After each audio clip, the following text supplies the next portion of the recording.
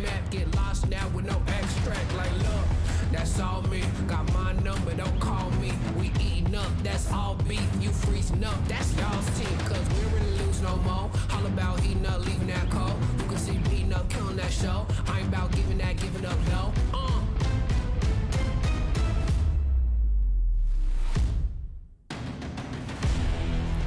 Nah, cause they don't want it with me. Look, you gotta cry with me.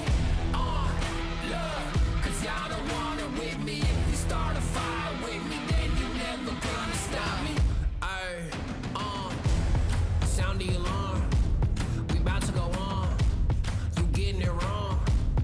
Time to go off. Can't hold us back. Truth hurts, you owe us that. My truth lurks, say y'all collapse. Now scoop first, where your homies at? Come my team with me right now. My team's on me right now. But what you mean y'all out? It's time to weed y'all out. Okay, we coming back with a vengeance. Time to go start your engines. What is this thing y'all mention? Time for y'all stop pretending,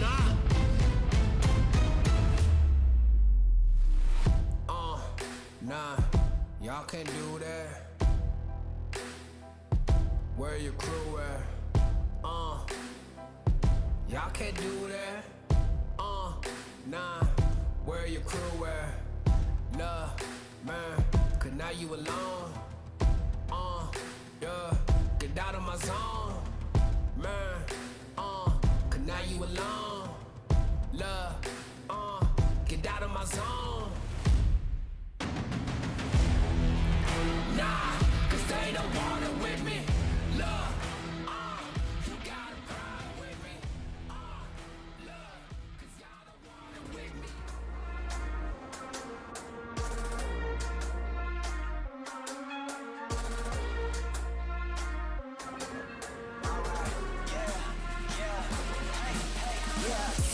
Won't stop going till a player on top know it. Rooftop, penthouse, suite. If you really want it, gotta own it. Fight through it, we was at the lowest. Blood, sweat, tears, the components. Riding all year, now's the moment. We are not friends, we are opponents. Yeah, I'm coming for mine. Yeah, I'm making a play, the game on the line. Yeah, I've been on the grind. Yeah, I jump in the spot, I made it my time. Yeah, look in the sky. Yeah, the stars align, no shade to shine. Can't stop it already. Emotional work and devotion. We put in this time. Look. You won't stop my stride. I'll just break your line. I don't tolerate wasted time. You take us down, keep fighting. The Snapdragon Pro Series is brought to you by Snapdragon Elite Gaming and Monster Energy. Hey yo guys and gals, welcome to the Snapdragon Pro Series, bringing you guys Wild Rift action here with League of Legends. My name is Victor Cax, joining me here is Contra, and we're gonna be your casters for today as we bring you this little playoffs, a little bit of a group stage right now going on here in this challenge group. So, Contra, how are you doing here today? Well, I'm feeling really excited, and of course, this is the very first time that we're sharing the table together. I've been looking forward to this day for a very long time, and finally, today's the day. So, I just hope that we got some amazing games coming our way, and of course, for those of you guys at home expecting a whole lot of great action, all your favorite teams from Southeast Asia are here to contest once more. So, of course, if you guys are brand new to the entirety of the show, we'll break it down to you shortly on how things run. Yeah, this group stage has been going on for several weekends now, and today is not going to be any different at all. Just like the previous weekends, we're going to be having our 4 matchups for today. But let's go ahead and recap how the journey has been for our players coming up to this stage. So everything begins with the open qualifiers, where 8 teams will qualify to the open groups and finals. This is where they're going to be playing a GSL best of 3 style bracket, and then that's where we're going to be able to find the winners of those open groups.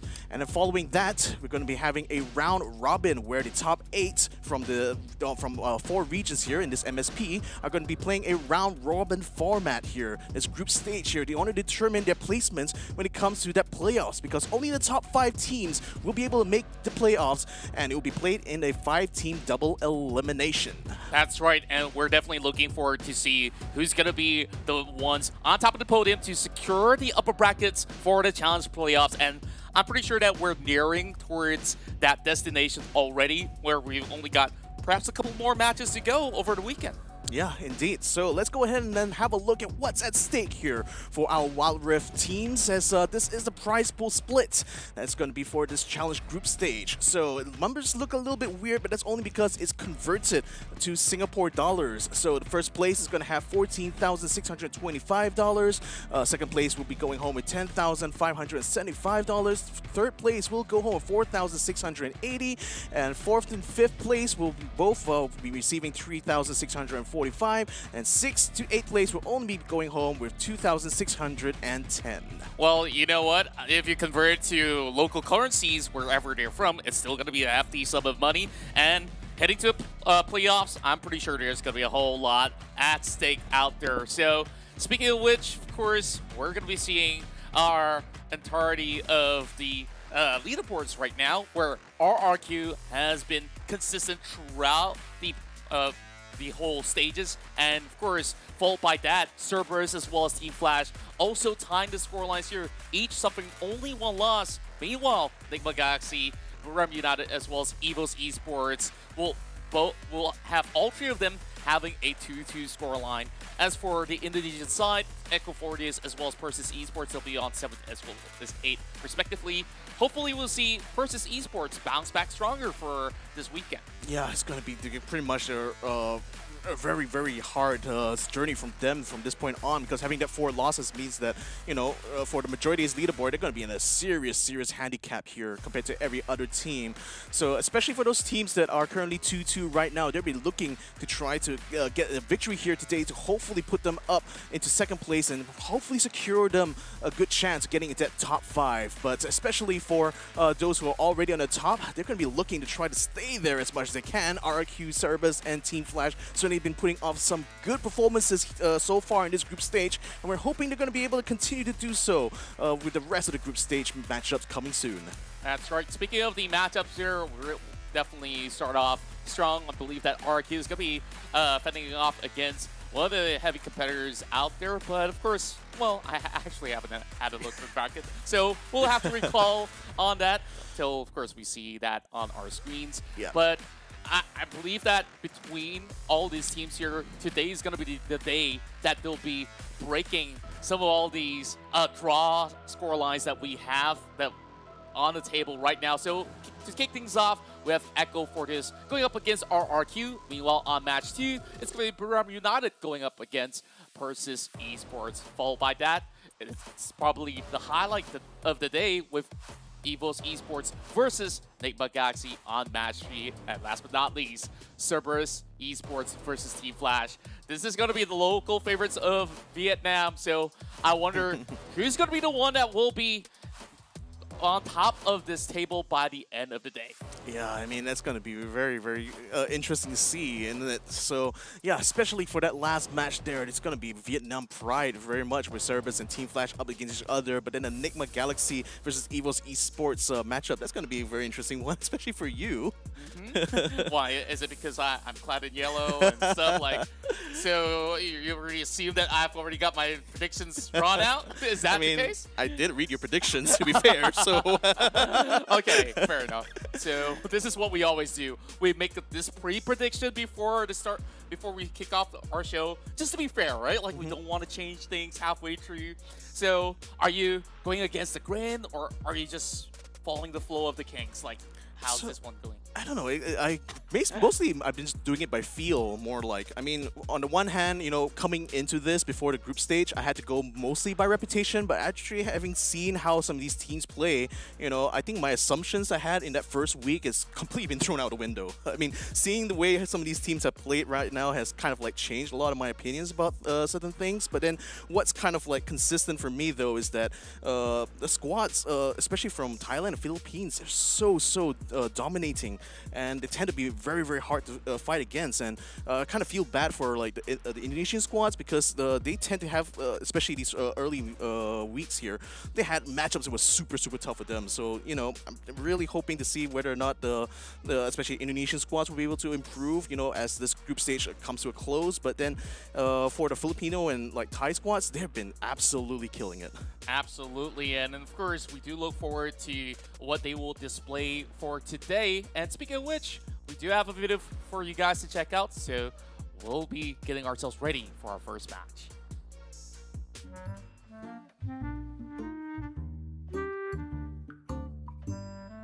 เป็นเดสตินีของ Twitter Fate แล้วกันครับ The ultimate of Twisted Fate. Multi-business เพราะว่าจะได้วาร์ปไปไหนก็ได้ตามใจชอบทั่วโลกครับ I want to TP all over the world. Ezreal third skill so that I can teleport. I think I want Chrono Break Echo Ultimate đột phá thời gian của Echo. It's Chrono Break, Echo's Ultimate, so I can turn back the time and make all my mistakes right. Cái này mình muốn có ngoài đời chắc là màn hình của Timo. Yeah, boy. Đặc vụ ra gấp. Nhìn ví dụ. Like I'm big, I like I'm chunky. Nó được son là bay các bản đồ. Bay nên là không bay được. Pasif skill duanya Aksan karena bisa ngidupin orang-orang yang gua sayangi. I think the rocket grab of Blitzcrank, it's because when someone trying to get out of my life, I can grab them back to my life. Get over here! I think I would go with Action's third skill because he wants to be Eren Diego. Okay, listen to me.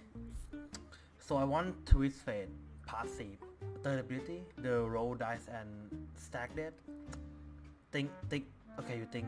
Follow my thought. So TF passive give you money every time that the minion dies, and the third ability is give you money when you hit enemy chamber. Imagine I use a Uno card, and I just hit my friend. Yeah.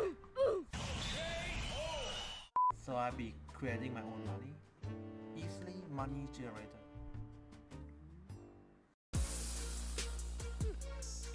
Supporter is not the most generic guy out there. He really think things through and say, hey, I'm gonna throw Uno cards and I'm gonna make bank by throwing it at my friends. Like, where's my cards? I wanna try it too. That's absolutely genius. Now, if I can basically choose a skill, like, sure, it's kind of like a TP. I'll take Pantheon's ultimate. So I could basically teleport anywhere and destroy the ground like a superhero entrance. Like, that's the way I want to come in. Oh man, that would be cool actually. At first I was thinking that the Blitzcrank out probably would be really fun, but then the supporters kind of like big brain idea of how to use the Twisted Fate, that completely convinced me now. Yeah, it's like, no, I don't want a TP, I want money. Money, so, yeah. Speaking of money, these teams are fighting for money, and let's, of course, introduce the first few teams that will be playing their match. It will start off with RRQ versus the side of Echo Fortius. But of course, with the lineup here being displayed, we have Hyde, Chaz, Helios, Viper, as well as Exosin. So not too much of changes being made here. Of course, we do have Viper that does have a sort of a switch up between the other marksmen as well. And so far, they have been looking great throughout the weeks of play. And the fight against BRU, they have displayed once again great team fight prowess, and once again, all thanks to Chaz, who has been so good in the jungle. And man, they just play whatever they want and still have some really great synergies to be displayed. And with compositions that are so tanky, it's definitely hard to deal with.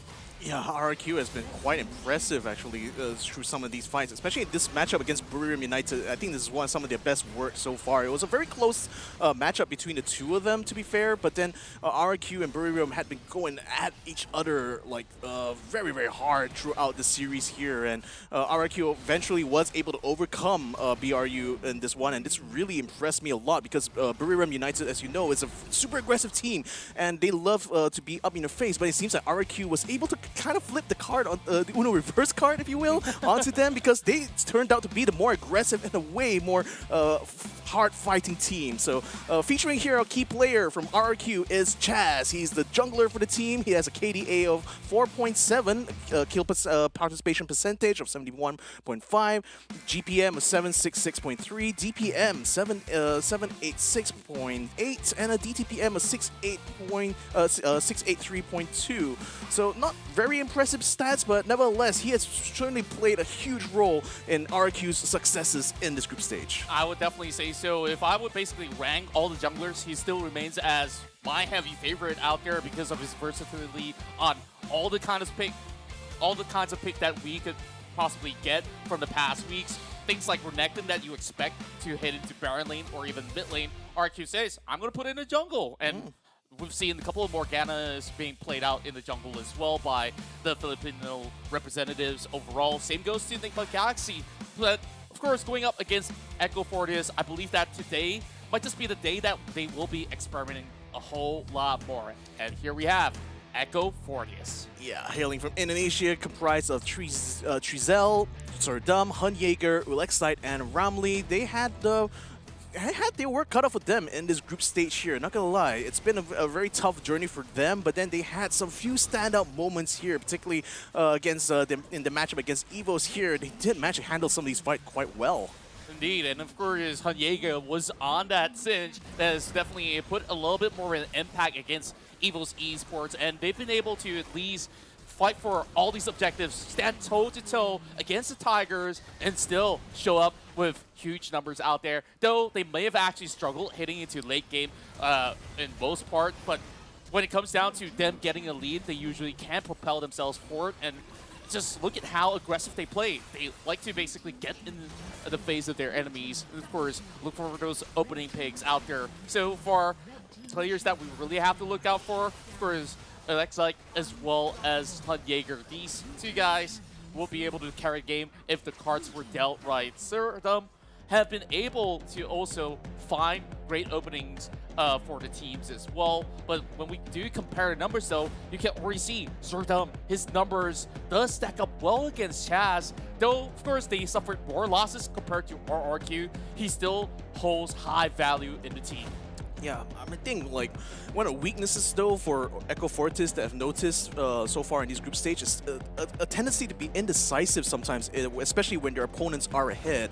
So let's hope that they're going to be able to tighten things up coming into this matchup here, because they've already had the experiences of having fought against some of the best squads right now in this Snapdragon Pro Series. So hopefully they've learned a lot in their journey so far. So here's hoping that Chaz and Cerberus are going to be bringing us a good show coming into our first matchup for today. That's right, and you know, since I was absent for the past week, I've noticed that, hey, they got a brand new logo as well as a sick new jersey. I wish I could get my hands on that and just look at it being so fierce. Man, who doesn't love it, right? So when it comes down to these two teams head-to-head, of course, track records aside, I think that Echo Fortis are still really hungry to find some points back into the table, because they're currently at the borderline where they don't really want to be down under, where you've already seen them being placed at 7th, only having that one win much early on the first week itself. But going up against RQ, sure, it may be stacked cards, but I think that there's still a lot of room that they could basically pull off surprises against the Titans out there. Yeah, speaking of surprises, maybe you guys at home can surprise us a little bit by letting us know what your predictions are going to be for the Snapdragon Pro Series. Go ahead and vote in the Twitch chat right now. I believe the poll should be up. These are going to be our predictions, though. We predict that RQ probably going to be able to sweep this series. That's why I sweetened things up, and you know, my name's Contra. I'm a little bit more contradicting that way.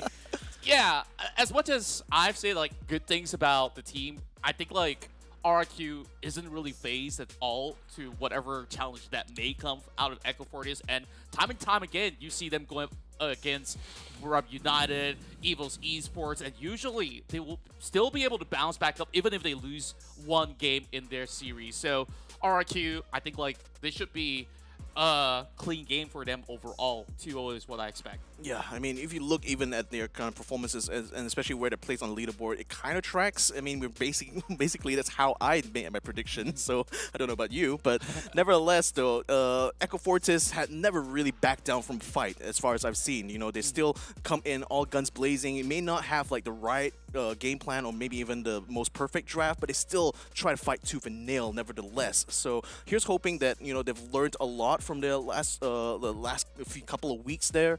There have been several moments I've noticed from Echo Fortis, Fortius, where they sometimes become very indecisive. They don't know whether they want to start the fight or whether they want to commit to actually doing the fights. And I feel that they need to have a little bit more confidence, I feel, in their game plans a little bit, because they do have potential. They do have very skilled players in Chaz and Sir Dum, and when things come together, it comes alive for Echo Fortis. So the thing is, RQ is going to be quite a tough nut to crack for them, not going to lie. So here's hoping that they will be able to bring their big guns coming into the draft now for our first game. That's right, RQ will have the first champion to be selected, but of course, starting off with the first ban now. Also to note is that, there's so many brand new champions that's been released from the past few weeks, and just this week itself, we've got Gwen joining the Rift, but of course, sorry to burst your bubble out there if you guys are looking for Gwen games. We'll probably get it next week or so, since it's a little too fresh. We'll start off with the classic bans of the past few weeks. We've seen Jays being banned out a whole lot. From time to time again, Karma has always been that sort of selection, and we expect things like Morgana to still be a little bit of a priority of a ban, but RQ could still leave it out in the open since they do play it in the jungle for most part. It's more of like having more options for them to work with. So RQ starts to take out things like Delusion. Sure, with even those new patches that have made certain adjustments, it still has high impact in the professional scene overall. So with that being said, Echo Fortis, I really want to see what those two bans are, because that will basically see how RQ would be drafting into this. With them banning that Senna, it will mean that there's no pesky Senna-Nasus combo over on the bomb side. And also to note that with the new patch, we might even see more of all these tank supports coming back into the game, where items like Imperial Mandate has been brought forward. So maybe a Leona could also put in some impact, but I don't think it's going to be worth the ban though. Yuumi, another one on the block, which we have expected at the very least. Yeah, I mean, these are very, very default bans. I can put it this way. The only thing that make it more default is if Kassadin gets put in the mix, but then obviously Echo's got a little bit different ideas. They ban out the Zed instead, and RQ will have the next pick. So the thing is that Zed is a really good counter to the Kassadin, but RQ instead, they're going to be going for the Nasus first, and Echo responds with the next pick.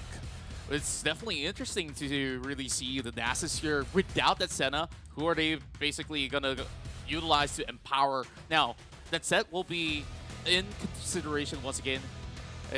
3ZL just switches over to the Riven, which would still at least give them a little bit more flexibility, where you can put it in jungle, you can have him played by Hunt Jaeger over a mid lane as well. Now, with the Gragas, to allow them to have good engage and disengage potential, I think they're definitely onto something. Meanwhile, RQ does get a little bit more priority for either Hyde or Chaz on this Renekton, but with the Kha'Zix already being revealed, so very likely we'll see Hyde on this champion instead. Yeah, it looks like quite likely. So we're going to be going into one more pick here from Echo Fortis' side. So with Renekton, Kha'Zix, and Nasus, what do you make of this combo so far though? Wow, I really do love what Echo Fortis is coming up with, where you're just looking at high crowd control potential just to lock down a single target, burst it down. Wherever it is, whichever lane that this Lee Sin visits, there's going to be a lot of tread. So RQ, if they don't make the first move, they're definitely going to suffer a little bit more. But then again, it's still going to be a sustainable composition that we're having here from both ends. So on the second draft, we're already seeing Akali being banned with the new Rift Maker item that gives her a little bit more of that power spike. I think it's definitely necessary. And we're going up against RQ with Seed Helios pulling wonderful plays over the mid lane, of course, on the team fights, where even on the Asia Invitationals, he just popped off on those grand final matches. So that's something to be respected. And RQ, they just remove safe options over on that bottom lane. So no Porky for Ulasai. Yeah, next will be banned out from Echo Fortis side, leaving one more ban now for RRQ. So I want to see how like RRQ is going to try to use that Renekton to, you know, get that early game boost there and hopefully allow the Kazakhs to be able to pop off by the time they get to mid game. And I think that's going to be quite crucial to RRQ's game plan here. But they will ban out the Ahri though, so that's a very targeted mid lane ban there, I feel. Yeah, of course, removing a little bit more of a safety net from Echo Fortis, forcing them to pull off some big plays, and there's still a possibility where we see this Gragas as a support instead, and therefore they're just hoping to invest that ban, forcing Echo Fortis to perhaps put this Gragas over the mid lane, and that could be an unfavorable matchup when you're going up against a Renekton up mid. Won't say it's the worst, but it's definitely still doable. But what's interesting to me is that they go for Jin is going to be giving them a little bit more of that firepower. But I'm looking at a team here for Echo Fortis. They're going to be really strong from the early to mid game skirmishes, but heading to a late game, there's definitely going to be a cap. And to my surprise, Echo Fortis had so much room to ban out the Kassadin, and RRQ, they got it in hand. And they're definitely on a timer here. So the clock will take, counting down from 0 to, I don't know, by the time we hit 18 minutes of play, I think RRQ should have it in the bag. Yeah, this is going to be very, very interesting here because, you know, the thing is that Echo, like I said, it's going to be a race against time for them, right? So they're obviously going to be wanting to be aggressive right out of the bat. But the thing is that I'm a little bit skeptical about the Jin pick, though, because I don't think he's as strong as he used to be. Now, perhaps like he'll be useful in certain situations, especially fights where, especially the knock-up and CC that Echo Fortis can bring with the Riven, Gragas, and Lee Sin. Perhaps that could bring in a factor, but they're gonna have to time it very, very right. And I fear that if RRQ can literally once the Kassadin starts to be able to pop off and be able to target some of the valuable targets here from Echo Fortis' side, that could make it quite hard for them to actually pull off this combination. Well, it's definitely interesting to see this comp all together because Ramley will be the one on the Riven instead. Support Riven, something that we don't really see every day. I mean, some Myran games, sure, there's just somebody that wants to run it down for the bomb side, but now I do see why they do put a little bit more value with that Riven to hit over the bomb lane, if ever the case, or it could be role swaps hitting into this very first matchup. So you just treat Nasus versus Riven as your traditional Baron lane matchup, and you remove that ADC aside. Naturally, Riven does win that duel. So with that being said, there's just very high pressure on every single lane coming from Echo Fortis side. But once again, need to remind everyone out there, there's a timer out there.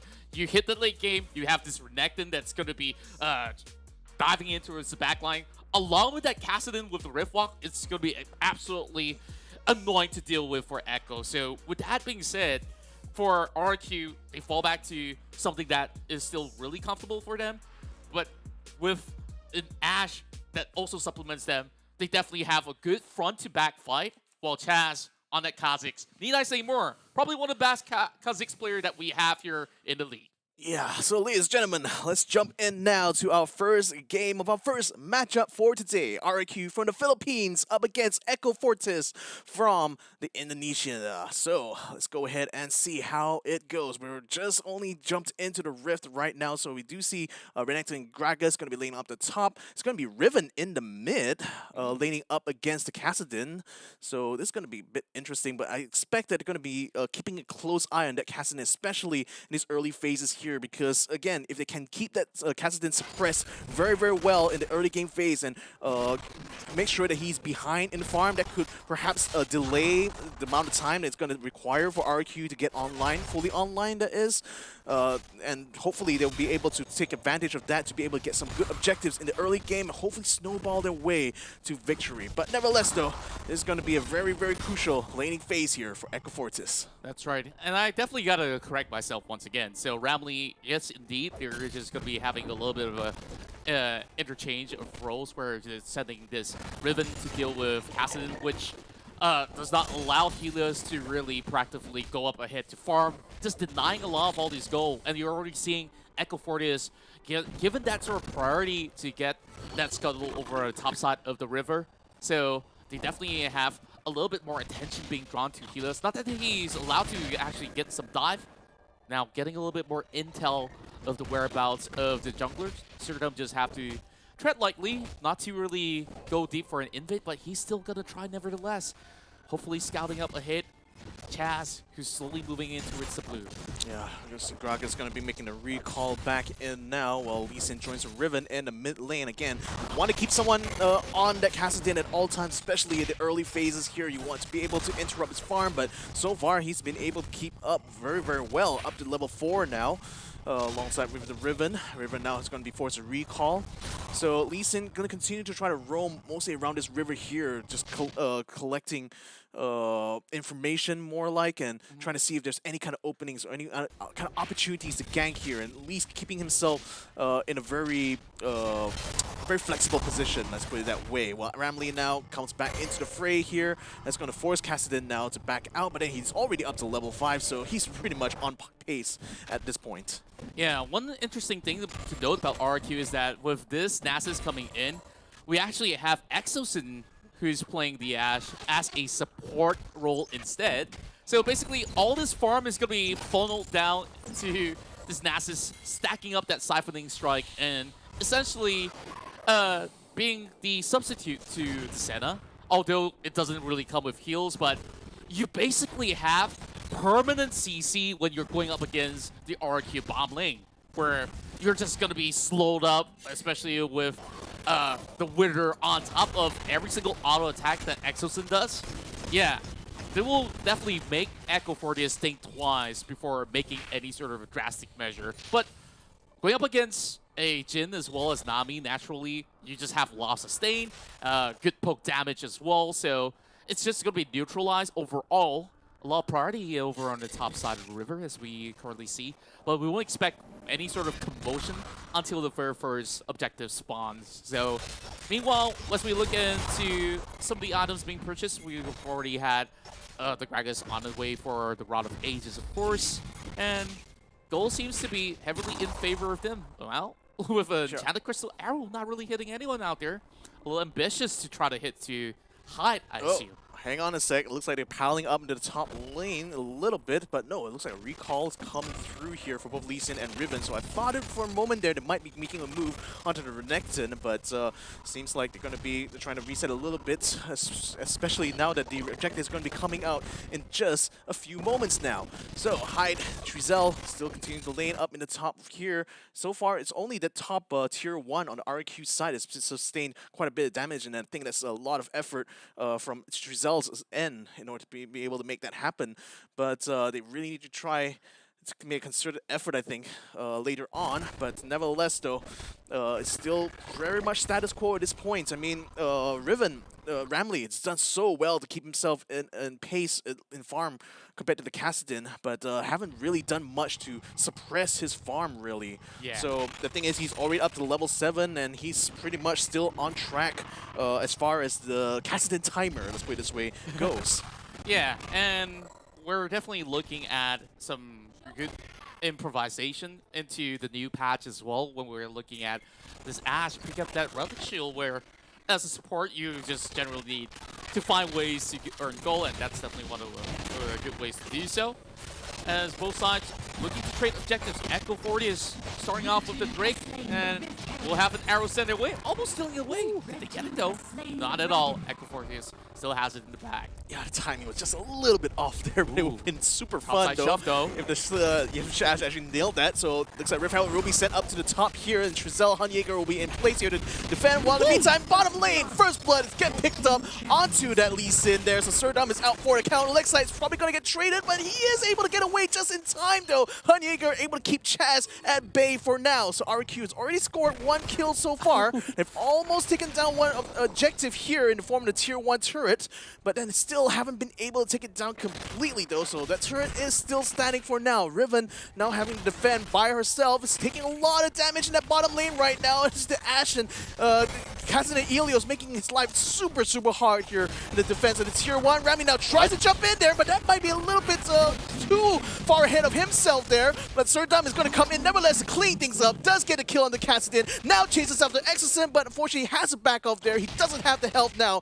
to dive that tier 1 tower. At least he forces a flash out there, but man, that was a risky play being brought forward by Ramley. Now at least getting a few plates off Serdam will be able to get a little bit more gold back for the team, but here comes Viper.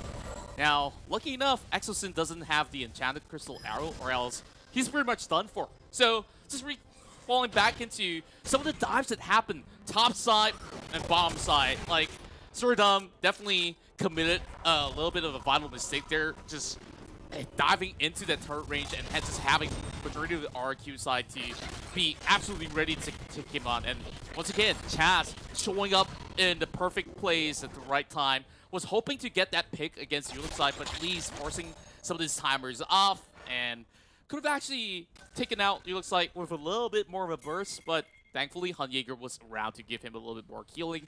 As it stands, just 2-1 for now, but the more kills you give to RQ, the faster the time it goes. So Helios definitely looking to have a pretty solid, clean game, though he did falter once. They're setting up another dive, and Serdam is ready to take him on too. Yeah, Serdam jumps in. He tries to target Viper. Viper is pretty low though, but the Ashe is going to be able to keep them at bay. They do finally get the kill onto the Nasus, but they're trying to chase for a little bit more. Fortunately, Jin's ultimate will run out, and Kassadin is still about half health through, but they really want to try to get a kill onto him to try to suppress his leveling for now. But then focusing the attention onto the push now. Looks like Exosen is going to try to get a trade on from the form of Ramley here, and it will get the kill done because it has a 1v3, but that will be in trade for that first turret being taken down on our RQ side. It's still going to be in favor of RQ. They managed to not only get a turret from the bomb side as in change, that's basically a freebie up mid. Ramley forced the flash as well. There's absolutely nowhere that he could basically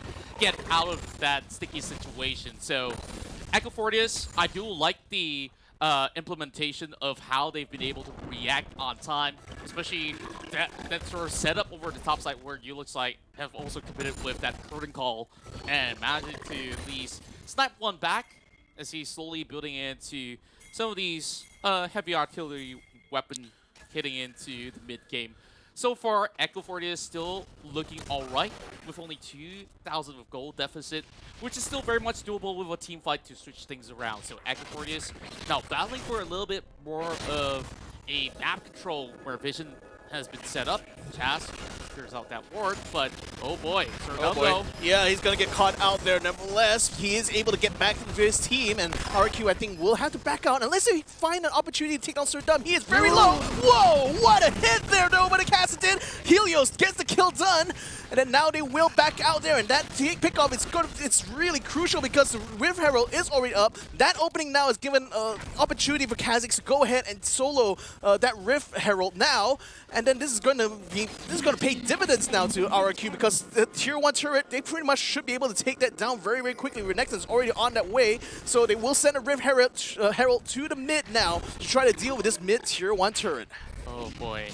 I felt like Serdam is feeling the morning sickness for now. Like, a couple of times he's been caught out in very crucial timings where the Herald was just spawned, and they definitely need this Lee Sin to be able to contend, and the moment that they shoved him aside, there's just no chance of Echo Fortius to basically trade back with Serdam getting good milk up there. They will get the kill on the Ashe here, and hopefully they will open things up for them a little bit in this mid lane. But nevertheless, the Drake is coming up soon, and we already see Kassadin moving in. The ticket is going to be the Infernal Drake coming onto the Rift now, and this is going to be a very, very critical one here for Echo Fortius. They already have the Mountain Drake in hand, and having the Infernal Drake as well is going to be very, very valuable for them, as Chaz can only watch. Came in a little bit too late there to go for the steal, so Echo Fortius will pick up the Infernal Drake, and in return though, Renekton trades it for the tier 1 turret up top.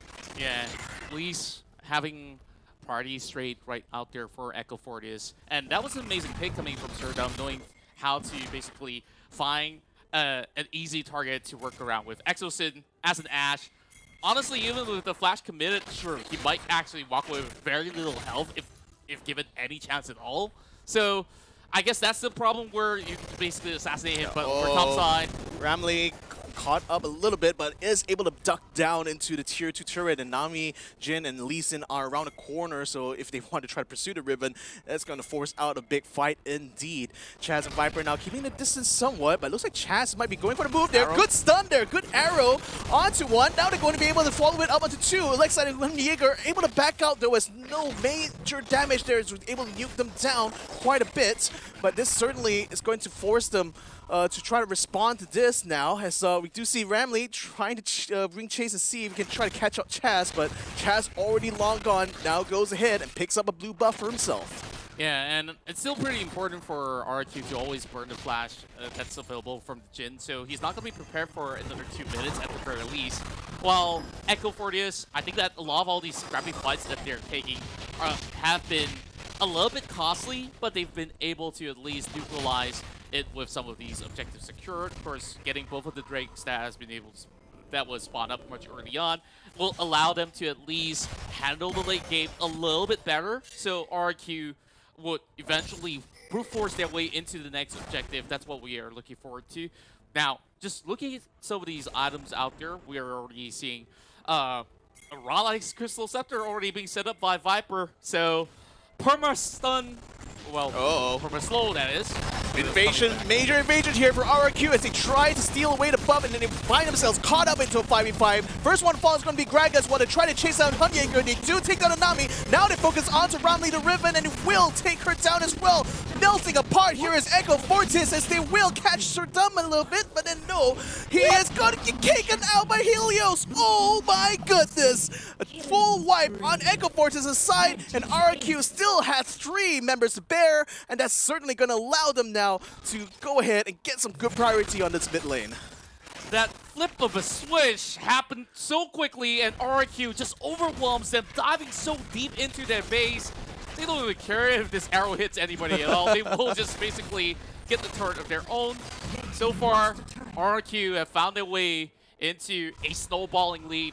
Almost hitting 10k of a difference. It's about 8k for now, but they've made enough room to create space, and Echo Fortius this time, man, seems like the time is starting to run dry, and they're running low on options into finding ways to pick people off into some of all these team fights as well. The only way I see them winning team fights is where RQ get themselves into a really tight spot into maybe the enemy lines of the jungle and just get clipped out by the tidal wave.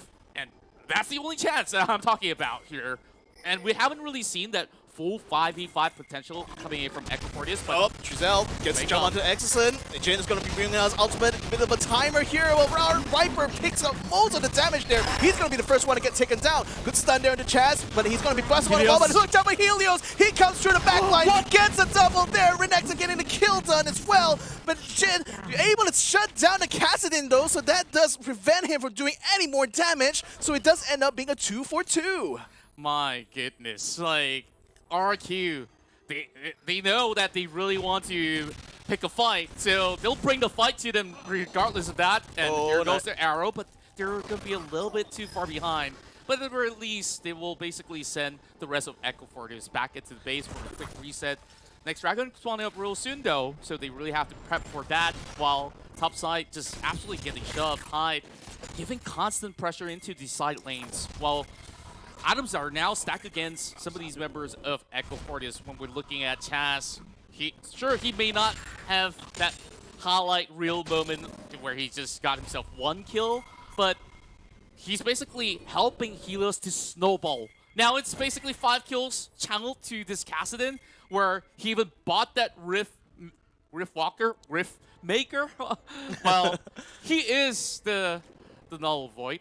Am I even making sense here? But Helios, he's definitely going to be a monster that will be unleashed. Oh, why did the Jin put the ultimate out there? Now it's going to be a bit wasted here, as now it looks like RQ will have all the advantage in the world as they try to turn things around onto Echo. Ramley's going to be first one to get picked out here. Oh, rather, actually, it's going to be the Nasa's going to be first one to get picked out, as Ramley finally does fall, though. But the Tricel hunting against Kazix, so much damage there thanks to the Kazix. And then now Kazix is completely popping off. Helios trying to get one less, Hyde trying to get one less kill, but in one pop there by the Ash will end Sir Dumb. And look at that, 3 people already taken down for 3 on RQ side. Hyde still able to stay alive, but only just as he will be backing off there as Jin and Nami falls back to the fountain. Not gonna lie, these fights are giving me a little bit of anxiety where you just see all these members dropping so low underneath the turret, but RQ, they were a little bit overzealous, right? Like, we see them basically going for deep dive. That has cost Chaz his own life, but at the very least, picking up 2 kills in some of all these skirmishes out there. Now, they did have Uliside here investing in a Quicksilver Sash. So with that said, whatever arrow's being thrown at him, sure, he can clear it, unless if he goes toe-to-toe against Viper as well as Exoson in a close-range battle, then only you'll have him permanently slowed down. So it definitely will be a little bit iffy on the next fight, probably contesting for the Elder Drake or even the Baron. We see it paying on to Baron already. Echo Fortis doesn't seem like they have much vision set up over on the river, and this might just be costly. Yeah, I think Ramley almost got himself caught in a bit of a pincer there. He was definitely keeping an eye out on that Baron lane there, but without any vision here, Echo can't really do anything if RQ decides to try to move in. So RQ already sets up vision for themselves onto the Baron pit. Echo still keeps their distance somewhat, still thinking about how they want to try to approach this. Renekton is still around inside the pit now as they are going to be popping up a little bit. Revive is going to be coming out now onto Chaz. He's going to be coming back into the fray, gets bumped out into the Baron pit now. That's going to be a good disengage for now as RQ continue to back out of this. Echo not going to be pursuing them, while Gragas going to be in a bit of trouble in that bottom lane though, as he has to stay all the Helios by himself. Yeah, at the very least, Helios won't be able to pursue much longer as he's already running dry on mana. And this is the problem that they will face in the late game for Echo Fortis. Sot lane shoves, Hyde as well as Helios. They can constantly just come in with split pushes, and somebody's got to answer, right? So that's where RQ, which is basically force and call for objectives and congregate once again. If they do have teleport enchantment, even better, rejoin that fight, where we expect things like that to come out of Rex Ring of Keon. But for now, of course, it's down to that coin flip of a decision on who calls the shot on the next objective, and they're basically trying to bait and switch on this Baron, as RQ has already got 4 of the members in there. Yeah. Oh, talk about the bait and switch there to get a jump onto the river and take her out. And that should be the opening they need in order to try to take this Baron here. But then we do see Lee Sin still around. They can still try to go for the steal, but it's RQ. They're going to be swinging around here, forcing the fight out onto Echo's side, forcing them to back out of it. Hyde does sustain a lot of damage there, unfortunately, though. So the next fight may not be that well for RQ, but at the very least, they know that they have Echo kind of with the backs against the wall a little bit here. But RQ does sustain quite a bit of damage. The helmet's a little bit low. Jin is going to be bringing out a curtain call now, and that's going to force RQ to back out of the zone.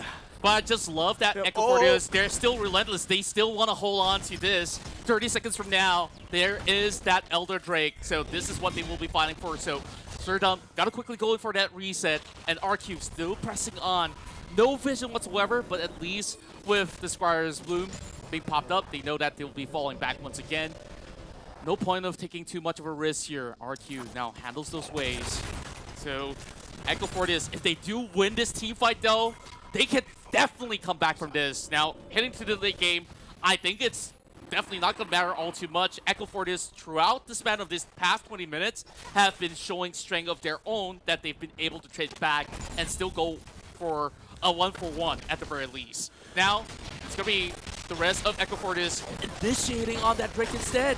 Yeah. Now, the ball's on their court. RQ, they're about to answer. Gotta go to jump straight in. Hyde comes in front there. He's gonna be taking the front of it. Oh, they do get the Sheldon Dragon though on Echo's side, so they will be very, very happy with that. And it's RQ only managed to get the kill onto the Lee Sin, but not much else than that. Oh, So now they will be backing out to the mid lane there. Trizel, Rek'Sai, and Hunyager still on a pursuit, but then they are going to be focused on taking down this mid-tier turret. Oh, but the Ashe gets caught out on the side there by Rek'Sai. Good shutdown onto her, and that certainly will secure them the turret, maybe even 2 here as they continue this push.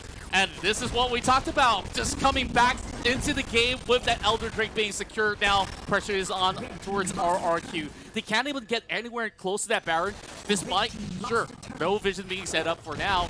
Now, that definitely wasn't necessary with the tidal wave, but at the very least, Echo Fortius, even if they don't do much with this Elder Drake, they bought enough time for them to come back into its neutral state. Sure, 80k of gold onto RQ. Doesn't matter all too much by now, where you see all the 4 items already coming into effect, and this Jin has already stacked up every single item possible, so he's definitely going to hit like a truck. So far, Ulixal definitely has been stepping up to the platter, and Echo Fortius looking stronger as compared to the weeks before. I just love the implementation that they've brought forward as they're fighting for their tournament lives. Yeah, so Hunyager, and looks like keeping an eye on the Baron. Hyde and Chaz are still in the bushes around the top side there. Oh, watch out. Ooh, good arrow there onto Lee Sin, but unfortunately no follow-up. But at least they know that Echo is already making the move onto the Baron now. What will Chaz and Hyde do? Oh, they'll be spotted though. Oh, that's going to be one right in the middle there as Serdum jumps onto Hyde and Chaz, trying to get some lockdown, but not really having any good crowd control. Tidal Wave comes out, doesn't quite catch anyone from RQ, as looks like Echo is going to be forced to back off from that Baron. No sense for them to continue fighting that. As you can see, all of RQ already pushing that priority to the mid here, all piled up. But then now with Echo actually backing out, this has actually given RQ a good position here to secure that Baron, but maybe they're going to be going ahead and just taking away all the buffs inside Echo's own jungle here, trying to starve them out a little bit before this next take. Both sides playing the chess pieces perfectly well. And here goes. Serdum onto Hyde. A lot of damage done. Good brute there. Revive's going to be forced out. Now they're going to try to focus on the Viper. In the meantime, though, ooh, he was so low. Will they be able to kick him out? The Nast is still able to survive for now. And another Revive is going to be brought out here. That's this time going to be on Helios. But then Rezo Echo still able to stay alive, even though their health is super low. But Chaz and Hyde, Chaz still very much in health here. Tries to go for the jump. Can't quite catch anyone, though. So it looks like Echo will back out, having taken 2 for 2. Yeah, it was really a close call. Helios jumped in a little bit too early, trying to force a pickoff all the way towards the back line, but none of the RQ members were basically prepared to take them on, and it's really a huge risk that Serdum did right there, because Hyde, he had his Guardian Angels available, so even if he does get that pickoff, there's still going to be him available in the next few minutes, and that gives RQ enough time to trade right back. Found themselves Hunyager as well as Ulixal, but it still stands. Both sides of the jungler still have the Guardian Angels available, and here comes the next Elder Drake. Well, we don't see this too often, and this is one of the best ways to kickstart our very first matchup. Just drag this game to 30 minutes, and I'll still love it. Oh yeah, baby. It's going to be a long one here as Chaz looks like it's going to be taking a catch on the Ramley as Hyde coming on top. But watch out from the back line. Serdum and Trizel comes in to try to save the day here. They weren't able to save Ramley, but at least they were able to avenge him by getting the trade onto Hyde. Both Baron laners are out, but keep in mind, you see a split push heading over the top side there where Helios, he can't commit towards this shove to take that inhibitor and just force their way through, and they're committing to this fight. Yeah, they're committing in this one here. Exelson does get a stun, but there's not much she can do by herself, though, as Red Team does pick it up. But look at Helios, though. He is split pushing on top, and they should be able to break down the tier 3 turret. Recall. Then, oh my goodness, the recalls are coming true, but the Echo is a little bit low, and look, they only caught out one. Oh my goodness, Helios, he went straight for the Nexus. He went straight for the Nexus and took it out. The backdoor from RQ have been able to seal the deal for game 1. And this is classic RQ. They always have a plan B. And, well, oh well, we didn't have to wait for 30 minutes because it's done and dusted. 20 over minutes is where we're at. And that was exciting, man. That got my nerves, my blood all pumping. And I want more. Like, Echo Fortius, they got 2 Elder Drakes and they still can't do it. They're just a little bit too squishy, and it definitely was problematic when we hit into so many of all these fights after fights after fights that RQ just wants to take them on. Like, all they have to do, delay it for the Cassidon, and Helios definitely landed that killing blow. Oh, I mean, beautiful game. It was a bit heartbreaking though, because Echo had to commit a lot into that final Elder Drake fight, and it's just a bit unfortunate that they completely ignored Helios trying to do the split push. And Helios actually had been doing that split push very much throughout this game here, as we've seen from the bottom lane pushes, the side lane pushes really is where he's been focused on. And it did seem like if Echo was had actually been able to counteract that, maybe they could have extended it, but nevertheless, what a master stroke of a play there from RRQ. Yeah, this sort of front to back have seen RRQ dominated the early game skirmishes, but heading into the mid game, we've seen proactive approaches coming in from Echo Fortis to be able to snatch a couple of all these major Drakes that has been able to buy them enough time. And time aside, they're still losing many of all these trades out there. It's all due to positioning. Just look at RQ's front to back, just having great measures to cover against one another. And of course, by the end result, Chaz still had almost a perfect game, and Helios definitely was that lethal machine throughout majority of all these team fights. And even without him being in that team fight, you saw how much damage was being dealt by the team itself. Basically, Echo Fortis was relying on hopes that Ulixide becomes this one-shot machine if he could basically get into the face of Chaz or even Exocid to begin with. But it definitely was a tough hole for themselves. They were forced to buy Guardian Angels to buy time to turn the tides around. But all in all, Echo Fortis, they still match fine. And when we look at the results overall, you see Ulixide just having a spectacular game, basically having better results compared to the RQ bottom laners, but that really didn't matter at all. It's down to how they control the map overall. The macro plays from RQ was magnificent. Yeah, and certainly helped them a lot in some of those fights there, but you can see even from this even this one here, what Ash had 100% kill participation there. that's really cool. But you can see even from this graph here that, you know, RQ had been having the lead in both gold and XP for the most part, but Heko had actually been putting a good few chunks actually out of that graph there, which goes to show that, you know, if things had gone well for Echo Fortis in the earlier stages of the game, perhaps it would have been much closer, maybe even a much longer fight. Yeah.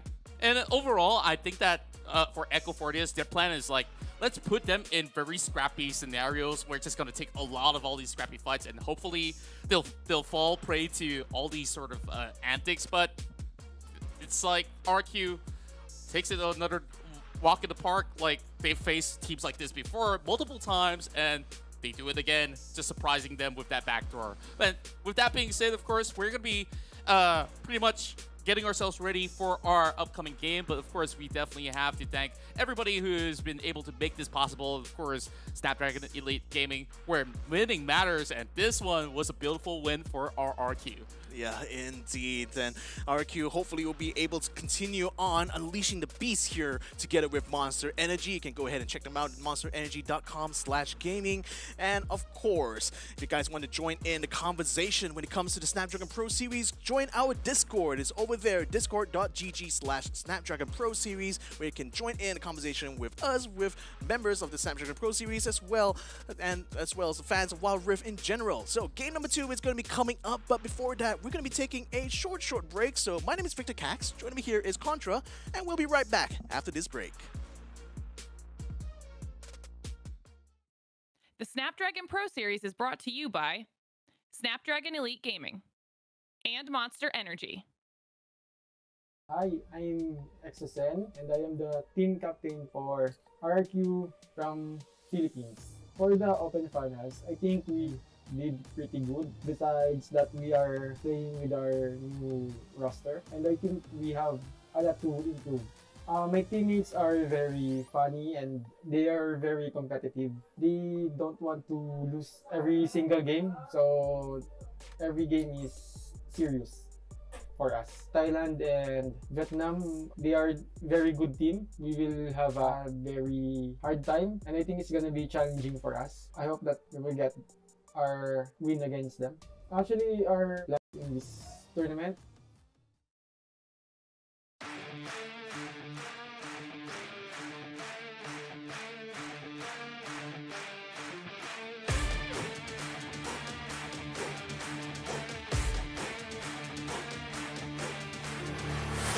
Look at my shine with the glow. This is my time with it though. This is my time to be way at the top. Me and my guys gon' pay out the block. I don't look like wall. Time's right, and I know the sea is walking in a limelight. Promise you gon' wanna watch like a sci-fi. My guys are high risers, high tide. My crown if you come to my side. I pledge allegiance for lifetime. My squad connected like Wi-Fi. We grind and you see the highlights. This my life. It ain't a game now. Me and you, we ain't the same now. Lions coming out to play now. Opposition out the way now. Out of the way. You wasn't invited. Say you come to play. I dare you to try it. You don't wanna try me. Then step up to my team. Yeah, out of the way. Yeah, yeah. Out of the way. Yeah, yeah. Out of the way.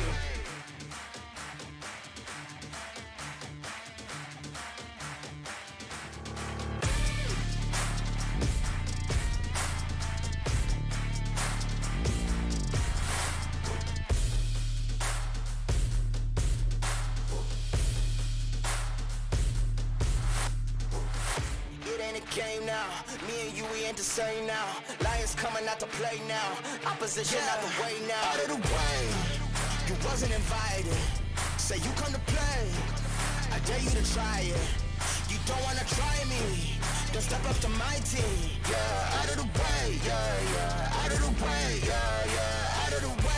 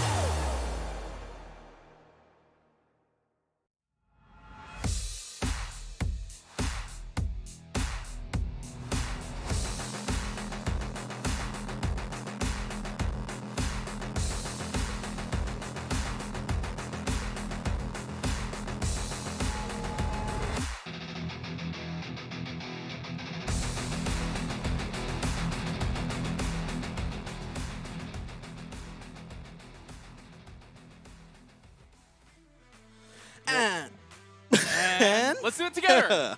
And welcome welcome back to the Snapdragon Pro Series League of Legends Wild Rift. You're here with me, Contra, as well as Victor Cax. So far, we have a phenomenal first game that has been won by RRQ against Echo Fortius. So we're seeing great back and forth going on, but it was that backdoor from Helios that took the win.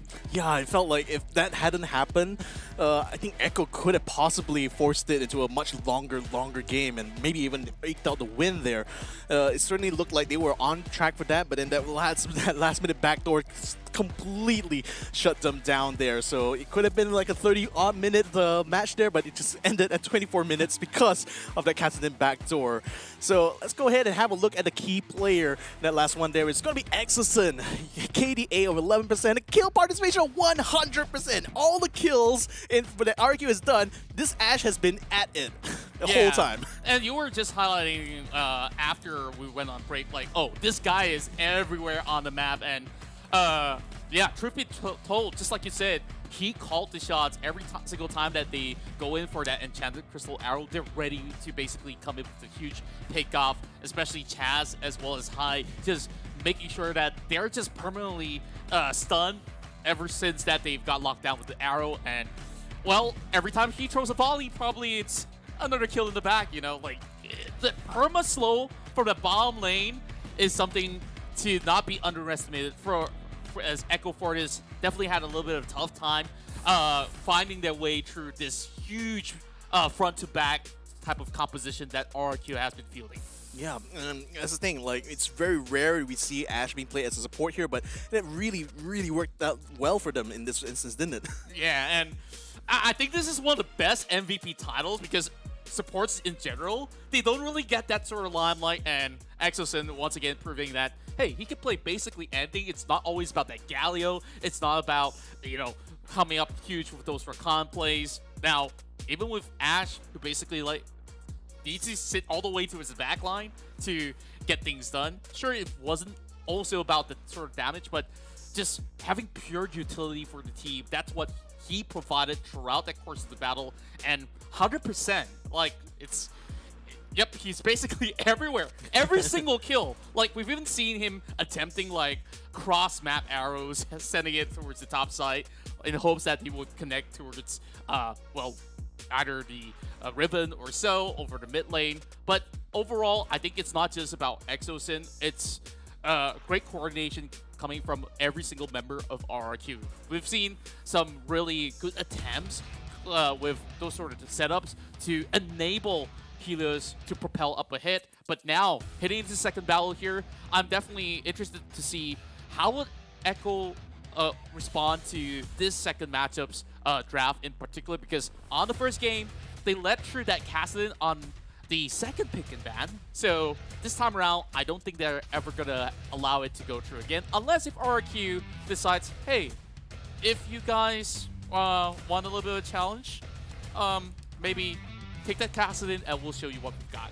Yeah, so far, it's going to be only Jace has been banned out here. So, this time, though, it's Echo that actually is going to be getting the first ban/first pick on their side. And they're going to be starting on the blue side as well. So, a bit of a change around, definitely, from the first game, as RQ bans out the Yuumi for their end. Yeah, and we do expect picks like Karma to still be axed away, and Echo Fortius might actually want to invest in a Kassadin ban much later on. They still want to weigh in their options here. The same bans are being brought forward. I believe that Lucian was one of the champions that was taken out in the very first draft. I think that Echo could use it for their own if they were looking forward to its a safe laning phase, but RQ says, no, we're not going to allow you to play it safe whatsoever. And if they're going to stick with this sort of Ashe Nasus composition yet again, I think it will still work out for RRQ. So banning that Senna is not going to make too much of a drastic difference for the side of RRQ. But this time around, it's interesting to note that Echo, they choose to basically take out any assassination attempt coming out of Helios. So no Zed, and in response, RRQ want to open up more doors up ahead, take out Olaf. But bear in mind, yet again, we still have that Kassadin that's still left available. I'm still hoping for a Summoner game. Yeah. I'm just keeping my fingers crossed that somebody out here would try to go in for that, but at least it's off to a good start for Echo with the Karma. But in response, RQ goes in for 2 of their picks that they've been bringing forward in their very first draft. Yeah, it's Nasus and Renekton with all. It's just literally the same pick that they did in the first game there. So Echo may have a slightly different game plan here now that they're bringing in the Karma, but obviously making a Karma as a first pick does make it a very, very flexible draft here. So Echo could be poised to just do anything that they want to at this point. The question is, will they be having some good card counters, or they be going with the same game plan as the first one? Because it looks like Riven is picked up here, and they will have another pick. This time it's going to be the Corki, so at least it will have a lot more damage this time around, and perhaps maybe not playing Riven mid this time around. Yeah, I do believe that with this sort of picks, we have a lot more stability for Echo. For this overall, if you want to send it down towards the Dragon lane, it still will be a decent synergy with that Karma, unless you want that Karma over in the mid lane. So RQ side, still very flexible. We expect this to go either side, with the Nasus being most likely a support. So on the second draft, they can opt to, I don't know if I'm ever going to make sense. Hear me out. Ban Ashe. Okay. No. We still have that Kassadin, so I think that definitely is the heavier priority. Yeah. And therefore, back towards Echo Fortis, they just got to pick their poison here. So exact same draft ran by RRQ, but Echo Fortis feeling relatively confident after those sort of fights that they've taken. And I believe now with a little bit more of a range advantage, they can actually find a better alternative. And hey, they heard what I said. Yep, that's definitely a targeted ban there. So the Ashe is going to be out of play there. So poor XSN is going to have to play something a little bit different this time around. But they still will have another ban on their side, at least on ARQ side. They've also banned out the Kazakhs, and it will ban out the Garen. So one last ban to go for Echo Fortis. And Echo Fortis definitely have to consider this ban very heavily. So, like, do you want to take out the Kassadin? Yes, they will. So, without a shadow of a doubt, they will just continue on with this.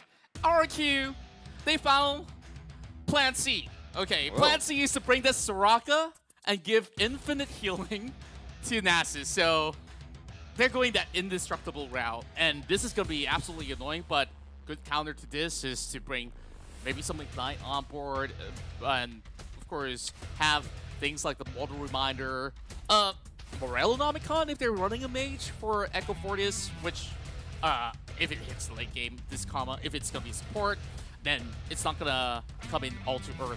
But if it's on the mid lane, sure, why not bring it forward? Shyvana though, along with Galio. Okay, this is going to be exciting to watch. Huge AoE damage, and you expect Ramley to once again go on this Riven. So if they do land all these chain knockups and just basically club them all together, it's going to be a good time for Echo Fortis. But RQ, they want to stand toe-to-toe, and this time around, we're seeing their special. Helios possibly on it, Akali still having second thoughts here.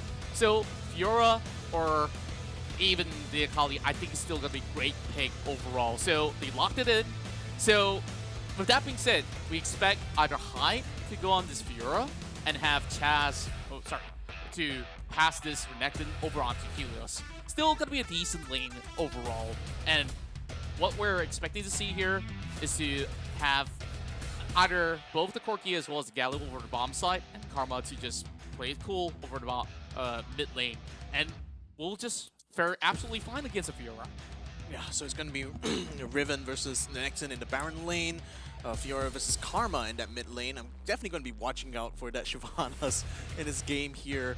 Ramley, of course, will be on the Galio, and oh yeah, the Soraka as well. I mean, there's a lot of really good things going on in this draft here. So Exo's just flexing it, like, okay, go down that rabbit hole. Like, what other supports do you want to throw in? Like, yeah, we're not gonna go with all the mainstream stuff right here. RQ just showing all kinds of hands that they have right now, and I don't know how much more is there on that deck.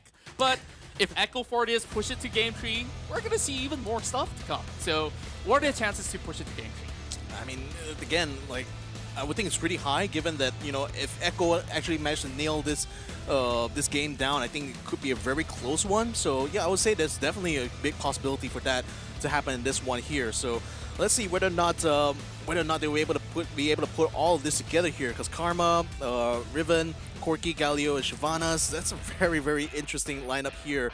So RIQ, they did bring in the Soraka and Vera, and that's mainly the two things that have been changed from their lineup in the first game there. So really, really curious to see how Soraka is going to play out. Yeah, honestly, I feel like this is one of the most underrated picks overall. But when you do have a Soraka who not only offers a lot of heal when it comes down to team fights, sometimes you just ignore this whole zone where she just basically lay down in silence.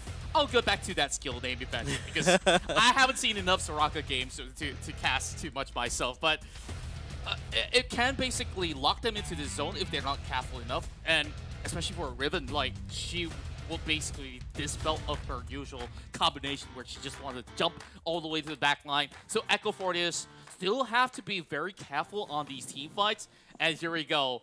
Into Game 2. You're currently watching the Snapdragon Pro Series League of Legends Wild Rift Game 2 between RQ versus Echo Fortius. Yeah, ladies and gentlemen, back into the Summer's Rift. And of course, Echo starting on the blue side means that it's going to be, currently it's going to be Galio that takes the mid lane there, while Karma sticks to the to the Dragon lane down in the bottom to support the Corki. So bit of a switch up here. Perhaps just maybe facing that threat of that Fiora, they thought that maybe it might be a little bit better to use the Galio against it instead. But what are your thoughts, though? Yeah, my thoughts is that Baron hasn't spawned, so he can't be slain. That's the first thing. True. Anyways, of course, this sort of matchup does not really favor the Galio in the early game, but he's going to be able to stabilize eventually. So for the early game, Ramley's just going to be harassed for a little bit. Got to be careful about that proc. He doesn't even care about some of all these vital stats. And just keep in mind, like, he cannot afford to soak in so much of that damage. Every time that sort of passive appears, he just got to reposition. And every time you see that over the front, reposition towards the back. That's going to reset that passive, so he doesn't really have to take too much damage. So Ramley maybe tries to bait and switch for a little bit. Helios tries to go for a repause, but you won't expect to see much kill potential for now. But what's spicy to see is that the first Drake will be an Infernal Drake, so we expect some good fights to happen on that part of the river. Yeah, it's going to be hot and spicy down in the Dragon Pit very, very soon. But yeah, I do fear for Ramley in this lane matchup though. But then he is doing quite well, already hit up to level 4 so far. The harassment on Helios having done quite well so far. Well, Riven has already gotten Renekton pushed up quite well. Lee Sin going to go for the recall. The momentary cell very, very low though. It's kind of brave for her to still stick around here, but she does have to back up the Galio and Sir Dumb around the corner, but unfortunately Ramley is going to have to back out there, having quite a lot of damage there, taking out those jungle minions. So it looks like it's only going to be Shyvanas around the corner to try to support this Trizel, who is extremely low, like one tick of health there. Oh, tight, guys, jump. That's going to be the cue for Sir Jump. Sir Dumb to bring the jump. He's trying to focus on the Chaz, but Helios comes in from the mid. He's going to be jumping straight onto Sir Dumb. Trizel now tries to turn things around, but unfortunately not much Riven can do. Sir Dumb's going to get caught out completely now as Kai comes in, gets the kill done on the Shyvanas. Honeyga now coming a little bit too slow, a little bit too late as RQ peels away successfully after having taken the first 2 kills. What a great rotation coming out of RRQ to respond perfectly in time, and that grand challenge was enough to secure the second kill overall. And honestly, Echo Fortius was being very hopeful that they could basically land a dive onto Hyde, but keep in mind, it's never easy to dive a Renekton, so I felt like that was a little bit of time being expended without any sort of fruit of a labor, and we can't really fault them all too much. Speaking of which, another pickoff happens. Yeah, Trizel now getting caught up again. Sir Dumb yet again has to come in to try to save the day. Ramley, you know, he is able to jump in here, try to free with the interruption, but unfortunately isn't able to save Sir Dumb. And now Galio gets caught up as well. Oh my goodness! We haven't barely even started on this objectives, and RQ's already scored 5 kills. And all the plot that they had slowly crumbles in front of their eyes. Like, that sort of contest just for scuttles or so honestly wasn't really worth it when they're already behind. Now they basically give Chaz the edge to have priority on any lane he desires to gank. With 2 kills ahead, 3 assists, he's everywhere with 100 KP. Oh, Helios going with a further extension, but Ramley will be able to do all too much. Just a little bit more of time you will expect to see this Fury coming up strong with a 3D Force coming up online shortly. But as for Echo Fortius, I guess they just really have to find ways to band-aid this sort of bleeding that they had. The only sort of call that I do see them doing is probably put a lot of priority onto this Drake where he's chasing Helios behind. Resecure his stat, Scuttle, that's all that they want to do. Yeah, I'm thinking about trying to pincer Helios there. They do have the numbers, but not necessarily to catch up. Hanyega does good a little bit slow, but that's not quite a lockdown he's looking for, and Helios easily picks up the honey fruit and brings her back up to speed. But in the meantime, though, RQ focusing on that tier 1 turret up in the top there. Riven, the only one who has to defend here, as the Rift Herald is going to be coming on a few moments, though. I think RQ was thinking of maybe clearing out this turret here, making it a little bit easier for them for this Rift Herald take. But it seems like they weren't able to take it down completely, though. Strizel now keeps an eye on that pit, while the Renekton up in the top continues to keep the priority going. They really want to try to take on this turret here, it feels. Keep in mind, though, Chaz should be in range to come in for a steal attempt. And here comes the rest of RQ, finding a little bit of an opening. But there is. Next side, Helios on the back there, and then it looks like has jumped back into the pit there on the side. Dragon is going to be taken by blue team, though, so Echo does successfully take it. Now RQ is going to try to get some good kills and trade. They're already taken down the Corki so far. They do take down the leg side as well. Ramley also getting caught out. Hanyega caught out there by Helios. That's going to be a shutdown straight onto that Lee Sin on Chaz. Well, the rest of Echo continues to peel away. They lost 3 members so far, but at least they managed to take down Chaz, so a little bit of a consolation prize, perhaps. Yeah, but currently they're working on 2 objectives at the same time, where Hyde, sure, it's only 1 minute, but he's gotten enough plays. Now they do have that priority over on that Rift Herald. So as much as Echo Fortius fortified himself with that Dragon, that will be able to amp a little bit more firepower for this Shyvana to scale. However, RQ just calling the shots everywhere they go. It looks like almost finding a little bit of exchange. Oh, one shot didn't quite have the range there to hit Chaz, and the barrier obviously will be able to keep him alive. Rift Herald's going to be called down to mid, though, so they're going to have to try to defend this. Well, RQ's Exosun a little bit low at the moment. He's going to have to recall at some point here. There's no honey is out there. Actually, there's a honey fruit up there, but Exosun not going to pick it up so far. As Viper may need it a lot more, but both of them nevertheless will recall, though, as they will be backing out. While in the meantime, Ramley Surdum trying to keep this tier 1 turret alive. Helios now in position here to try to take priority on this lane now. But yeah, it's going to be quite hard to take up against a Fiora who is currently on level 9 and doesn't seem to have any signs of stopping that momentum anytime soon. And just want to quickly highlight that both sides of RRQ's Dragon laners are actually utilizing this new item, the Red Shield, to its full effect. Passage to their goal, that's what they need to. So I guess the rich can only get richer. And in fact, EXO, once again, just showing up in almost every battle that he is participated in. And we also do see that he's picking up a new enchantment. So, of course, that's something that we haven't seen all too much from. So, of course, I'll do a little bit of reading on that. I'll give you all the details that we need on what could this possibly provide for the rest of RQ. Oh man, RQ is just on a roll right now, taking down 2 tier 1 turrets in a row now, and Helios still keeping an eye on that tier 1, which is still heavily defended by Riven at the moment. Riven or Trizel, obviously. Exosun staying a lot of damage there from Honeygator leg side. It might be finding an opportunity here if we can just only catch him right around the corner as Trizel jumps in there. Is he going to get a stun? Yes, he does get a stun. Now Surdum jumps in, pounces for the kill. Can't quite keep him in lockdown though. The root does come true and that forces Trizel and Ramley a little bit behind. Trizel does find Helios though, so now they're going to be focusing on that Fiora. Surdum now coming in position here. Helios forced to flash in order to try to get away. Chaz now jumps straight onto Surdum now, trying to keep it away. But Ramley comes in, gets a good catch there. Trio the RQ taking a lot of damage so far, but is still able to keep himself in relative safety there. Now Renekton comes in there. Oh, immediately takes out a Karma. Now the things have kind of fallen apart here for Echo as they will be forced to back out. My oh my, that was long extended from both ends, but RIQ still storming in though. They're about to get the catch. Surdum, he doesn't really have much resources left. He just have to back away. Yeah, I think he's got to head back out. He doesn't really have a lot of things to run with in his tank, and fortunately that will be the end of the tier 1 turrets on Echo Fortis side.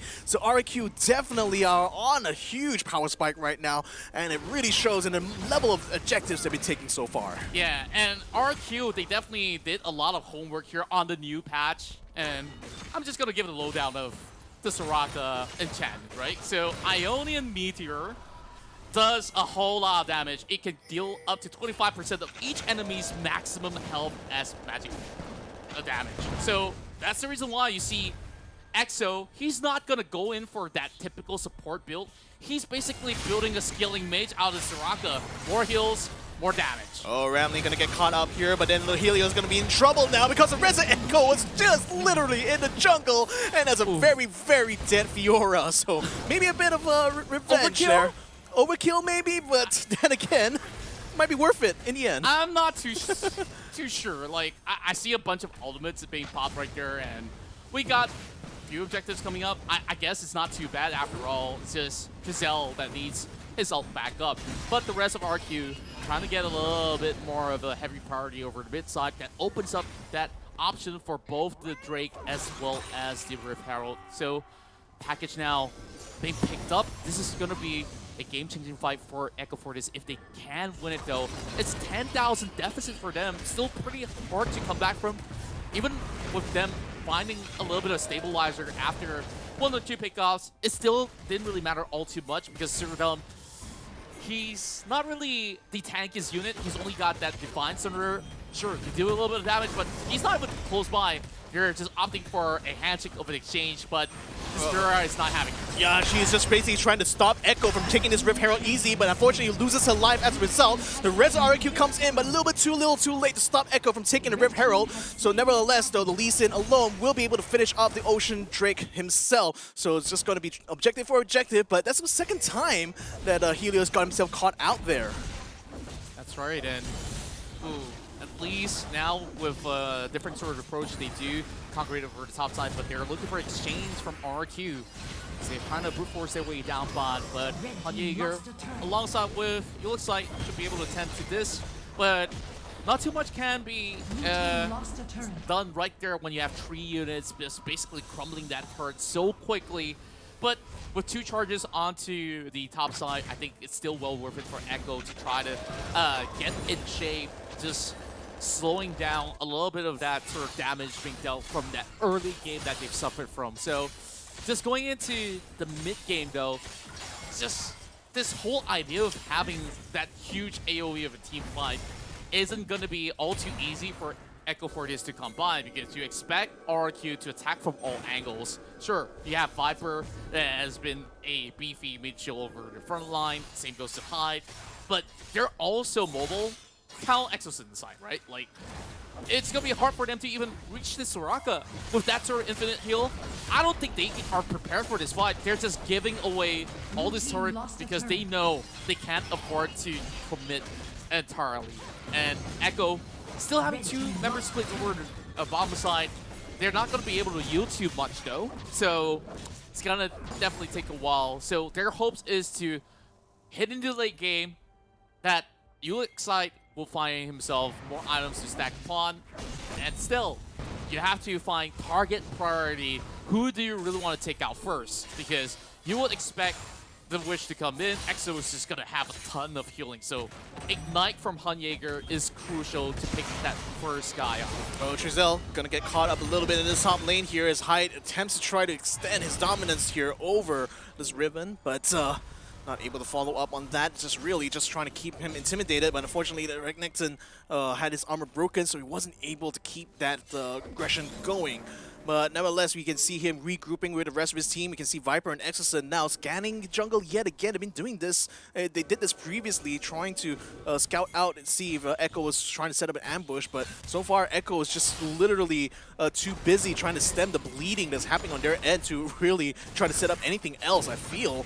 So right now, Echo is just desperately trying their very best here to just stay on the edge here very much. I mean, it just really emphasizes how precarious the position is when they can't really commit to defending these tier 2 turrets, which are so important at this stage. But RQ is just literally rolling them over with it. So there's only one more tier 2 left, as that's going to be in the mid lane. But we see RQ already invading the jungle on this side here. So it looks like they're trying to secure this bottom lane. They feel that if they can just maybe catch Echo a little bit off guard a bit, that might be the opening they need in order to snowball straight into the base. That's true, and Roundly has already utilized his hero's entrance, so they know at least one element is down. And therefore, if they were to commit to this Baron bait, it's not going to be looking all too bad, where plan B is to always have healers as well as height to still shove into the side lane. Sherdam goes in, drops a ward, but have it cleared out very quickly. Oh, that's good jump there. Dum is able to flash away, but then now they're going to be focusing on the leg side. He is able to flash out of there. RQ is still trying to find someone to lock down here. They do find one in the form of Ramley, though. Ramley does bring out the barrier to keep him alive a little bit longer, but unfortunately, the Galio only had just a little bit longer there to live. But the rest of RQ continue to try to hound over here, because with the Galio down, they will be able to clean up the rest. It feels like the Stranas is down, Karma is down, Lexite almost gets taken down. Oh, he does get taken down. Triple kill for Exosun, as RQ looks like they have the opening they absolutely need now to take the Baron buff. AP Soraka is the way to go. EXO is looking for another MVP title, and now with everyone cleared out, this is going to be an easy Baron for them to seal. My oh my, EXO, yep, he doesn't care for his life. Yep, just getting the Baron at the very least for the rest of the team. Should be done in a jiffy. But my, that team fight in the jungle, Echo was just overwhelmed. Too much damage overall. Like, you saw what happened. Like, Hunting convinced the chance. Zell was fending off against 2 to 3 members in the middle of it all at that juncture. And it was just positioning overall that didn't really favor Echo, even though they were on their own jungle. Now, I don't know. There's no way of killing Exosun right now. She's got that Imperial Mandate along with this Warmok, infinite healing. Sure, every time you get a heal to your teammate, she bonuses health. Does it matter when she could just regen it after a few seconds? Not at all. Yeah, Echo right now having their backs against the wall a little bit here, desperately trying to keep this tier 2 turret alive, but 276 points of health, it's literally only a couple of hits from Exosun, they will be able to finish it off. So now they're going to be focusing on the high ground. Gotta watch over the Shivanas in the background though. Serdum is going to be getting the jump straight onto there. Good taunt there. Has a lot of damage done to Exosun and Hyde. Is it enough to take out Soraka though? Soraka's still alive, still able to get away. The rest of Echo unfortunately not able to hold their own though, as they lose out the Riven and the Galio. Now RQ has them on the run, as they are going to be coming in strong here with the Baron buff. So aiming in on that tier 3 on the mid, aiming on the tier 3 on the top. Both of those turrets will get taken down in record time here by RQ as it continues to steamroll the rest of Echo inside their own base. Now look at that, watch out for Helios. He's just coming in there, just keeping Serdum on his toes, keeping him locked inside the fountain now. RQ completely overwhelms the entirety of Echo, and now they will take down the Nexus to secure the series 2-0. Back-to-back win for RRQ to start off this beautiful weekend, and of course, more games coming your way, but RRQ just showing exceptional drafts, especially on that support role. Like EXO, man, oh man, he definitely has been doing splendid work throughout this whole matchup. So later on, if we just talk to the boys, I definitely want to ask, like, where did this idea come from? Like, you know, they have so many weeks that they could basically pull this one off, but I think that the deep level of understanding to this brand new patch has definitely given them so much creativity involved. Like, you saw the amount of healing in that final fight. That was absolutely disgusting. Like, Nasus, he was brought down to 10%, and it just got this infinite heal, but we just got to bring it all the way back. First, with the highlight reels coming your way. it's a little bit of an iffy situation. A lot of risk being taken from Echo just to try to get themselves this scuttle, and they were set back time and time again. Like, it's about 10,000 gold deficit in less than 10 minutes, and this was that fight where we saw, okay, it looked like they had a chance till everybody dove onto Ramley and just have them all clumped up. So, I don't know. It definitely tastes like Ramley Burger for the rest of our team. And that's the thing, because like RQ definitely had a much stronger like early game phase here, not least thanks to Echo's kind of like risky play at the initial part there that kind of like practically handed them the lead, you know, from the get-go. So that already put them in such a tight spot that I felt it was way harder for them to try to fight back in this game compared to the last one. Even though they don't have the threat of the Kassadin necessarily, it was just the threat of the Soraka, the threat of the Lee Sin, the threat of Fiora was just too much for them to bear. Yeah, and overall, like with the Equinox, the spell that I was trying to bring up, where you just basically render the front lines unable to react so long as you drop it onto either a Shyvana or a Trizel on that Riven, they're just going to be backing away where you just can't stand in the zone. So far, RQ just had this game plan going on where Helios, sure, he's going to have a little bit of struggle in between, but against Kama,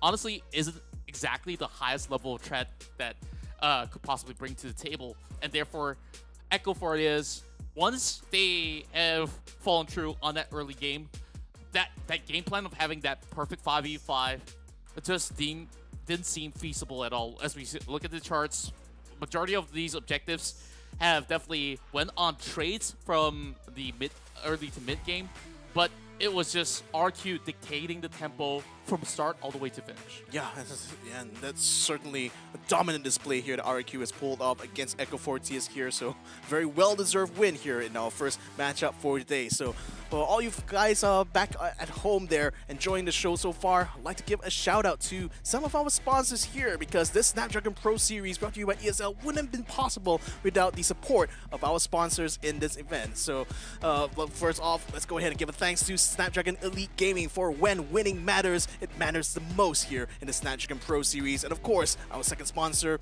Monster Energy, unleashing the beast with them over on their website at www.monsterenergy.com/gaming. And also to remind you guys, if you guys want to join in the conversation at the SPS, join our Discord channel here. It's at discord.gg/Snapdragon Pro Series, where you can join in with all the fans of SPS as well as us casters, because we're all in there, all having fun, all having a good time, and just waiting for you to join in with you guys. So let's go ahead and jump in now to an interview with the main man from RQ himself. Let's go ahead and say hi to Exosun. How are you doing, my man? Hello. Hi. Hey, we see a cutie at the back as well. Can we have the name of the pupper? His name is Milo. Milo. Oh, that's cute. All right. Yeah, that's like the 7th member of the team, I assume. But of course, we got questions for you, EXO. So in game 1, you were playing Ashe, and you had like 100% of participation in all those kills. And on game 2, you came up with Soraka, which we don't always see heading into this whole league itself. So I want to ask, like, was it your decision overall, or was it like Taigu that has planned this all out? I think for me, it's because of the patch. They bring out the new items for the support, and I think it's a big help for the support players out there. And about the Ashe pick and Soraka pick, I think it's not new for us because we've been practicing Soraka and Ashe ever since. Ever since? Oh, yeah. Okay. Yeah, so that definitely was a splendid display overall. And speaking of the new patch, right? Like, we've already seen so many changes being brought forward, and literally a new patch dropped like basically 2 days ago. Was it a lot of prep that you guys have to go through, or you guys already feel, hey, this is kind of comfortable because you might have actually seen ways to work around it? We tried the new items, and I think right now it's really broken. The relic. Okay. Yeah. It gives a lot of gold for the bot lane.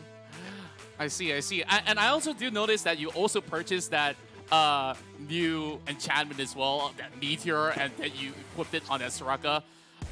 Do you think that item is broken as well? I think it's fun. That's why we're using it. Definitely was. You see some meteor falling out of the game. I mean, of the sky. Right, right. And I think that was a great look. Like, you basically abused the brand new patch and a clean 2-0 win. Any questions from you, Victor? Not really much. I mean, you've pretty much covered most of the bases, really, that I really wanted to ask on the Exosun side. So I guess, like, my question really for you guys is, what's going to be expectations going forward from here? I mean, now that you guys feel it looks like you guys have this patch pretty macked down. So do you think the chances of you guys getting to the playoffs is going to be way higher now? I think for us, it's still 50-50 because many teams are still strong out there. That's right. And of course, there's still many battles up ahead, but we know that you guys are in at least a good spot heading into the playoffs. But of course, I want to ask you this. Who do you think is the MVP for the entirety of the series? Yourself? Or could it be somebody else?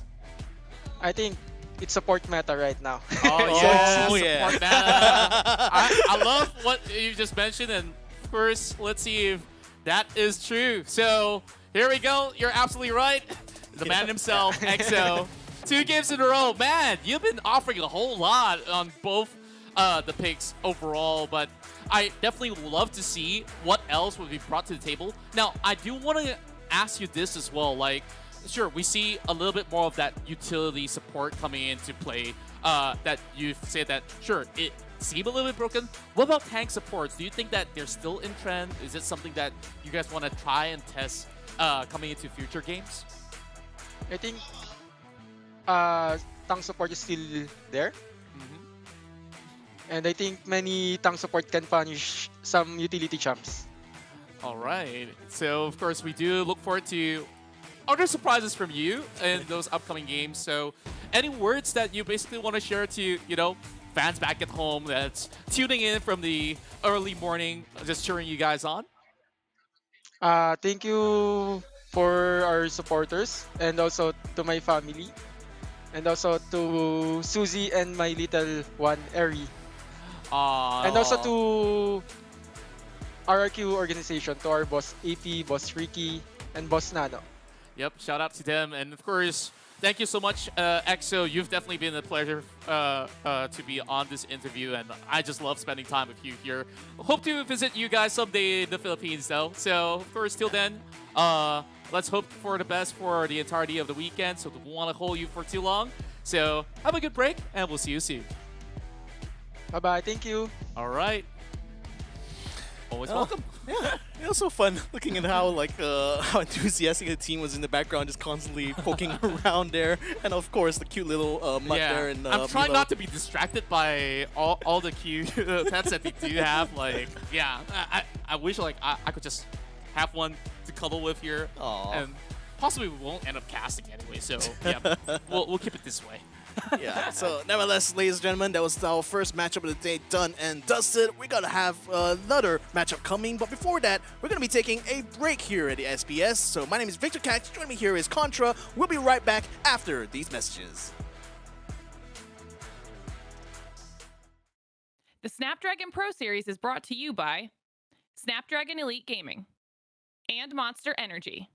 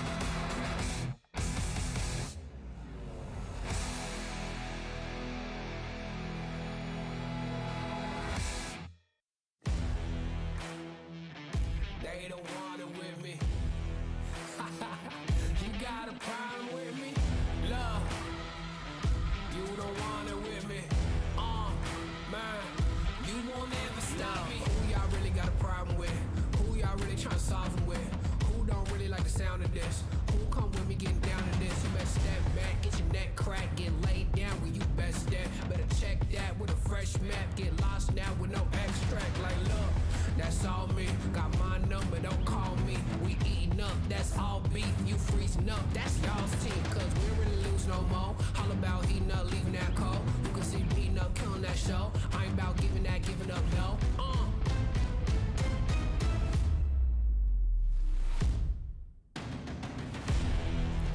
Nah, cause they don't want it with me. Look, you got a problem with me. Look, cause y'all don't want it with me. If you start a fire with me, then you never gonna stop me. Ay, sound the alarm. We about to go on. You getting it wrong. Time to go off. Can't hold us back. Truth hurts, you always that. My truth lurks, say y'all collapse. Now scoop first, where your homies at? Come my team with me right now. My team so mean right now. But what you mean y'all out? It's time to weed y'all out. Okay, we coming back with a vengeance. Time to go start your engines. What is this thing y'all mention? Time for y'all stop pretending,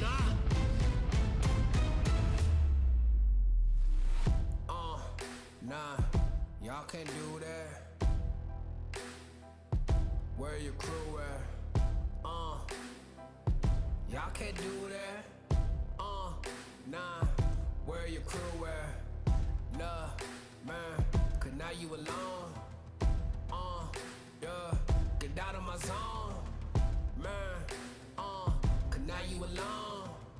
Love, get out of my zone. Nah, cause they don't want it with me. Look, you got a problem with me. Look, cause y'all don't want it with me. If you start a fire with me, then you're never gonna stop me. Nah, cause they don't want it with me. Look, you got a problem with me. Look, cause y'all don't want it with me. If you start a fire with me, then you're never gonna stop me.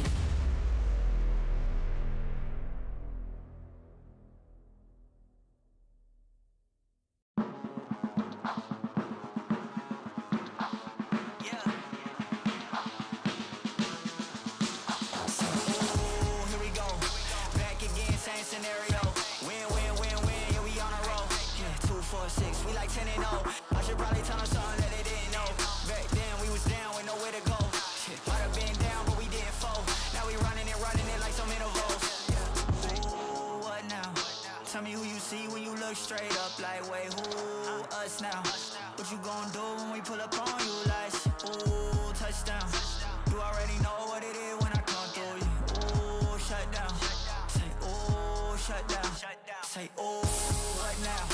Tell me who you see when you look straight up. Like, wait, who us now? What you gon' do when we pull up on you? Like, ooh, touchdown. You already know what it is when we come through you. Ooh, shut down. Say, ooh, shut down. Say, ooh, give me that crown. I need that now, right now. Ooh, don't make a sound. It's my time. You hear the crowd. Hey, we need that rain. Me and my team. Deja vu, this here a dream. We done all seen 100 times over back when we was just teens. Now we going dumb, told them we the one. They would count us out, now we counting up the funds. Now without a doubt, they be throwing up the ones. Like they was always rapping, now believe them if you want. Now they show love, came with a dub. It is what it is, it isn't what it was. They all love to hate when it don't work out. Tell you that they always been down when it does. Look. Say, ooh, what now? Tell me who you see when you look straight up. Like, wait, who us now? What you gon' do when we pull up on you? Like, ooh, touchdown. You already know what it is when we come through you. Ooh, shut down. Say, ooh, shut down. Say, ooh, what now? Tell me who you see when you look straight up. Like, wait, who us now? What you gon' do when we pull up on you? Like, ooh, touchdown. You already know what it is when we come through you. Ooh, shut down. Say, ooh, shut down.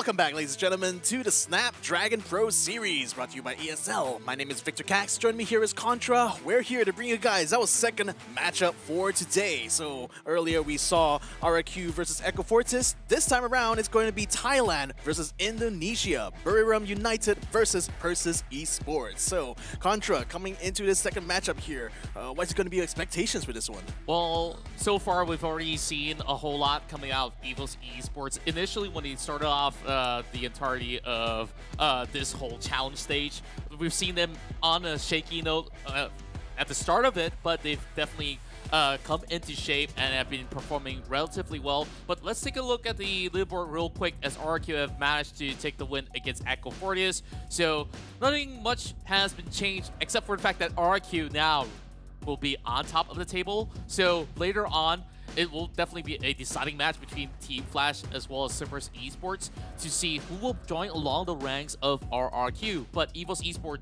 definitely desperately need this win in order to propel up ahead. But yet again, Persis Esports, I think they're definitely feeling the heat. They have not won a single game thus far. So with this new patch, hopefully they've been able to concoct something that we've not seen before, just like how RQ did in that previous matchup. Yeah, this is really exciting things though, because with this new patch kind of changing up the meta now, going from like, you know, our previous skirmisher meta, now going to RQ, we might be in a supporter meta here. So this could be a real opportunity here for Persis Esports. But nevertheless though, if they do lose this one out, they're going to be sinking like a stone here in this group stage. So here's hoping that that won't come to pass.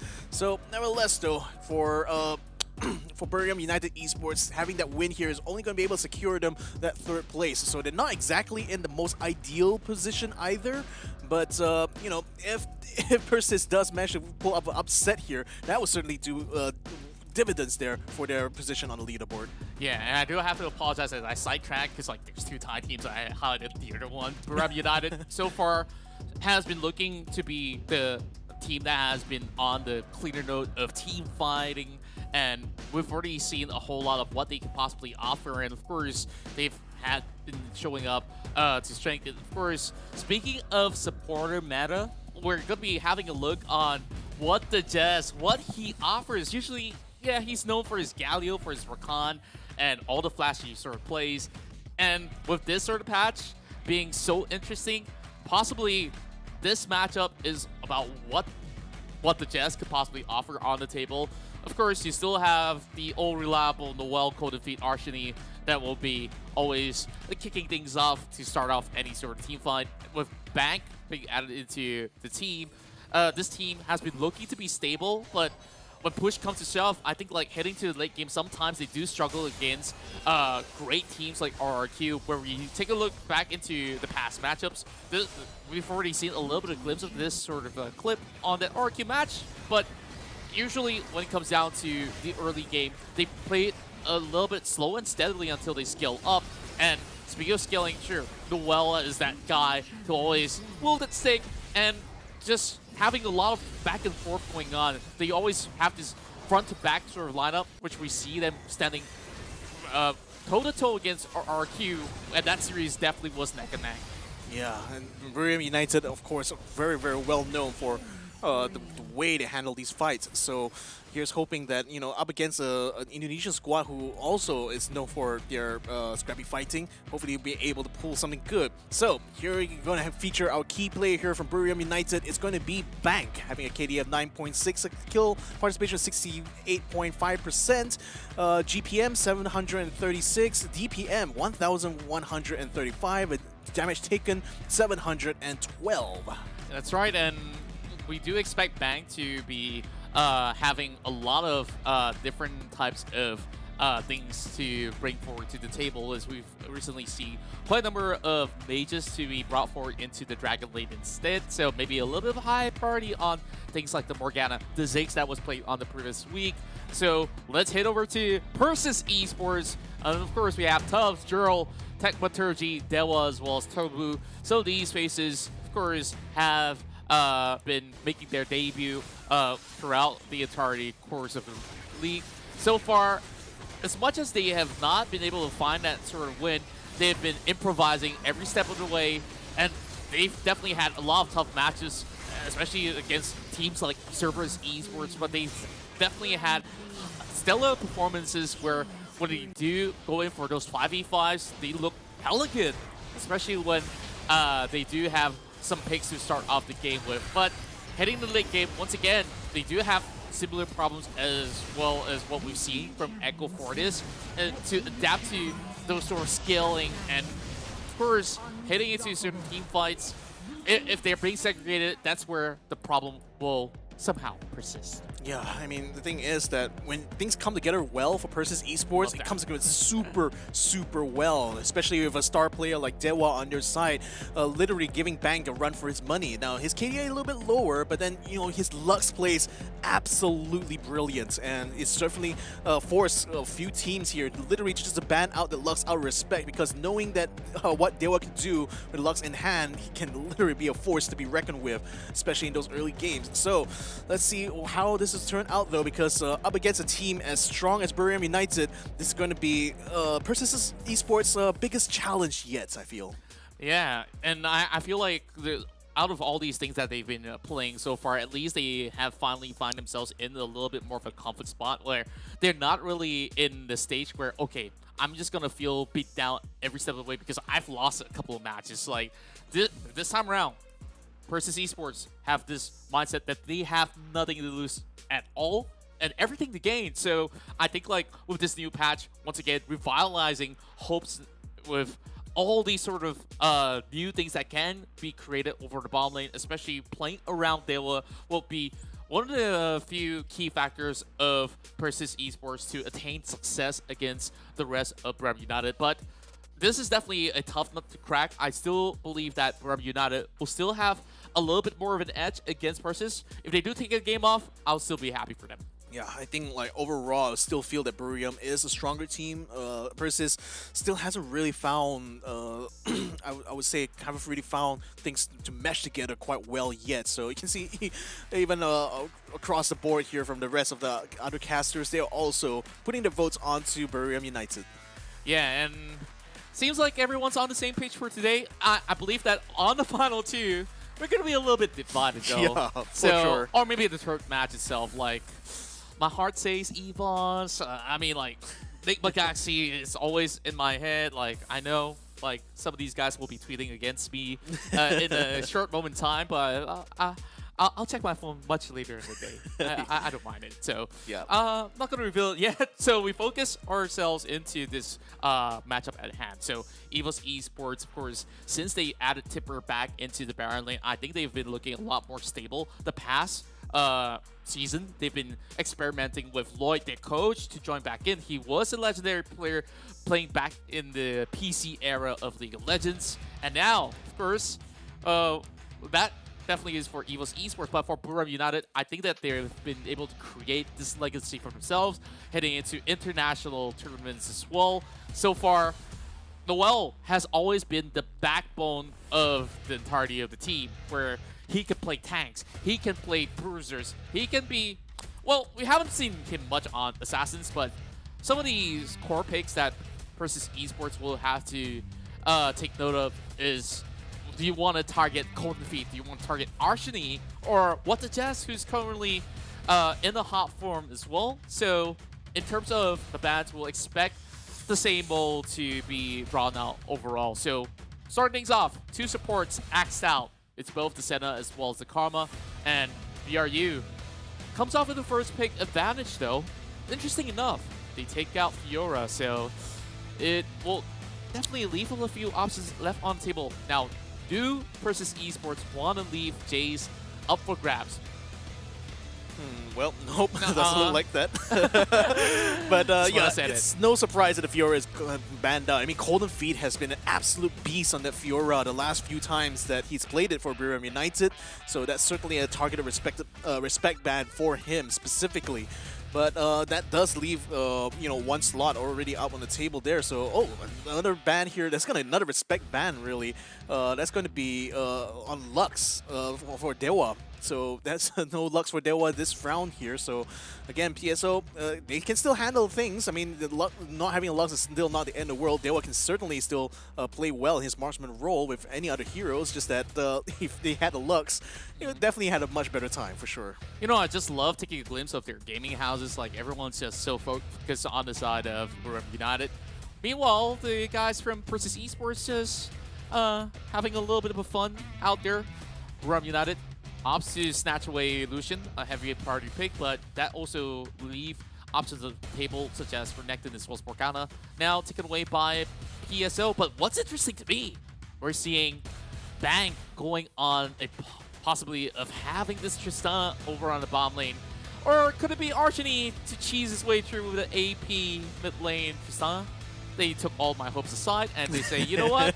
Give Noel his Juggernaut tank. We're just gonna keep it a lockdown. So it's a natural answer for Renekton overall. Yeah, I think Renekton Morgana can be very, very difficult to deal with, but then again, going for the Garen design round, that does give them a lot of like early game kind of like strength though. But instead they're going to be going with Kha'Zix to pair up with the Garen and Lucius. So what do you make of that?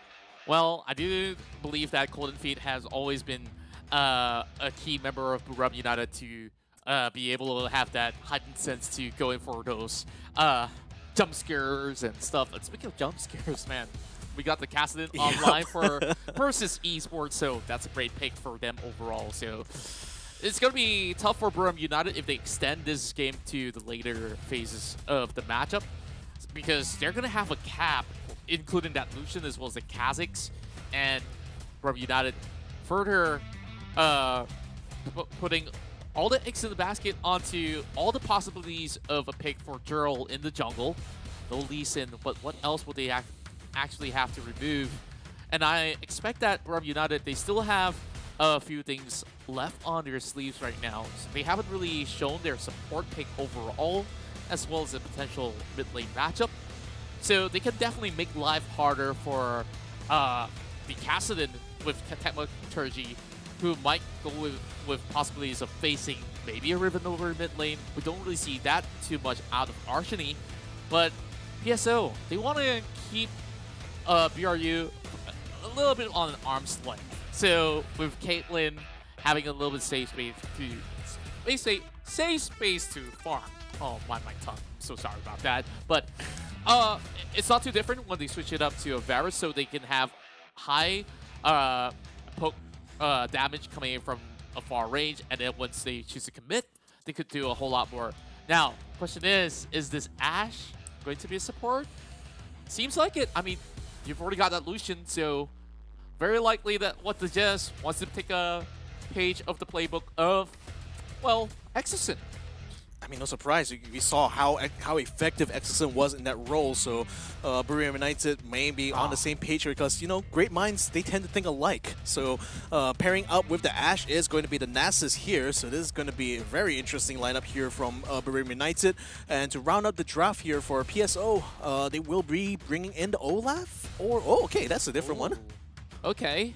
Now we have the traditional Hunters game into the matchup with Kha'Zix versus Rengar. So the hunt definitely is on for this particular game of the best of 3. But I would say that the Olaf consideration was something that they could also be utilizing very well if they really want to. But I think like there's no complaints overall when we take a look at the dynamics. You want to jump right into the back line, which is absolutely squishy. And it's a Senna Nasus combo, sure. Wait, no, we saw an Ashe, so don't trick us. Okay. Yep, looking like it's going to be easy for them to actually jump on the Ashe as well as Lucian. But the front line, though, if the Garen as well as Nasus become a little bit beefier, then definitely looms trouble ahead for Buram United. So early game, this Kassadin is going to have a tough time. Tell you what, because if you pair this mid lane matchup, Lucian versus Kassadin, he's not going to be able to farm all too safely, so you could hinder and bring the timer into the later stage of the game, or even better yet, have a dominating start and not even give late game opportunities for Persis Esports. And that would be the name of the game for them, because obviously with a Kassadin in the squad, you want to keep him suppressed and prevent him from having a good time in this game. And hopefully if with the if the Kha'Zix and the Lucian is going to be able to scale up well enough, and if Kassadin is able to meet up the challenge, then perhaps Berea might have a good lineup here to deal with this. So let's see how it's going to unfold though in the game, because it's really the performance in the Summoner's Rift that matters at the end of the day, as we await Berea United and Persis Esports to get started with their first matchup for today. So in any case there, Lucian, Garen, Kha'Zix, Ashe, and Nasus on Buriam's side. Persis has Renekton, Morgana, Kassadin, Varus, and Rengar. I'm very curious to see how the Rengar will play. I've not really seen Rengar actually being played throughout this challenge groups. Yeah, so this is going to be something rare. Yeah, very, very rare.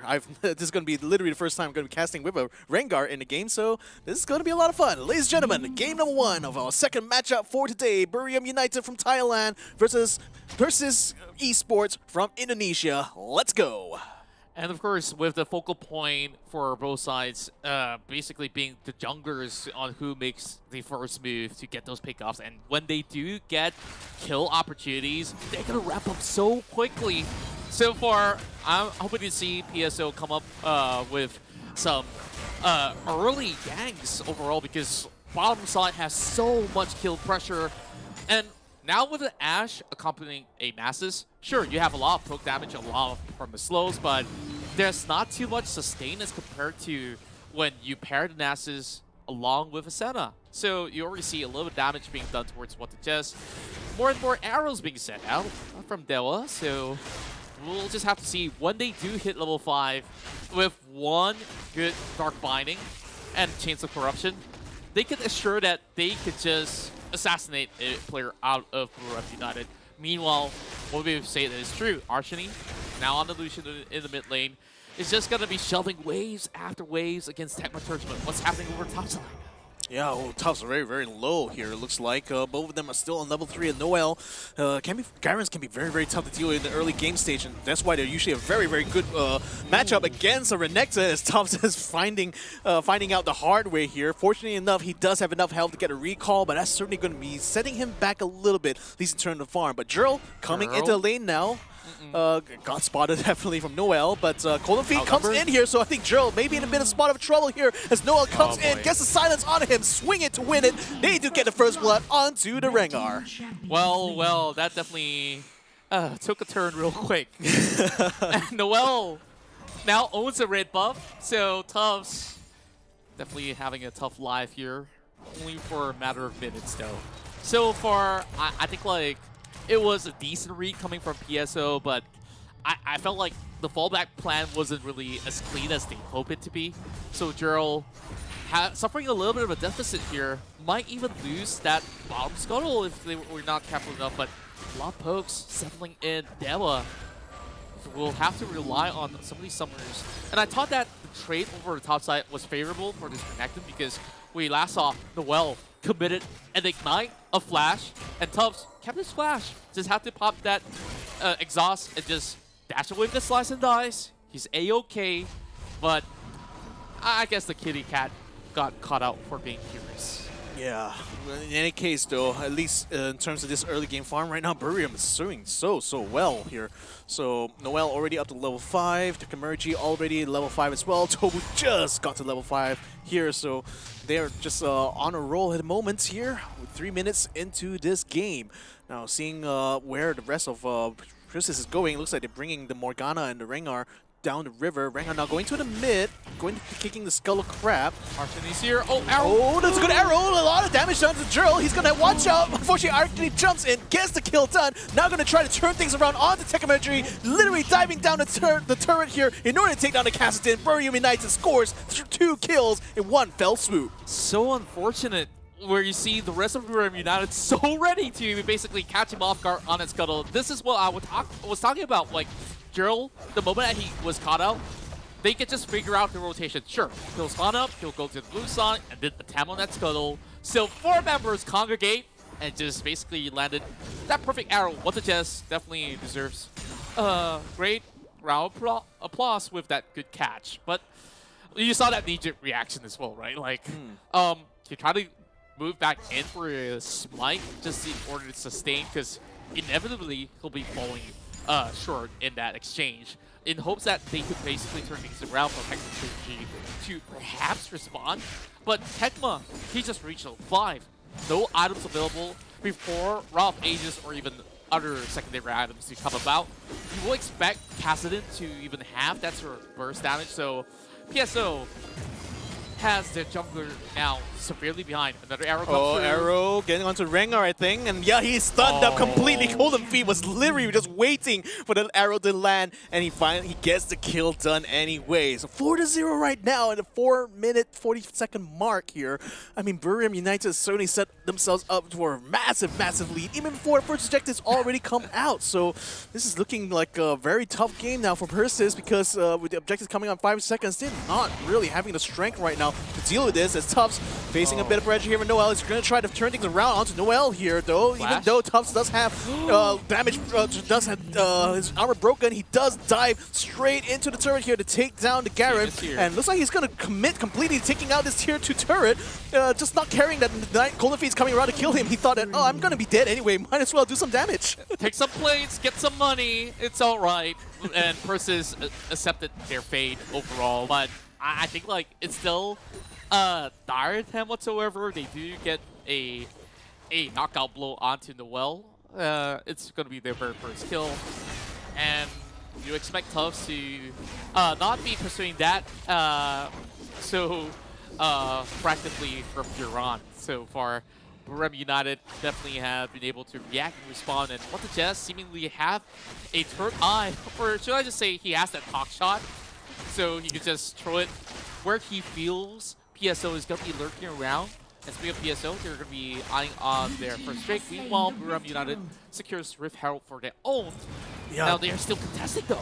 Yeah, they're still just in time for that. Oh, that arrow just nails down Tobu, saying lots of damage, but it did get the kill. Look at that execute straight on the Kassadin. He's out for the count. There was going to be the next one to fall here. And just like that, Buriram takes away the dragon from Persis United. They took both objectives here, man. 7 kills. This is basically, I don't know, 1 kill every 40 seconds to come by. Like, this game is storming rapidly, and PSO doesn't seem like they have answers. And I hate to say it, but they're just getting jungle diff right now, or should I say support diff? Because What the Jess is just, well, he's not everywhere on the map, but he's making himself known.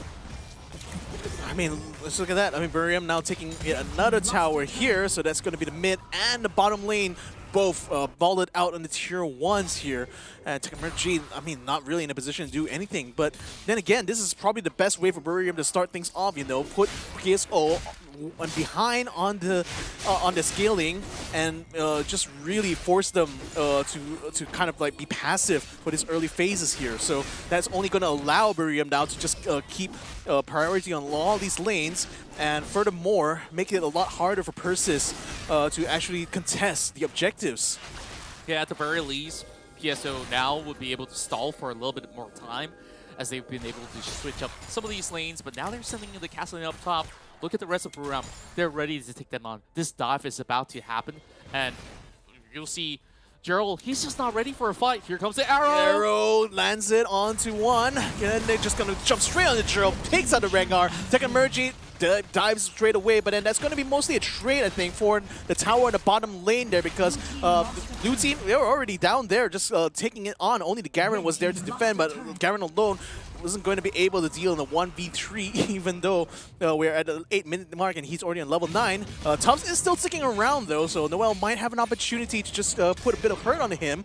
Gets a slam, a silence, not much to kind of keep him under control, but then wait for it. Ashe and Nasus are coming in here, so Tufts might be in a lot more trouble than he expected though. He's taking a lot of damage. Execute straight on the Renekton, takes him down. And look at that, Ashe now trying best to stay around to keep Noel supports it.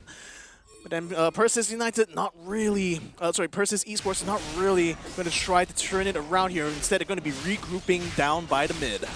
Buriram United just gatekeeping them off any sort of goal in their own jungle. PSO just bleeding out too much too early. Hitting into the 9-minute mark, we're already seeing them trying to strike down tier 2's Buriram United. Absolutely in pole position right now. They're set the correct time, and Rebel United, what is he doing there? All the way up mid. Not even accompanied by Tobu. Just being left out high and dry. But Banks, we're extending it for a little bit.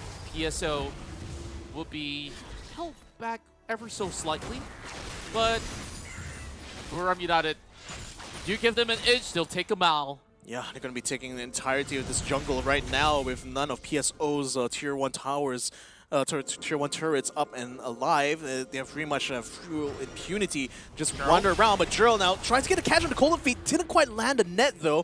So Cold Feet is still able to slip away as Lucian now recalls back to base. Kazik still sticks around though because I think the Baron's coming up in about 15 seconds. So he's going to be recalling back anyway. They want to try to reset for this next Rift Herald that's going to be coming up soon. So, but then again, with Buriram United being this strong, I don't know if Persis is going to necessarily be able to counteract any attempt to try to take the Rift Herald at this point. Yeah, and just look at how huge this Kha'Zix is. So over 3 kills in, 5 assists. He's just swimming in money. And of course, we can't make comparisons against Vanguard that has been absolutely bullied off the map. Now, what's interesting to me is that there's 2 Meteor enchant on the game itself, and so we're Nectin that's actually building the meteor instead. Here comes Golden. Yeah, lots of damage done to Persis. They do attempt to try to target down Bang, but not enough damage done here in order to try to take down that Nasus. So instead, they're going to have to back off, get a recall, and that's going to open up the opportunity now for Buriram just straight up take this Rift Herald.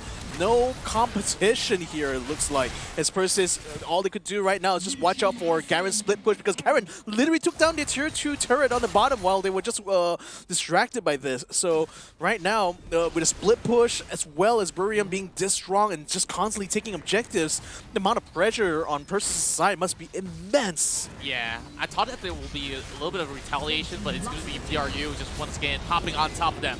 Yeah, right on top of them. Rift Herald already taken down. The tier 2, her job is already done. She's going to retire for the next few moments now. Yep, Dragon's going to be coming up in just a moment, and already Buriram United just straight away goes and takes it. And there's nothing really that Persis could do. I mean, they're not really in a position to fight. They're not really in a position to take towers. They're only just trying to push it out, but then it's not quick enough before Buriram finishes off the Drake. So right now, Buriram, they're holding all the cards. Persis just literally desperately trying to cling on for dear life.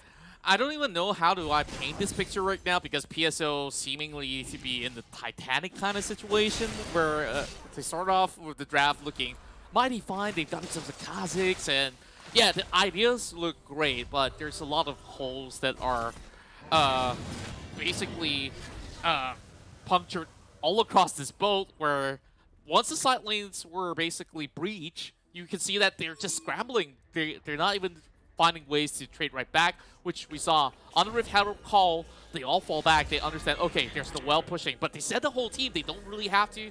The arrow's not going to result in all too much, but yet again, Buriram, if they want to force this, it's doable, but with the Morgana around, it's a little bit of risk to take. And Buriram United have Golden Feet to try to make the call Meteor.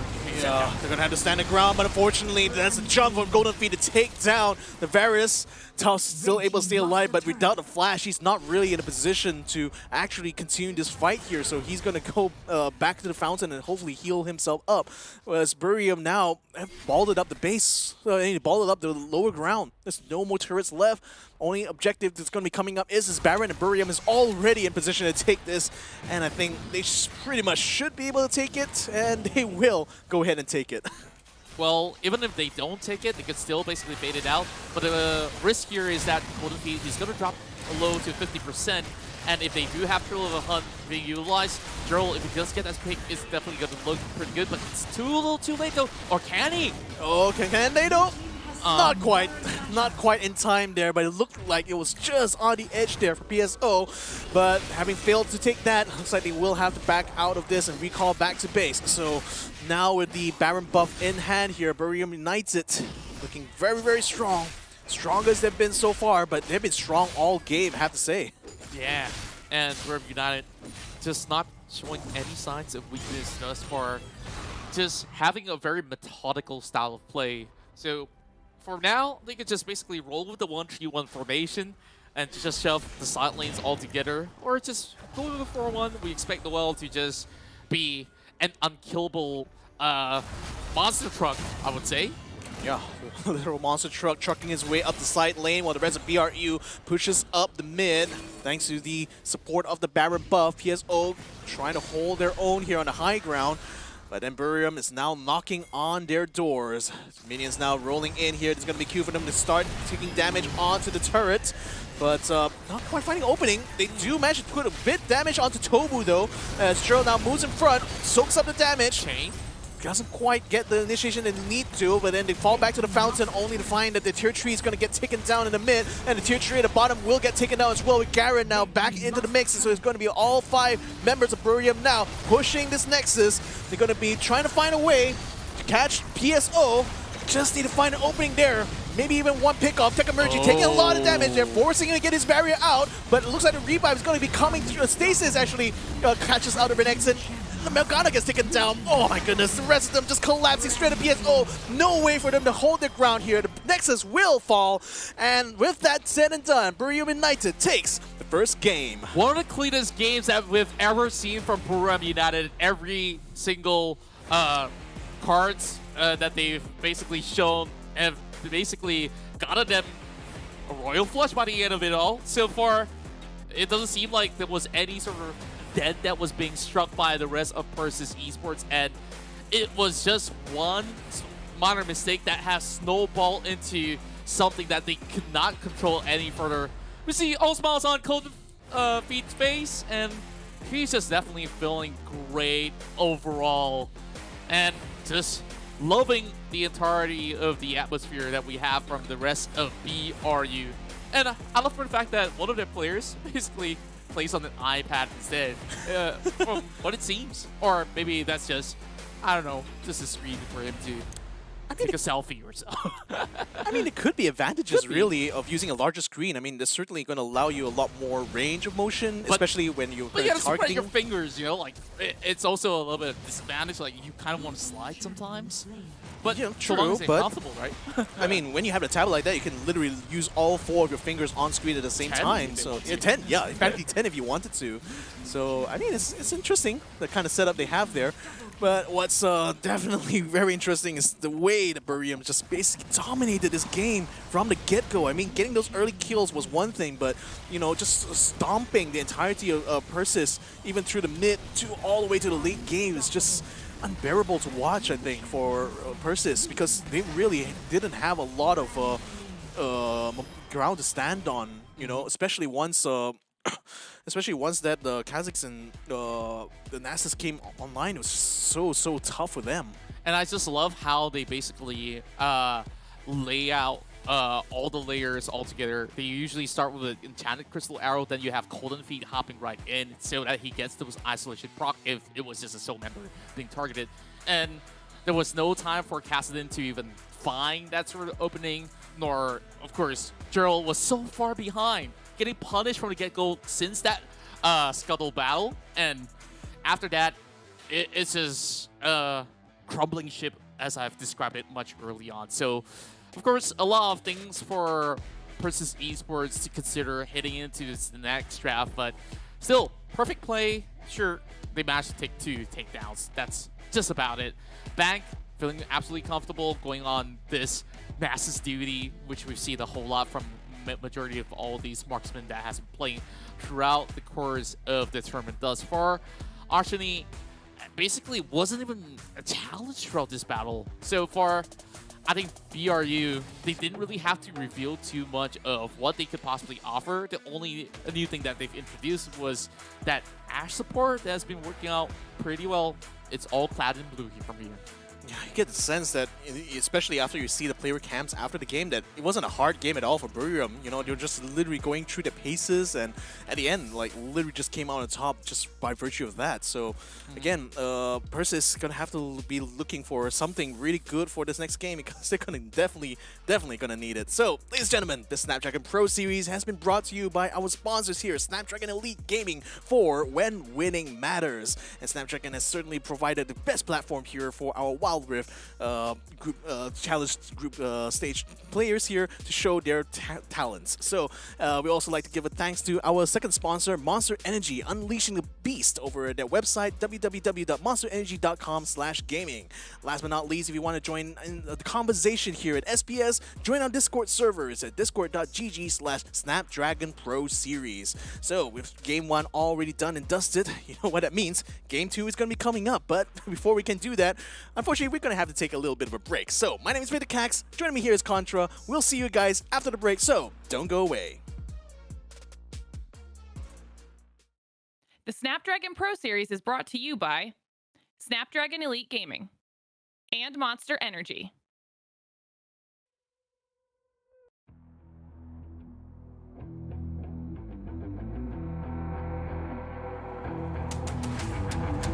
I gotta get it, I'm on the mission, snap any minute, casually when it stop tripping on me, stop dissing on me, yeah, I got a dream, can't take it from me, my fire's burning, I'm always learning, tell me where to go, man, I'm on a journey, yeah, I can't explain it, I get excited, keep it 300, King Leonidas, strap in, cause it's gonna be a long ride, working on me every single day and night, there comes a time when your worlds will collide.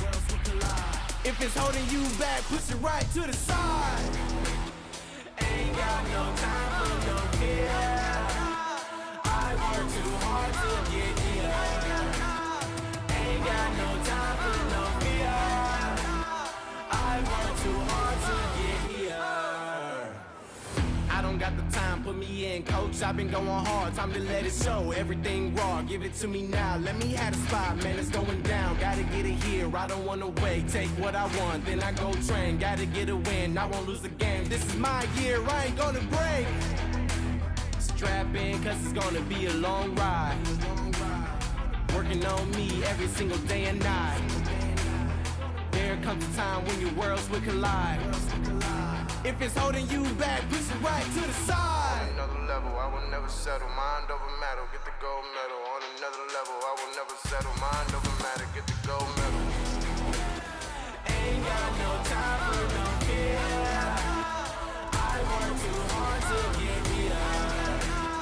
Ain't got no time for no fear. I work too hard to get here. On another level, I will never settle. Mind over matter, get the gold medal. On another level, I will never settle. Mind over matter, get the gold medal. On another level, I will never settle. Mind over matter, get the gold medal. On another level, I will never settle. Mind over matter, get the gold medal.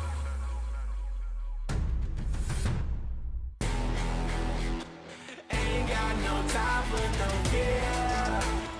I work too hard to get here. Ain't got no time for no fear. I work too hard to get here. Ain't got no time for no fear.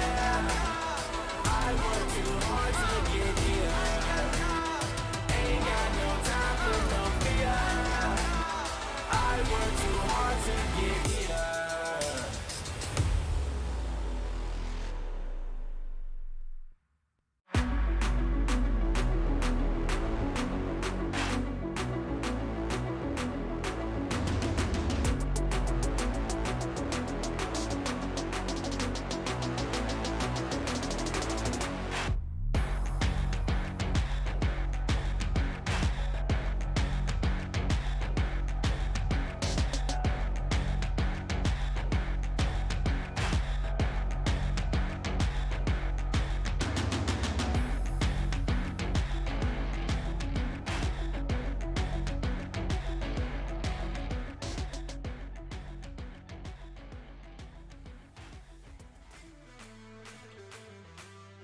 And welcome back to the Snapdragon Pro Series, League of Legends Wild Rift. You're here with me, Contra, alongside with Victor Cax. We're in the series of BRU versus Humorous Esports. So far, BRU just having the cleanest game of their lifetime and basically just shoved the enemy jungler aside. Like, what, Rengar who?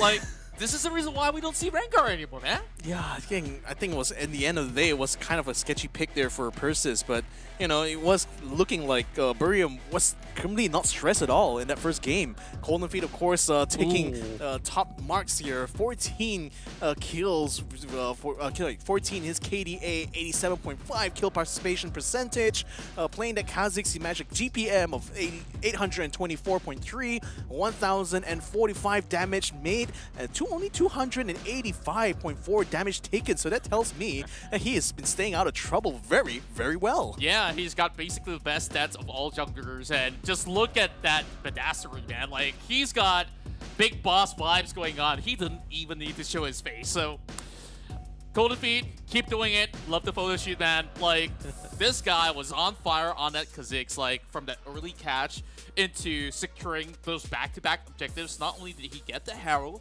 just went in, challenged the Drake, got both of them, and everything turned downhill for Persis very quickly. It's all due to his presence all over the map. Like, this is why, like, sometimes in your games when you see a Kha'Zix, like, it's either on your side, sometimes you get bad pub on your that couldn't really snowball, or you just get this monster that just stomp everybody out. And Golden Feet just feeling at the top of his game for today. Of course, heading into game 2, perhaps Persis Esports has a better craft heading into the blue side.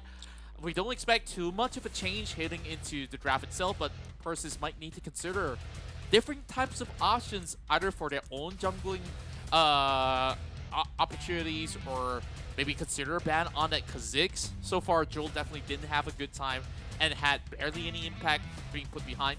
And honestly, I don't think that it was a fault to be blamed on that Rengar pick in particular. It just felt like it's a little bit of a disconnect when it comes down to how they've been handling some of all these team fights. And of course, there's a lot of things that they will have to fix in a very short matter of time.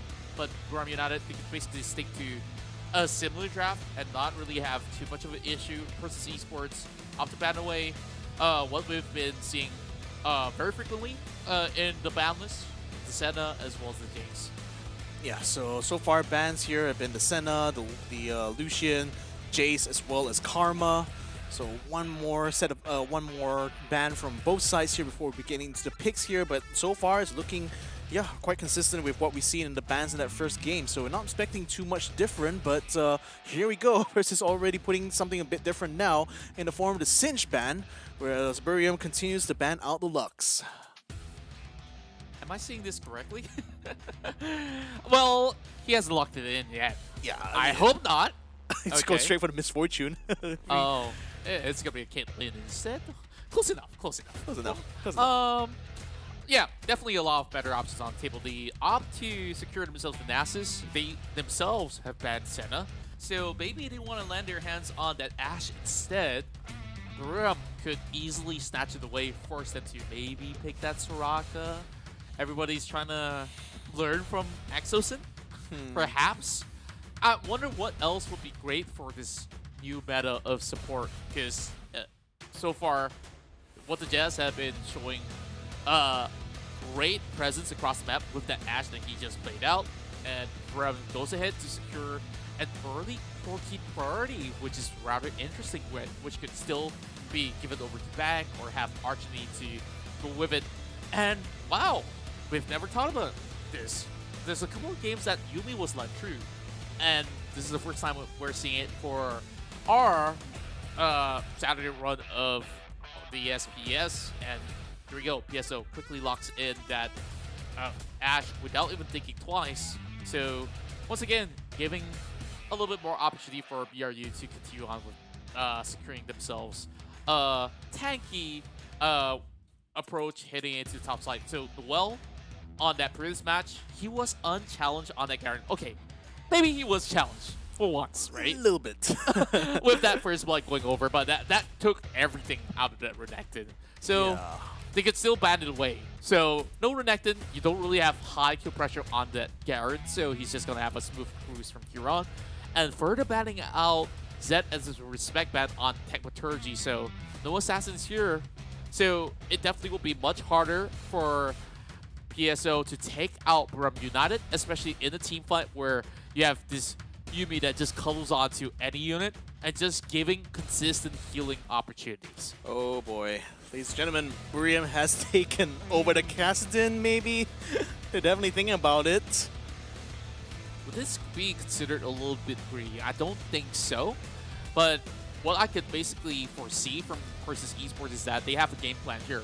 So it's all about landing that Enchanted Crystal Arrow and follow up by that Lee Sin's Dragon's Rage. So you can just basically single out a target and quickly land that burst, try to find even more of the other members of BRU. And they're basically doubling it down. 2 global ultimates, Twisted Fate. Definitely an interesting pick here to go up against BRU, taking Archony's favorite pick overall. And look what we have, kill! Okay, they're definitely onto something. And I just want to highlight this for those of you guys who may have just downloaded the brand new patch. Like, Rift Maker is definitely a go-to item that could basically give even more sustainability, some good damage output for either, say, even if you want to build on the TF or that kill, it's going to work wonders. So, Buriam says, hey, I can play the late game. PSO says, sure, but can you play it better than the kill? They don't think so, and this is one of the things that they can use to shred whatever front line that BRU holds. Well, you said it was going to be a bit greedy for Buriam, but they decided to go for the Kassadin anyway. So that's going to be paired up with the Shyvanas, with the Garen, Yumi as well as the Corki. So, man, I mean, I really hope PSO knows what they're doing with the Twisted Fate pick, but with the given that they do have an Ashe in hand, perhaps they will have a much better time around, especially when you have a roaming Lee Sin. That will synergize very, very well, especially if Ashe could just spot out targets, get them stunned out with the arrow, and then allow Gerald to just go ahead and clean up house, practically. Yeah, and I just love the adaptation coming in from BRU as well. Now, Archony takes over the Garen role, swaps it over with Noel, so that when it comes down to matchup in particular, he will have a safer laning phase, meaning to say that, sure, you want that kill to skill? I'll have that Kassadin to be unfazed at all. Like, usually what the Kassadin does is like, you just put level 1 on the second spell, and you can just safely farm from a distance anyway. So until he gets basically the Rift Walk to roam all across the map to start creating plays. So you see, PSO, they're kind of feeling it. Like, they're onto something here. So what I can tell you about the PSO comp is that they're playing for time. Like, this is the ultimate scaling comp. You got that Nasus, you got that kill. Sure, opposite end, you got a Kassadin that's a little bit pesky to deal with. But, hey, I think there's really good answers here. So, there's a possibility that PSO, if they can extend it to 25 minutes of play, it's entirely doable.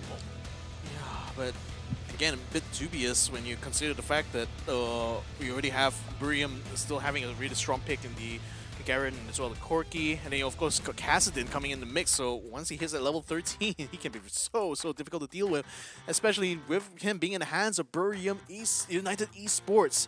So, ladies and gentlemen, this is our second game of our second matchup for today. Persis Esports starting on the blue side, Buriam United on the red side. Let's go ahead and see how this will unfold now as they hit the Summoner's Rift.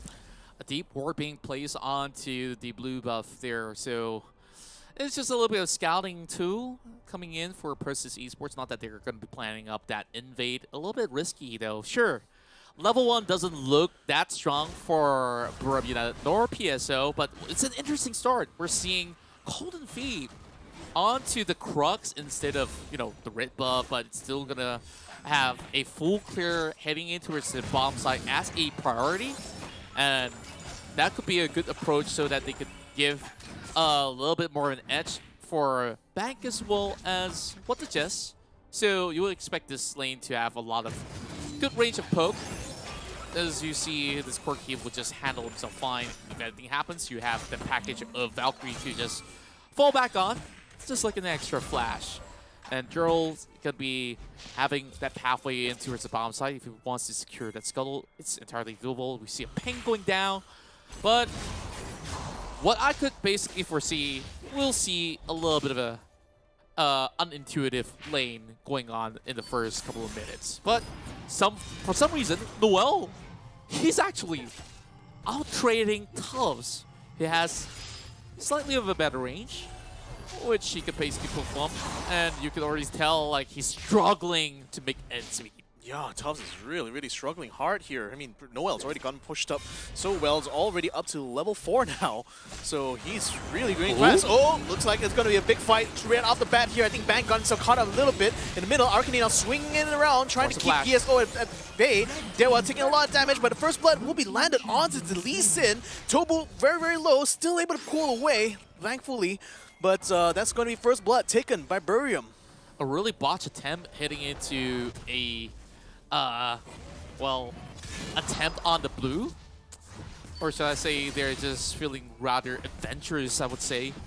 Going with such an early invade, I don't know what to make out of it because honestly, they don't really have any sort of burst spike and Golden Feet just prowling upon them.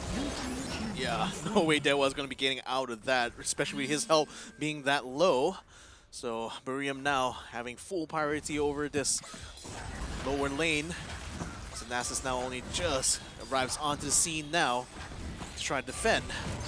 But Bank quite a bit low. It's going to be pulling back to the turret.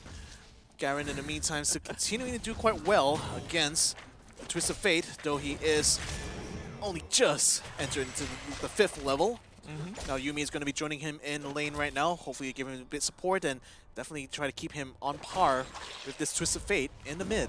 You know, Victor, the day have just started like not too long ago, but it already feels like a long day for PSO with such a start, right? Like, honestly, I wasn't too sure what were they thinking, because like there's no good that could come out of that sort of scenario.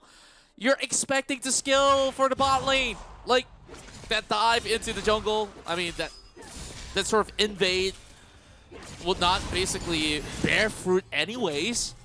Like, I think they really have to rethink of what they need to do for the next step. You know, like, this could be a good reference for future games, like, if they really want to go for risky attempts like that. Sure, you have a Lee Sin that excels in invades, but not when they all stack up all together. Speaking of which, he tries to go ahead to scout out once again, and just gets cleared out by Arshini just paying a visit. So, I don't know. Nothing's working well for Gerald for the past 2 games. Yeah, I mean, they really need to try and get themselves together for this game now, because if they lose this one, I think it's pretty much going to be lights out for them, I think, as far as this challenge group stage goes, because it's going to be nigh on impossible for them, I think, to get 5th place with 5 losses on the card. If I'm wrong, where only 16 would manage to make the cut, but here we go. Arcanine caught up a little bit. He's going to be forced to fall back, but then Gerald keeps out the chase. Good stun there for Tekemergy. That allows Lee Sin to get the kill. And now PSO will be able to continue pushing towards this Tier 1 turret. Now they will spot out Golden Feet. Golden Feet is alone. He's only on Shyvana's. The Yuumi and the Corki are coming in from the river, or are they not? It looks like they will be backing out, though, because it looks like PSO ran out of minions for this push.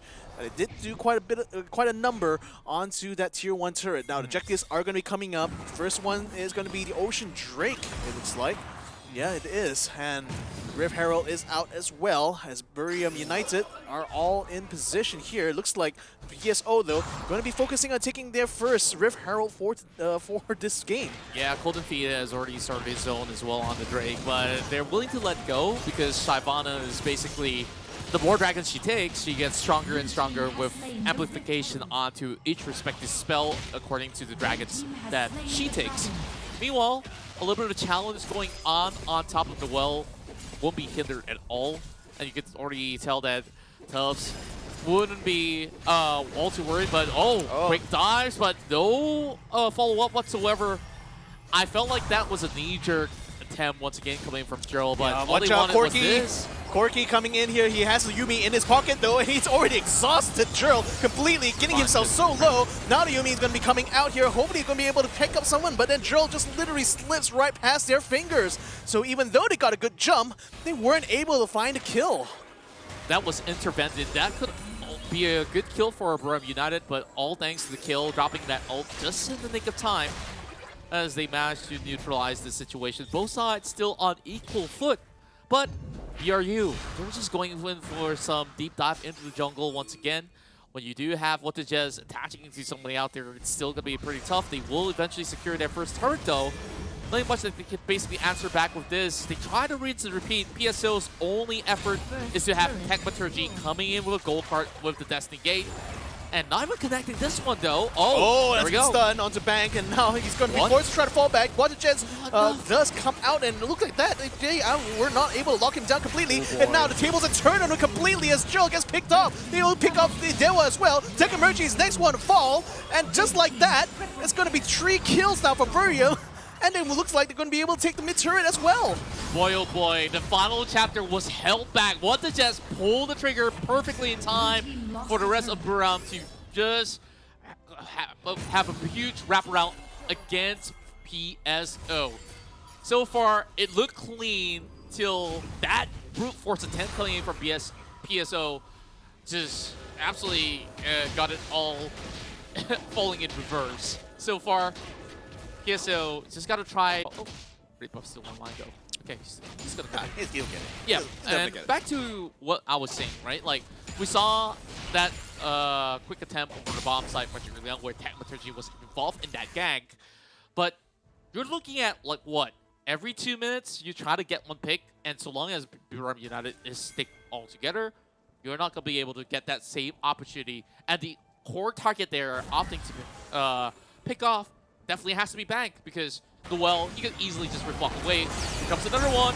Yeah, another one. Bank just nuking down Tobu as well as Dewa. Dewa already taken down. Tobu should be next on the card. And yes, the Nasus will be taken out. But Tekamerji, another victim here on Burium United in its mid lane as they continue to dominate right now over PSO. This is looking so bad for them. I mean, shades of game 1 maybe, but then certainly Burium is not having as quick of a game compared to that first one. But then certainly they're no less dominant than they were in that first game either. And this is the very reason why Yumi has been banned in so many of all these matches, where it's really hard to deal with, especially when you just have this instant heal ready to go, and he could basically channel a couple of times in a certain team fight. On top of Staff of Flowing Water, as well as Ardent Sensor, it amplifies what the Jazz can offer. So no matter how much burst damage that PSO expects to basically put out, they have to drop an Ignite, which they don't even carry into this matchup. I mean to say, they have to invest in some of all these anti-healing items out there, and if I just quickly take a look at the itemization, they don't even have that ready to go, except for Lee Sin.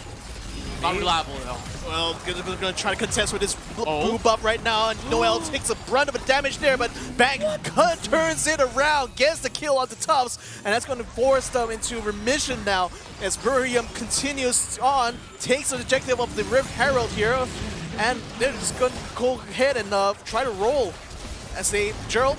Tobu continues to try to fight, continues to try to keep them down as a rest, and getting him very low. Cold feet almost getting taken out. He's still alive, but only just. Finally, Tobu comes in, finishes him off, but Wonder Jet still comes around. The Burium still around here. They do turn the tides here on the PSO, taking out almost entirely everyone here, save for Tobu here. And finally, Tobu does fall. So, wow. Practically a team wipe from Burium's side, and that netted them not just a blue buff, but also the Rift Herald.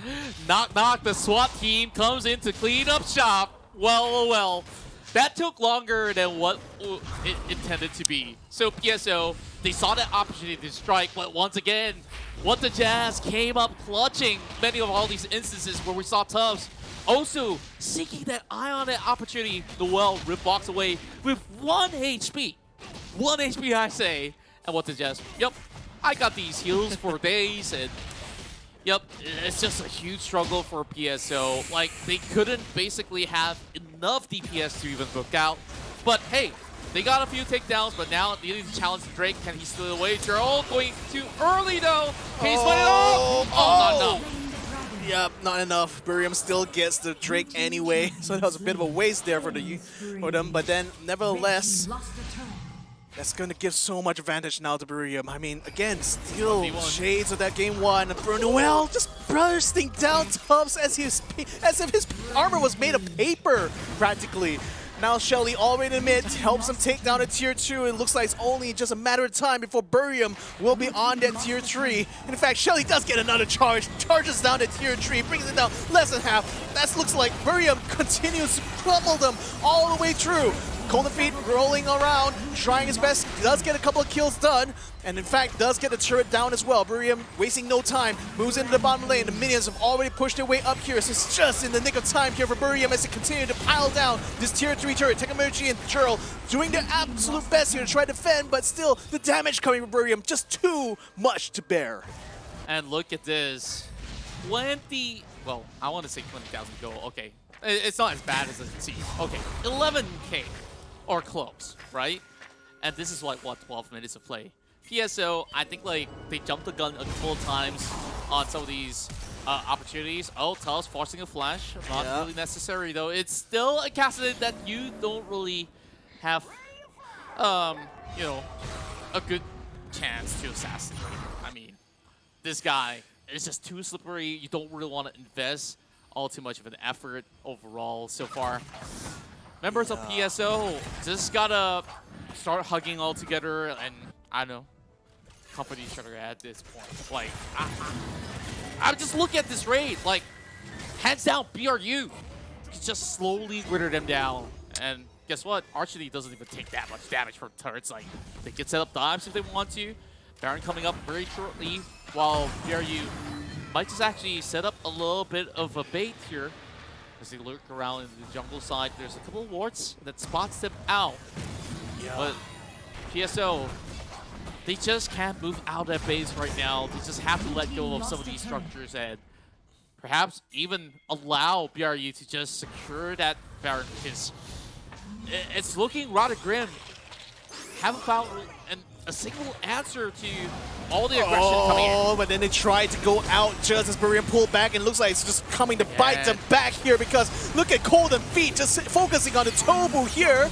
Just going to continue to try to roll on the rest of Persis. They already lost 3 members. Only Dewa and Jurl are alive right now, but then they're going to have to defend against all 5 members of Burium United who've already pushed their way up here. It looked like they were going for the Baron, but it was only just a feint because they just really wanted to get them a little bit of time here to get a kill done here. But Noel literally gets himself, sacrifices himself to the fountain here, but it's all just for naught, because Persis Esports loses their Nexus and Burium United takes the series 2-0. And you can see the joys in their face. This is basically what they have been prepping themselves for overall, and BRU just showing that they are still the top team here to beat. Sure, they had their fair share of struggles in the past few games, but Persis Esports won't be one on their list though. So far, just unhindered. Now they do get their opportunities to chase up against the rest in the competition to hopefully secure themselves in a better bracket overall. As BRU have been sticking to the usual, doing nothing too different from what they've been offering so far, but of course having good adaptation to play into how they've been approaching the game, and just having Golden Feet tearing through every single unit of members of PSO, and man, they're just chilling right now. Like, they deserve to take a break as much as they want. I mean, it's so chill because like it wasn't really a hard game for them to be honest. Like, the combination of the Corki and the Yuumi made it very, very hard in the bottom lane, and when the Yuumi came online, just basically she was just basically providing the hell for Arcaneve, Golden Feet, just enabling them to just constantly pull all these dominant kills and plays.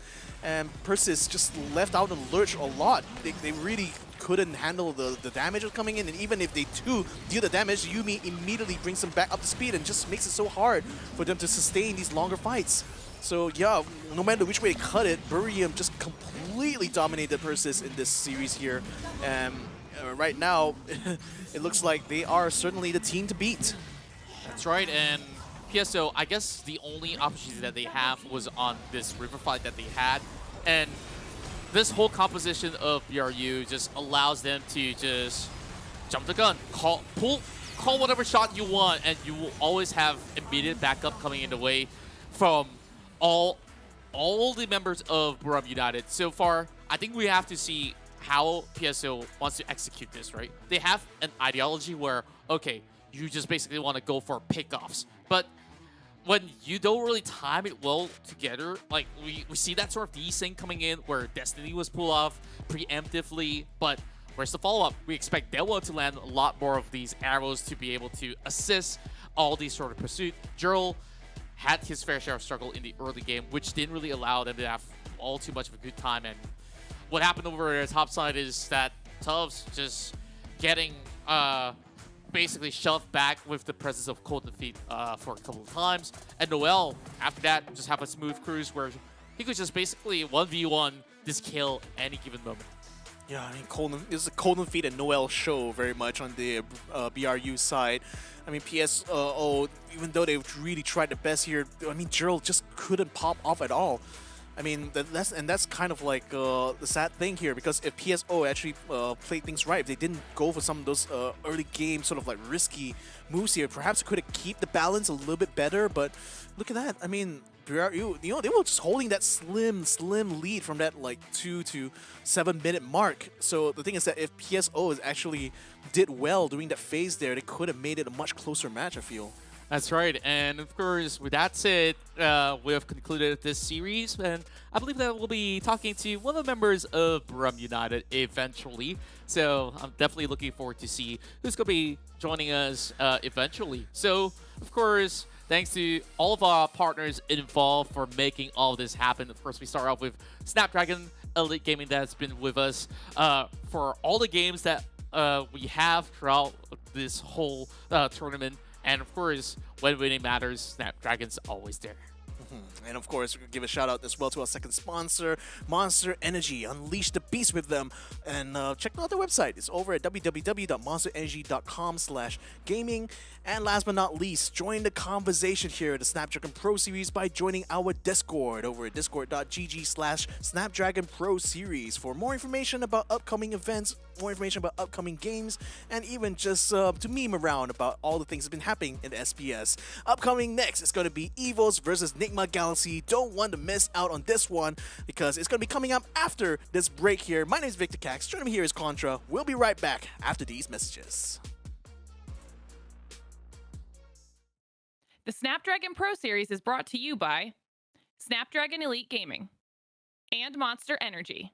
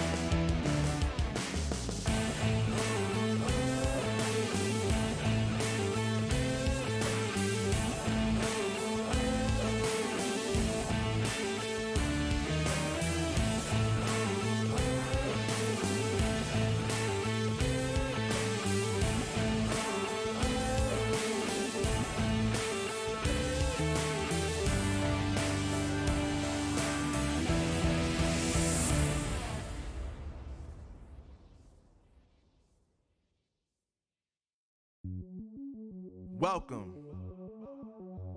to the place where dreams come true. Where everything you want can be yours. If and only if you're willing to work for them.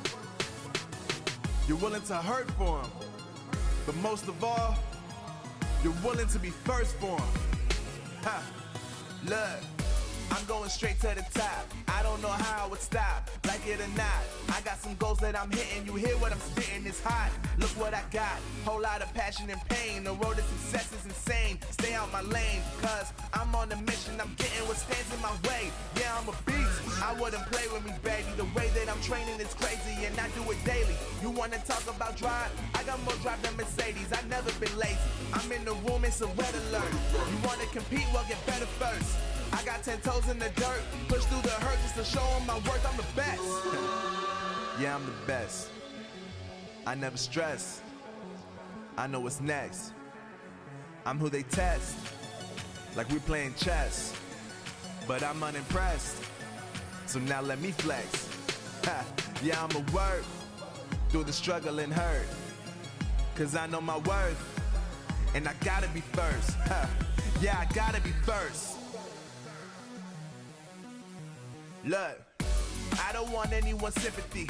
I understand what is meant for me. I give my focus and energy. If it's meant to be, then it's meant to be.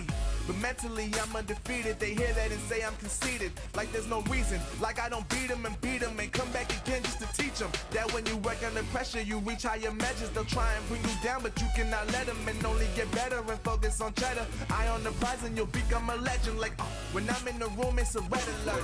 You wanna compete? Well, get better first. I got 10 toes in the dirt, push through the hurt just to show them my worth. I'm the best. Yeah, I'm the best. I never stress. I know what's next. I'm who they test, like we playing chess. But I'm unimpressed, so now let me flex. Ha. Yeah, I'ma work through the struggle and hurt, cause I know my worth, and I gotta be first. Ha. Yeah, I gotta be first. They don't know what's gotten into me, how'd I turn pain into energy. Through all the struggle and hurt, remember my worth, and that's why I gotta be first.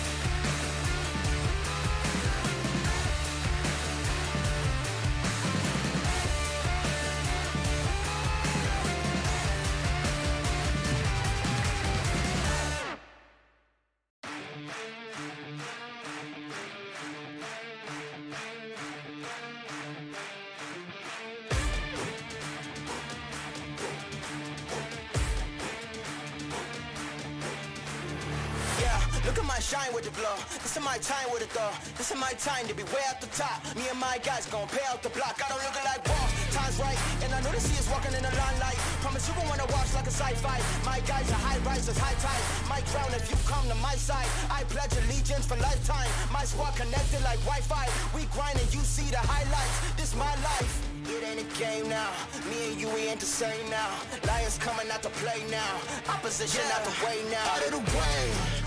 You wasn't invited. Say you come to play. I dare you to try it. You don't wanna try me. Then step up to my team. Yeah, out of the way. Yeah, yeah. Out of the way. Yeah, yeah. Out of the way.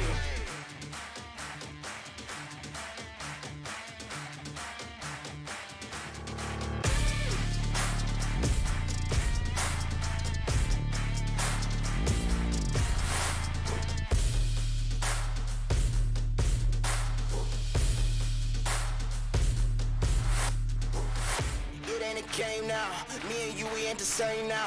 Lions coming out to play now. Opposition out the way now. Out of the way, you wasn't invited. Say you come to play. I dare you to try it.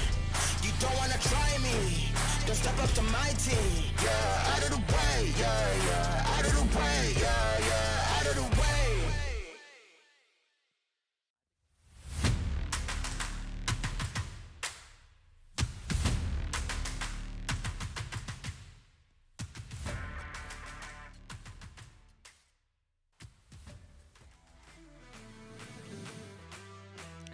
Hello, ladies and gentlemen. Welcome back to the Snapdragon Pro Series, brought to you by ESL. My name is Victor Cax. Joining me here is Contra. We're here to bring you guys our third matchup for today.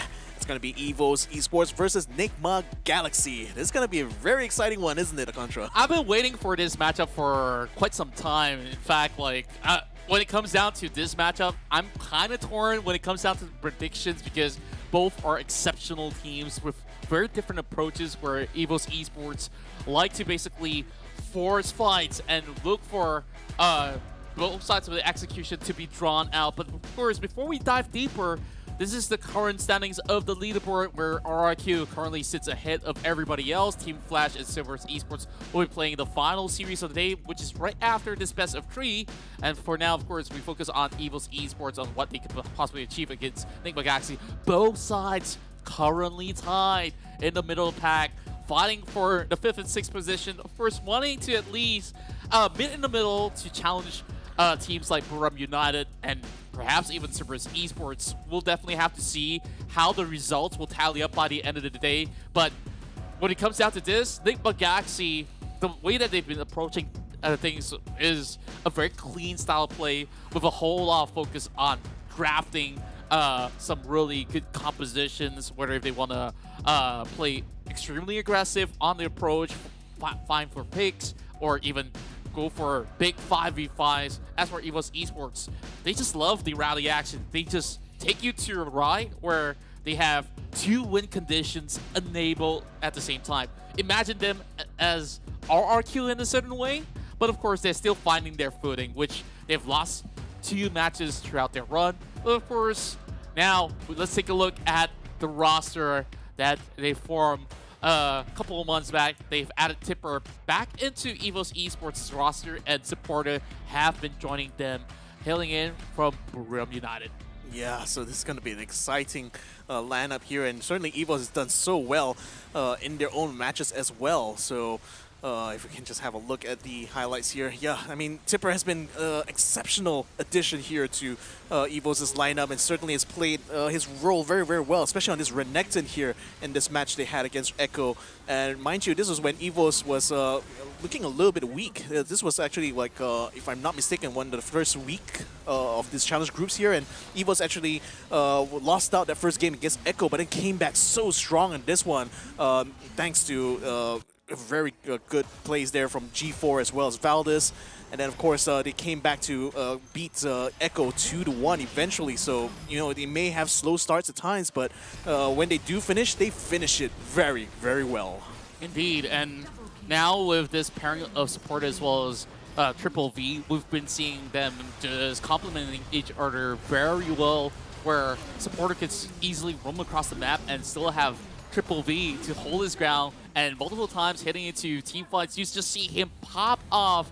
Even with mages being played out throughout the course of their run, just look at him go. Karma, Ziggs, Morgana, sure, some of these options may be banned for multiple times, but Triple V, you will expect him to still be very reliable when he does get his hands on those marksmen. Of course, good KDA compared to all these top marksmen that we've been seeing throughout the course of the challenge stage so far. Evil's Esports still ramping up when it comes down to the gears that they've been showing us. Yeah, they start off maybe on gear 1, and I think by now, is it potentially gear 5 already? Now that they're facing against a tough challenger on the opposite end. So, Enigma Galaxy, they're definitely gonna have great plans ahead to face off against Evil's Esports. Yeah, this is going to be their toughest challenge yet here. Enigma Galaxy, comprised of Chami, Jushi, Aaron, Demon Kite, and Draw, certainly have been making waves here in the Filipino Wild Rift scene here. So they've definitely been on a roll so far in this competition here. Being one of the top teams from the Philippines, they certainly are no slouch in the skills and talents department, as evident in their matches against the Vietnamese squads, especially in this fight against Team Flash. This was a very impressive one because, you know, I had pegged Team Flash to be the winner of this one, but Enigma Galaxy completely proved me wrong with a very strong showing in this second game. Indeed, and more often than not, we've seen a lot of all these great plays coming out of Chami, as he's been able to just be the guy that could even close off games in a very sneaky way, or even have him supplement the rest of the squad. So keep an eye on him as well as Joshi, because they basically have one of the strongest Baron jungle pairing of the entirety of the tournament. And when it comes down to team fights, they are second to none, so long as they have got themselves great leads ahead. But oftentimes we've seen them having a little bit of struggle when it comes down to extended gameplay heading into the late game, where they need to force really risky decisions. And I think that this is where it will be the difference maker between both sides of the team. Now we have the highlight matchup here on the screen is between both of our marksmen, or should I say mages. Basically, they love playing caster type of roles. So not us sitting on the table, by the way. But just seeing how things have been rolling thus far, it's more of something that has been complementing more in terms of team fight, where you just basically want to throw everything that you have. So you can imagine this Morgana pick to be heavily contested, not only by this marksman role itself, but also for the fact that both teams have been playing it in the jungle before. So it could be something that they will heavily rely on, or you see that sort of ban come into effect when we go into the draft. Yeah, and it's going to be a very interesting draft here, ladies and gentlemen. A super important one as well. Evos and Enigma are both, I would say, very even in terms of that, like, skill level. So it's going to be a very interesting one. But I would like to hear from you guys at home. What do you think, though?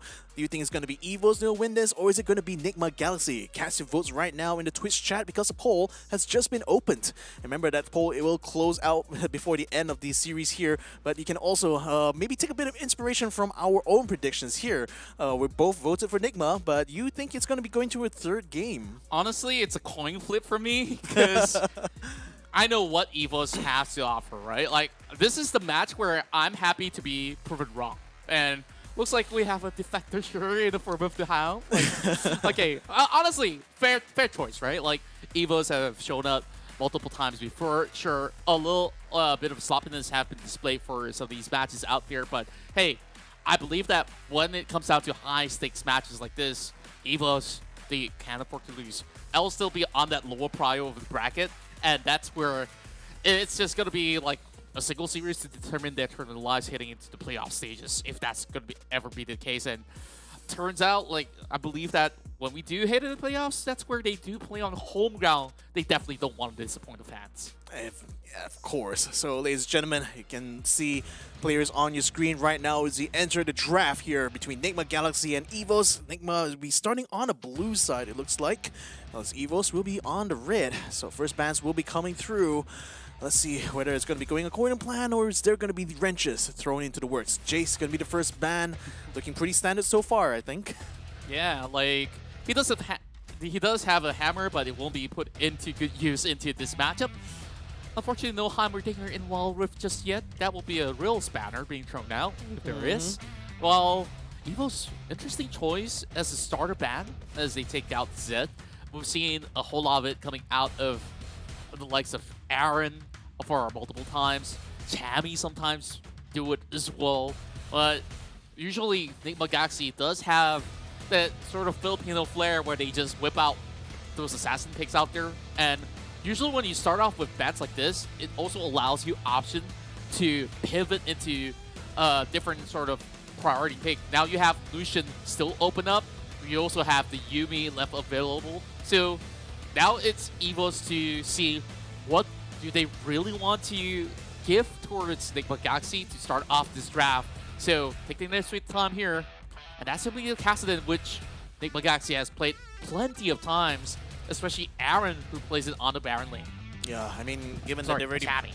Chatty. Yeah, I mean, given they already banned out the Senna and the bang on the Kassadin, they really wanted to try to force it not to go into this kind of scaling meta here. So, looks like they want to try to focus more on those fights. Lucian is going to be the first one to be picked up here by NGX. What is Evo's going to pick in reply? Evo's Esports, they have an opportunity for that Yuumi pickup, but instead, perhaps a little bit more priority given over to flexible picks such as the Renekton, which we see Tipper playing a whole lot of as compared to G4 up in the middle lane. Something to be expected. At least a very solid starter for Enigma Galaxy here is Valdez' turn to pick here. Has to consider the fact that if they don't pick the Yuumi right now, it'll be given over to Enigma Galaxy, but then again, that Shyvana is a little bit too hard to pass on.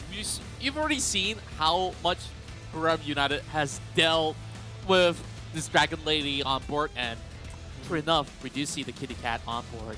Yeah, I mean, with Yuumi being on the pool here, it's no surprise that NGX is going to be picking it up for themselves. They will have another pick, though. Let's see what they're going to try to pair together with this Lucian and Nami. It's going to be a Garen. Nothing too surprising. Fairly solid pick.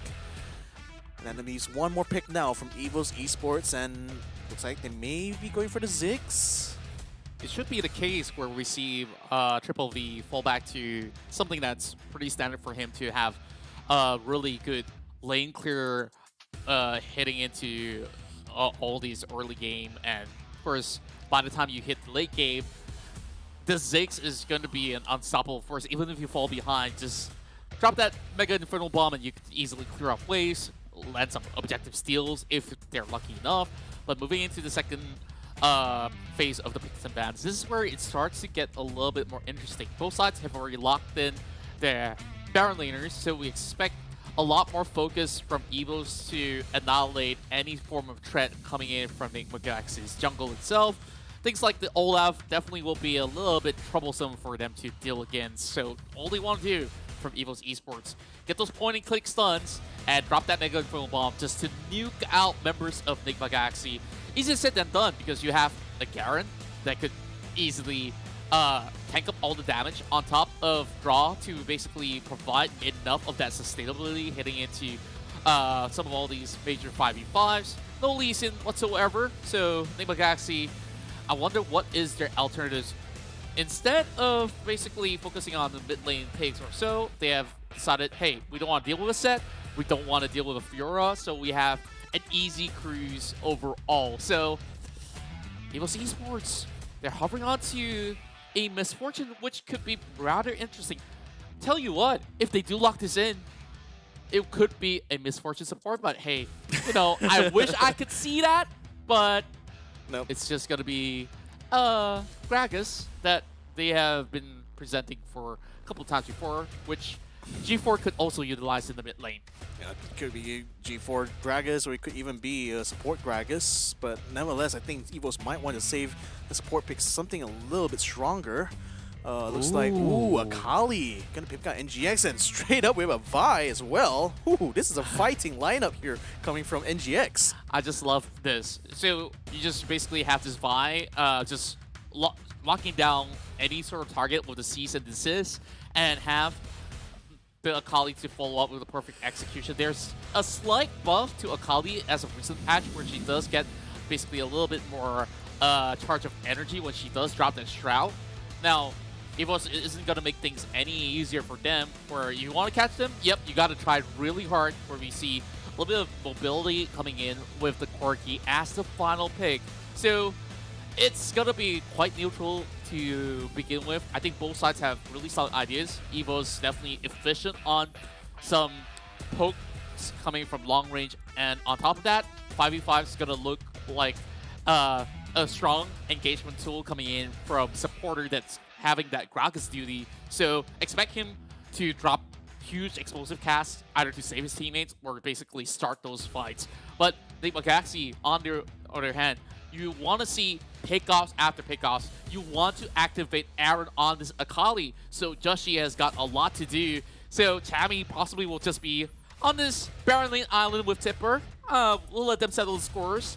While I just want to see Nick Magaxi, how much can they reap in that early game to make this composition effective? Yeah, that's going to be the big question in my mind here.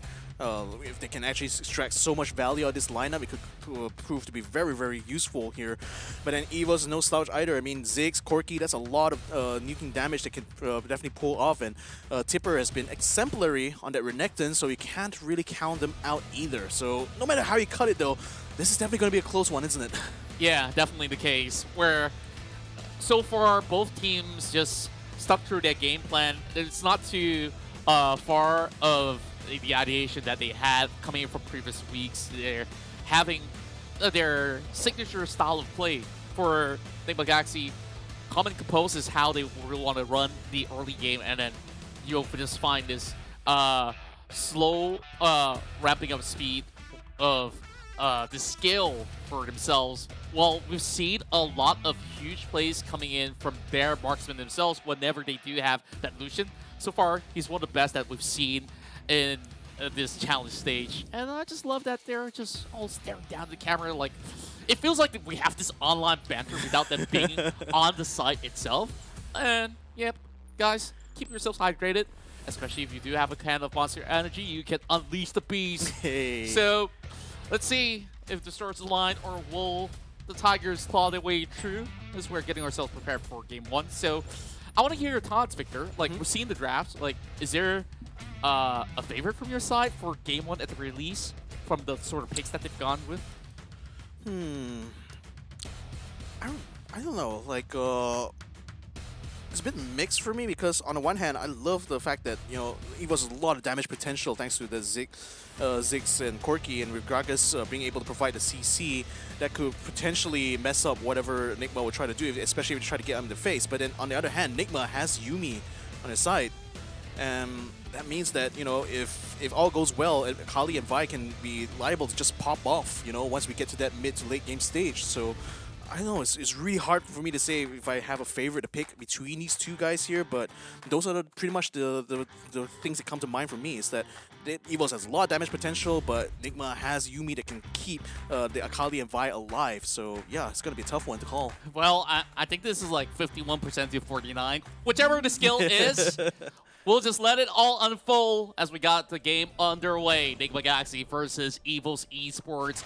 And just check out these stats. Man, Triple V definitely onto something here with his Ziggs pick that has secured, of course, great ratios of performance throughout the span of the battles that he has taken. So we expect this exchange down the Dragon Lane to be long drawn out.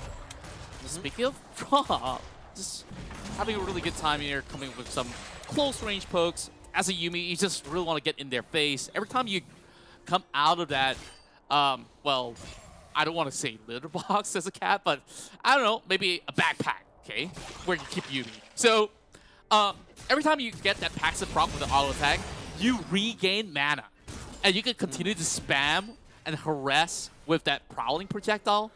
And usually the case, other teams will just feel overwhelmed and they will have to recall if they sow too much of that. But great sort of zoning potential coming in from Chami, though, just going toe-to-toe against Tipper. We've got to manage this wave. It's not going to be easy for him, even as a Renekton. Oh, that's a good silence, though. And Ripper, very, very low, forced to back the heck out of dodge.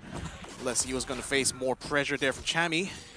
G4. A bit of support there from Sylvanas, and we had a Vi getting the mix as well, but not much damage done. Vi just mostly roaming around, trying to secure the Skull Crab on the top side.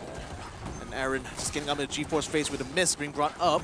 G4 at least will be able to use his barrage in order to melt down those minions in front of him.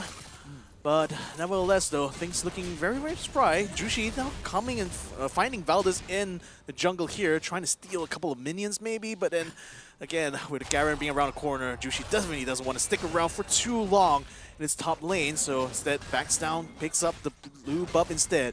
In the meantime, not much opposition here for the Gragas and the Ziggs, as Draw and Demon Kite both take the Skull Crab. But will they be coming back in to regain a priority? Yeah, Demon Kite definitely needs to pick it back. You know, to your point, maybe maybe litter box is not the right word. Kitty carrier. Kitty carrier. Yes, kitty carrier, indeed. Yeah. But of course, I really want to highlight this. Nick Legacy is off to a good start.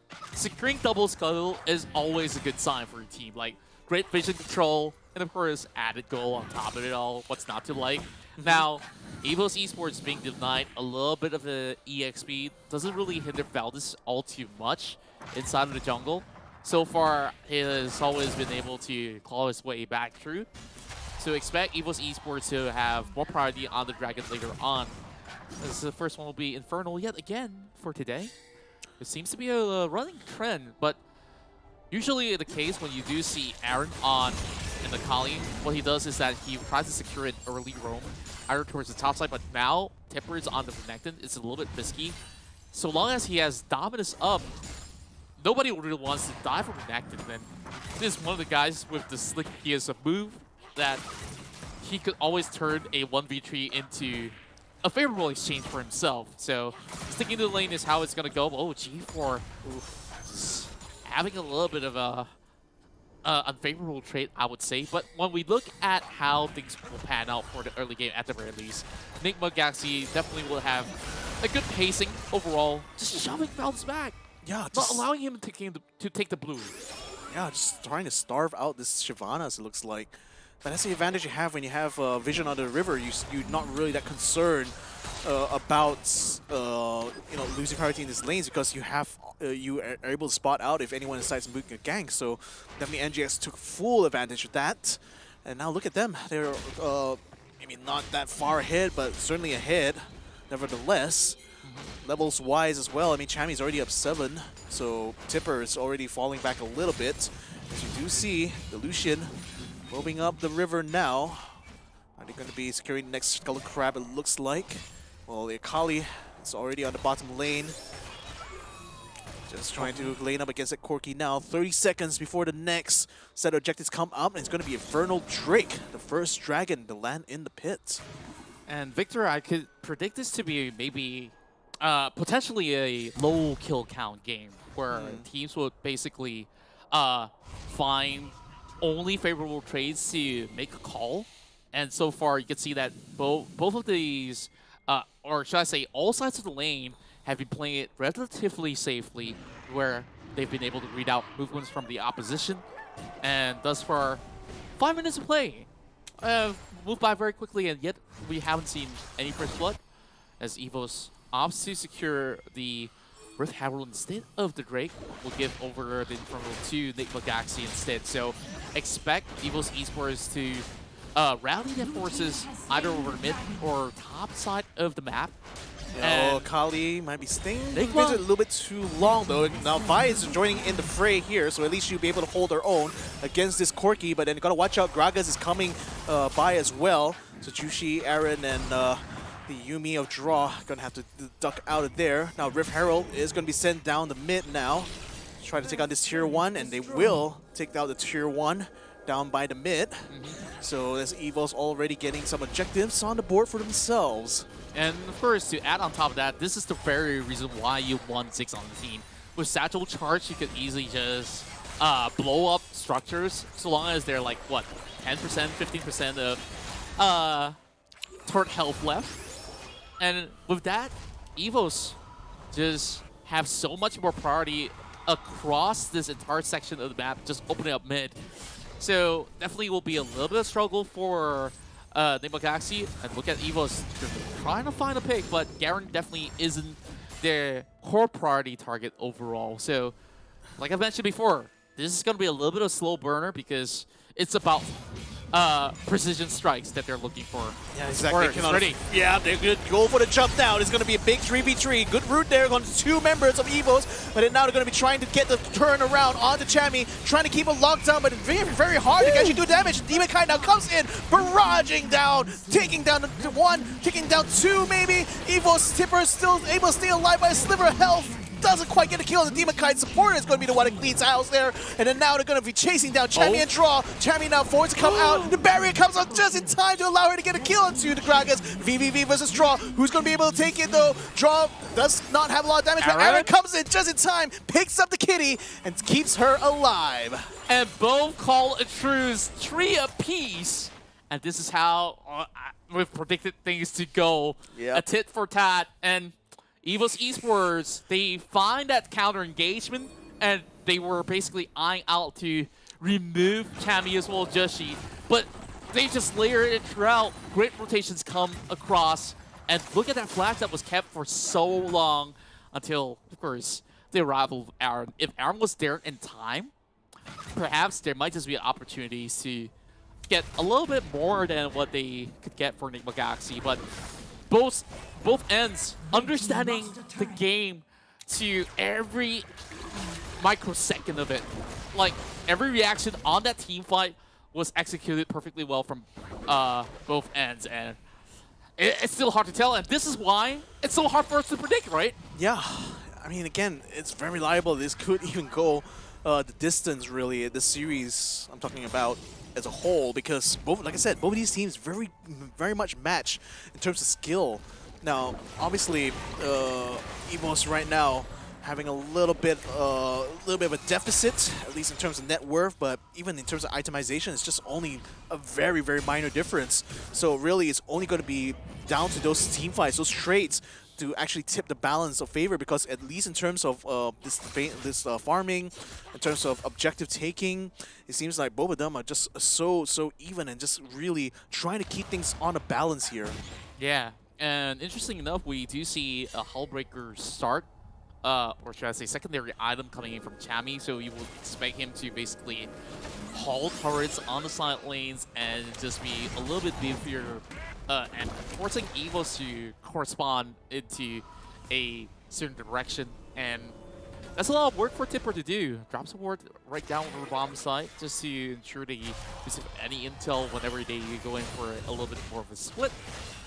And when it comes down to the rest of the items, we've already seen standard stuff coming in from Ziggs, already opting to get himself an Archangel eventually. And just starting off with a little bit of a cut of the heals that can come out of the UV now. Attempts onto the Herald. Yeah, it's going actually moving in. Yeah, it's going very fast. Oh, they stole the Herald. Then Jax stole the Herald, and then now Evo's scrambling to try to get some good trades in return. Chammy does have a barrier that keeps him alive a little bit, but not long enough. He's going to be down along with Jushi. Valdez now chasing down Demon Kite, who is holding Draw in his pocket right now. But then Evo's, having already taken 2 kills here, realized, yeah, maybe it's not worth it trying to chase them all the way down. We've already done our job here. We've already got 2 kills ahead of them, and that might just be enough. Well worth it though. They managed to take 2 down, but Nigma Galaxy definitely wants this turn for themselves. Supporter doesn't really have much of HP left. Trying to hindering them back though. Oh, he's got to run. Yeah, overboards are very, very low. Tipper still trying to hold his own. Demon Kai and Aaron keep the pressure up, but they're going to let the minions, looks like, to finish up the job, because they're going to be securing this Drake now. So they're already looking like they're going on a roll. The damage coming out from them is actually quite fast, so I don't think EVOS will be in time to react to this, even if they want to now, because they've already finished off the Ocean Drake. And man, especially with the Rift Herald in hand, NGX still very much in play. But at least EVOS, with those 2 extra kills, have put themselves on par with NGX, at least in terms of that net worth. Quite the classic performance coming out from Nigma Galaxy, where they have heavy prior on objectives and the timing is impeccable. Moment that they snatch that one away, sure, they may have lost the trade, but they basically stuck around and have constant pressure over the mid side, get a few more, well, platings over onto the corner, and then got themselves 2 Drakes in total. But Evo's, of course, having these Ziggs around, they can just basically look for opportunities to siege turrets so long as Triple V is going to be around. Now, Yeah, Tipper answers back. Yeah, Chami trying to take down this turret, will be able to slam it down, and Tipper not going to let him go without a fight though, but then will be burning him down to about half health before finally letting go. Chami will be able to recall though, so no harm, no foul. Jushi picking up the blue buff for himself. It's joined by Draw right now, supporting VVV, securing the honey fruit in the river right now. They will be coming down to the pit to meet Demon Kite along with Draw. While Aaron's still in the bottom lane, looks like he's going to be recalling back to base as they're going to be resetting a little bit in this phase right now. All the priority is pretty much on that top lane right now, which is why the Garen has to very much push that up right now, whereas the rest of NGS continues to push up mid.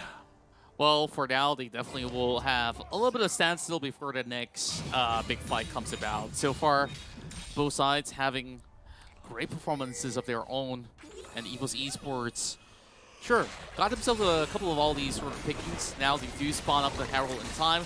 They won't be able to hold on to Tier 1, so maybe they want to force an exchange up mid.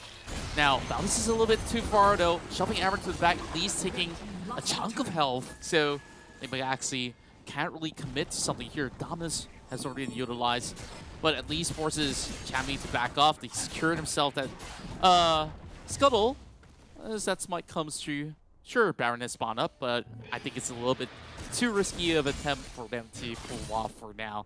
13 minutes of play, we see only very little differences between the two teams. It's been back and forth. Like, the lead has gone on both sides almost every minute or every 2 minutes overall. So it's all about that late game team fight.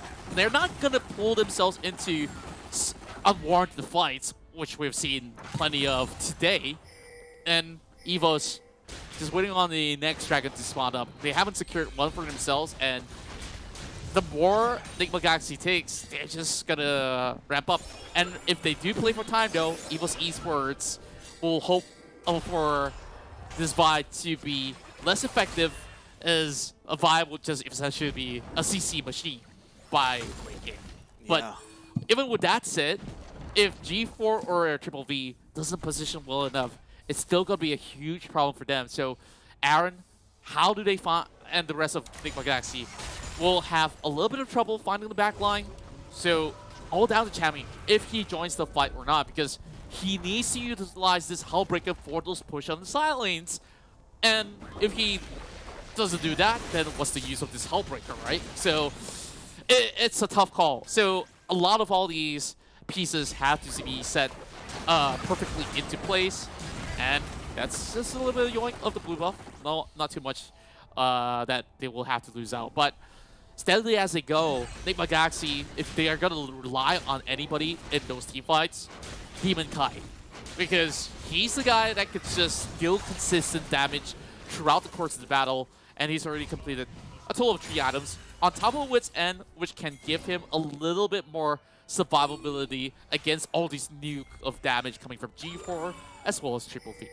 Yeah, ladies and gentlemen, we're 15 minutes in, and so far we've only witnessed 8 deaths so far on this Summoner's Rift. It's been quite a slow game, but not for lack of try though. Both of these teams are just tiptoeing each other very, very carefully because neither wants to expose themselves to more risk and it's necessary, especially with a game that's coming in this close. 25 seconds until the Mountain Drake comes up. It's going to be a key objective that will be contested here by both of these squads because the Baron, not exactly the best objective to try to go for first, especially without the advantage of a pickoff. And given how passive, not say passive, but how rare kills are going to be in this game here, it doesn't seem likely that either side is going to be able to catch the other off guard and score a surprise kind of pickoff. So keep an eye on G4 because he's got the package. He could basically find a pick here. Yeah, he's gonna jump straight in, try to focus in on the Cammy. Cammy now forced to bring out a barrier, still alive though. Revive is gonna be coming out there for the Jushi. He's gonna have to come up at speed really quickly though because support is already wrecking house there, taking down one, taking down two. Jushi and Aaron down for the count, and they also lose the Garen as well. Demon Kite forced to back out there to get a withdraw, and Evos unfortunately not able to secure the Drake, but at least they've done some damage here. And they have perfectly denied the Shyvana from getting all these sort of enhanced spells. And they are denied of every single dragon thus far. The only thing to contend for is going to be the Elder next. And Evos, sure, you can take all the Drakes, but I'm about to smash that Baron. They do have the Redemption spotting them out, but what can they actually do? It's only going to be that Lucian coming watch in. out.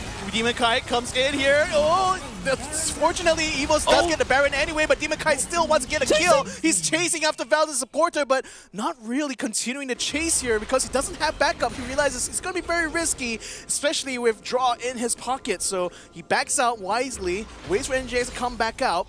So far they've lost a Baron, but at the very least, denying Valdez all of those dragons there has certainly made the Shyvanas a lot less fanged than otherwise she would be. So NGX at least are securing some good advantages for themselves. Yeah, it's only going to be 3 Baron buffs that they have to deal with. Well, 7 to each lane is still going to be decently manageable, but this Baron power play will allow Evos to scale up a lot faster as compared to Nebula Galaxy with hard shows all across.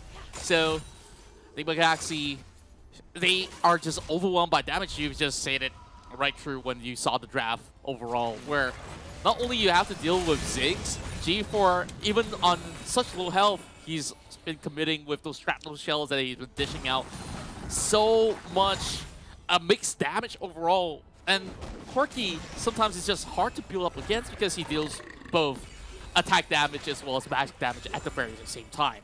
So now with the Baron and Power Minions, they're just gonna shove it down mid, gets a tier 2, while Cammy trying to be hopeful, at least getting a little bit more of a push over the top side. Final chapter has already been utilized by Raw, so wouldn't expect heavy committal coming in from Evos. They might have actually have 3 ults available.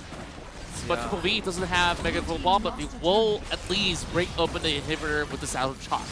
Yeah, literally just like that. Only objectives are required here, nothing more than that.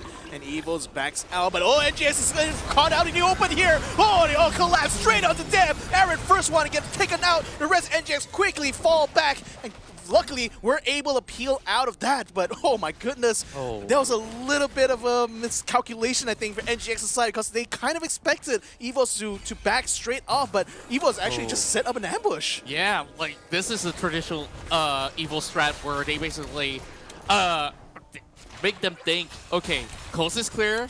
Nah, there's always a hidden tiger by the bush.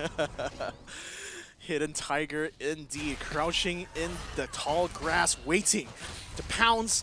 And with that done, Evos now secured more than 1K net worth lead, which is the highest we've seen so far. Like it's so close. Like it's been close. It's negligible, right? Like negligible. Yeah, literally the difference between the two of them, we've been hovering within that 1K difference, but now finally after that successful ambush, and finally managed to break that 1K mark. But that just goes to show how back and forth this game is, right? Because neither side, of course, granted, we're seeing a game that has a noticeable deficit in kills, but that's because both of these teams are just controlling all of these encounters very, very tightly. They really don't want to try to risk themselves too much. Now, there was a misstep from NGX's side, but the match cut out most of that risk. And yeah, this is going to be a very tricky one because Elder Drake is going to be a very, very important target here for NGX, and they definitely want to contest this. Evo is taking sweet time right now. Just waiting. They're allowing Evos to wear down that Dragon Core to find a collapse in. He tries to jump in. Oh, but he gets caught out instead. He gets stunned out completely. The revive is going to be coming out now. But then, unfortunately, he has back out of dodge. Draw is already taken out, so NJS has a fight here with one hand tied behind the back, and it's hurting them severely because Jushi gets call count. Oh my goodness. NJS stole the Elder Dragon, so at least they have the buff, but they can't really hold their own in that fight, though. But it magically traded 3 for 3, so it's not too much damage done, but oh, Oh, the base is getting nuts. Oh boy, no recalls coming in. We gotta do it quickly though. It's already halfway through. The Nexus is being blasted down by the minions, and only now does Demon Kite come in. Oh, that's just in the nick of time there. NGX, that was so close. I'm very sure that Triple V was like eyeing on it. It's like, okay, is it gonna be good enough for me to sneak right in? But of course, with 2 members alive from Enigma Galaxy, and on top of that, Elder Drake was lost, and this is what Enigma Galaxy can hang on to. Now, Aaron remains to be a heavy threat so long as he still has this buff online. With perfect execution dealing so much damage, like he could immediately melt down Triple VG for any target that is less than 50%. Like, they just really gotta look out for themselves. So far, with another Baron spawn up, it's gonna be a really dicey call for either side. They're just gonna play a little bit of a dance, ring around the rosy if they may, and they will actually definitely fancy their chance. So long as this buff is still activated, Aaron seeking out for that opportunity. He might have actually spawned down the stone. Oh, boy, they want to initiate. They want it. They want it. They catch Tipper. Right now, they need to be able to blast it down, but the damage, not enough, though. They do manage to pick up G4 and VVV. Now they want to try to pick up the rest. The supporter still able to keep himself in front of the line there, and there's not really much else he could do. But then with those 2 kills done, NGX now has full reign to take over the Baron here. They regained control, and such a great call was made by members of Enigma Galaxy. They went out for the hunt. They know what's at stake, and they use all the buffs to their advantage. Now, things are looking pretty bleak for Evil's Esports now. Forced to defend right underneath their turret. I don't even think that they can hold on to this top tier 2. It's so brittle already to have to hug and sit tight on this inhibitors. Might even need to let this one go. They do have Guardian Angel available on Tipper, which they could try to throw their bodies at members of NGX, but still, really risky attempt. Attacks coming from all front, and Enigma Galaxy is fancying their chances here, forcing this one all the way through, but the minutes may not just be enough. They will just reset, recall, and look for the next fight. So EVOS still has a little bit more room to breathe for now. As much as it seemed like, you know, Enigma Galaxy now takes the lead, but when you look at their base, remember, that's 50%. Yeah. One good team fight from EVOS, this is down to that final team fight. So, if we put all the calculations, it's definitely going to look pretty hard for other sides now that they don't really have the Elder buff online. So, what we're looking at is that final Elder Drake skirmish that will decide it all. Yeah, I think that's pretty much on the cards here because they really need something to tip that balance here, because otherwise both of these skills are literally tied with each other. So right now NGX keeping the siege going now. They only have 1 more tier 3 to go and they're just chipping it down, but then the rest of NGX is swarming in from the top and the mid right now. So is ignoring it. They're just going straight for the Nexus. They don't want to try to drag this out any longer. They knew they have them on the backs, and NGX swoops in and gets the kill done. And with the Baron empowered play, they will secure themselves their first game. And man, this definitely included a whole lot of sweat. I'm not too sure if there's any blood. Well, virtual blood spill, definitely. But man, this is one heck of a game. Enigma Galaxy definitely feeling absolutely relieved. And that tipping point in this matchup was that second Elder Drake.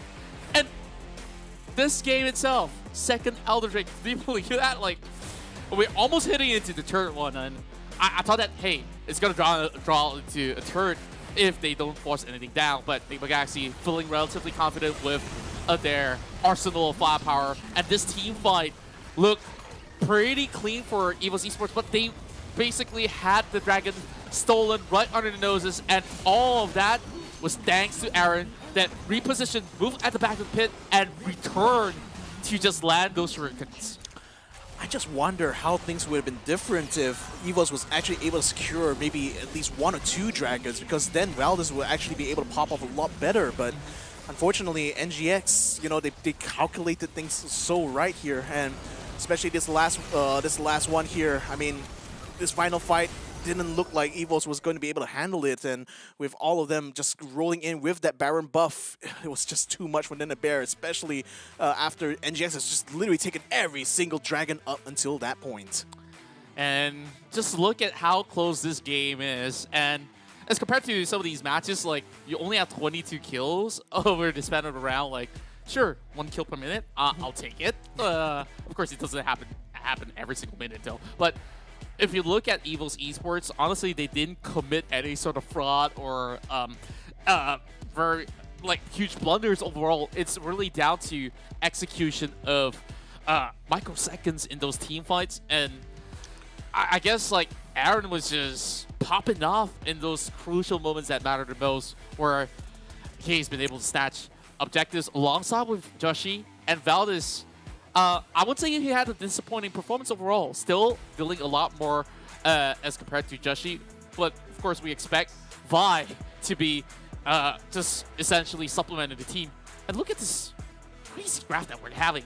Yeah. For once, it's not lopsided. Exactly. I mean, it's back and forth, and for a good chunk of the time, actually, EVOS was actually having a net worth lead. So that's the thing. Like NGX really had to play the cards very, very right. It was a very precise, very methodical game, and this is the kind of games that I actually prefer, as opposed to the kind of like chaotic fights, where sometimes it's a bit of a coin toss who's going to be able to win it. This one felt more like they actually both sides have already a very set gameplay in mind, and they knew exactly how they want to nail it down bit by bit, step by step. Yeah, of course, we definitely need to take a breather from that. Oh man, that was explosive. So when we do come back, of course, before that, definitely have to thank Snapdragon Elite Gaming, where winning matters, and of course that matters a whole lot for Enigma Galaxy to basically get themselves that upper hand in this series. And of course, on top of that, you can unleash the beast with Monster Energy. Simply head over to www.monsterenergy.com and of course check out all the great deals that they have. Yeah, and last but not least, go ahead and join us in the Discord server at discord.gg/Snapdragon Pro Series, where you can meet up with other fans of SBS and join the conversation, discuss all the ongoings here of this tournament, and perhaps even share some memes as well. So, ladies and gentlemen, game number 2 is going to be coming up soon, but before that, we're going to have to take a breather, so we'll be right back, ladies and gentlemen. My name is VictorCast, his name is Contra. We'll see you after this break. The Snapdragon Pro Series is brought to you by Snapdragon Elite Gaming and Monster Energy.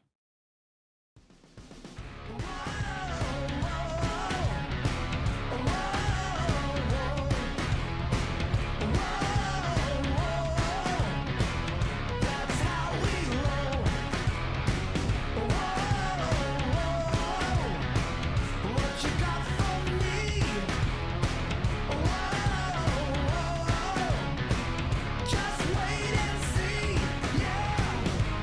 Headed on the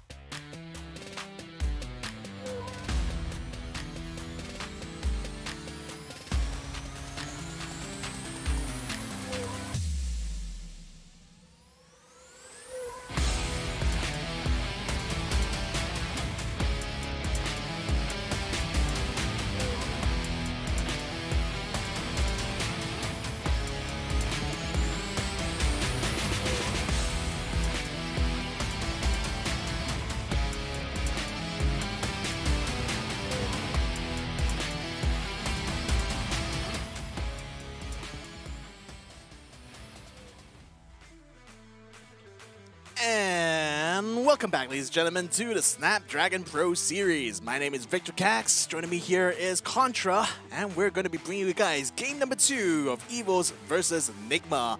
And after having seen that first game, what explosive fights we've seen there. Even though it was few and far in between, they definitely didn't disappoint the moment they do break out. Not at all. Like, the whole series, you see that, just look at the network, right? Like, when it just tells you, like, oh, we have only 800 goal lead, 1,000, like, you know this game is gonna be good. Like, it goes down to very minute details in those team fights. Like, I really want to look at the highlights again. We do get that sort of replay and that final few team fights on that Elder Drake, because that Elder Drake was what basically got themselves the game for Nigma Galaxy, where we were discussing with the PM casters on the other side of the paddle, of course. So that 5-point strike was able to steal it away. So the question is, did both of the junglers already utilize their smite, or was it a little bit of miscalculation? Of course, it was a rowdy 5 versus 5 after all. EVOS Esports, they may have actually won all the battle, but they did not win the war. Yeah, unfortunately, they didn't win the war, but you know who won a lot? It's been Aaron on the Akali. KDA of only 2, kill participation only 40%, but definitely those, even though those are a little bit low, those kills, that participation definitely did count here for Aaron, because that netted him MVP in that last round. Yeah, deservedly so, because he basically clutched the final field battle, and it's all thanks to securing that Elder Drake that allowed them to obliterate whoever's still alive, right? Like, the Dragon's Breath basically allows you to execute anybody that's 25%. I forgot what the ratio was, but it doesn't matter, right? Like, so long as you get that, like, you deal true damage. Like, you know, like, you give the team that boost of confidence as well as morale to charge right through. They just had all the opportunities to unleash the beast. So, Nigma Galaxy, their 1-up. Is any gas left in the tank for EVOS Esports, though? I would suspect so, really. Even given that performance in the last game there, I would say that, you know, if things had turned out a little bit different, especially with the Dragon takes, I think EVOS would have had a much better time. I mean, really, Nigma denying all the Dragons there, the EVOS really nullified whatever advantage they would have had otherwise on EVOS side with the Shyvana's pick. So, yeah, let's see whether or not they'll be able to change things around a little bit coming into this next one, because this time around, EVOS is going to be starting on a blue side and will have the first pick. Still the same sort of bans that we're seeing, except for the fact that Nigma Galaxy opts to take out Lucian instead. Won't be using it for themselves as well. EVOS might actually look for other alternatives as a jungler, because Shyvana, sure, you need those dragons to basically ramp up, and you want to be that unstoppable force of a juggernaut to just move right in. And the problem with Shyvana is that you rely too much on your ultimate to deal more damage in the dragon form instead. So if you go for something maybe a little bit more proactive in that early game, something like a Lee Sin or a Kha'Zix, that might actually give Valdez a little bit more chances to make a creative play, that will be a lot more favorable for EVOS heading into the second draft. But seems like not too much has changed from the draft other than that Lucian for now. Lucian and Yuumi being banned out here. Right. We had a Yuumi on the past game too. So yeah, I mean, NG has decided, yeah, we don't want to deal with Yuumi anymore. That also tells us that there is options available, such as the Jace that was not opened up before. And on top of that, Senna. Yep. Definitely a really good call for EVOS Esports. Now, question is, does Nigma Galaxy want to take away the Nasus right here, right now? They opt to start off with the Gragas though. Something that has been brought forward by Nigma Galaxy for multiple times, and they're the ones who have been able to secure themselves the Jace instead. Now, what's EVOS going to respond with here?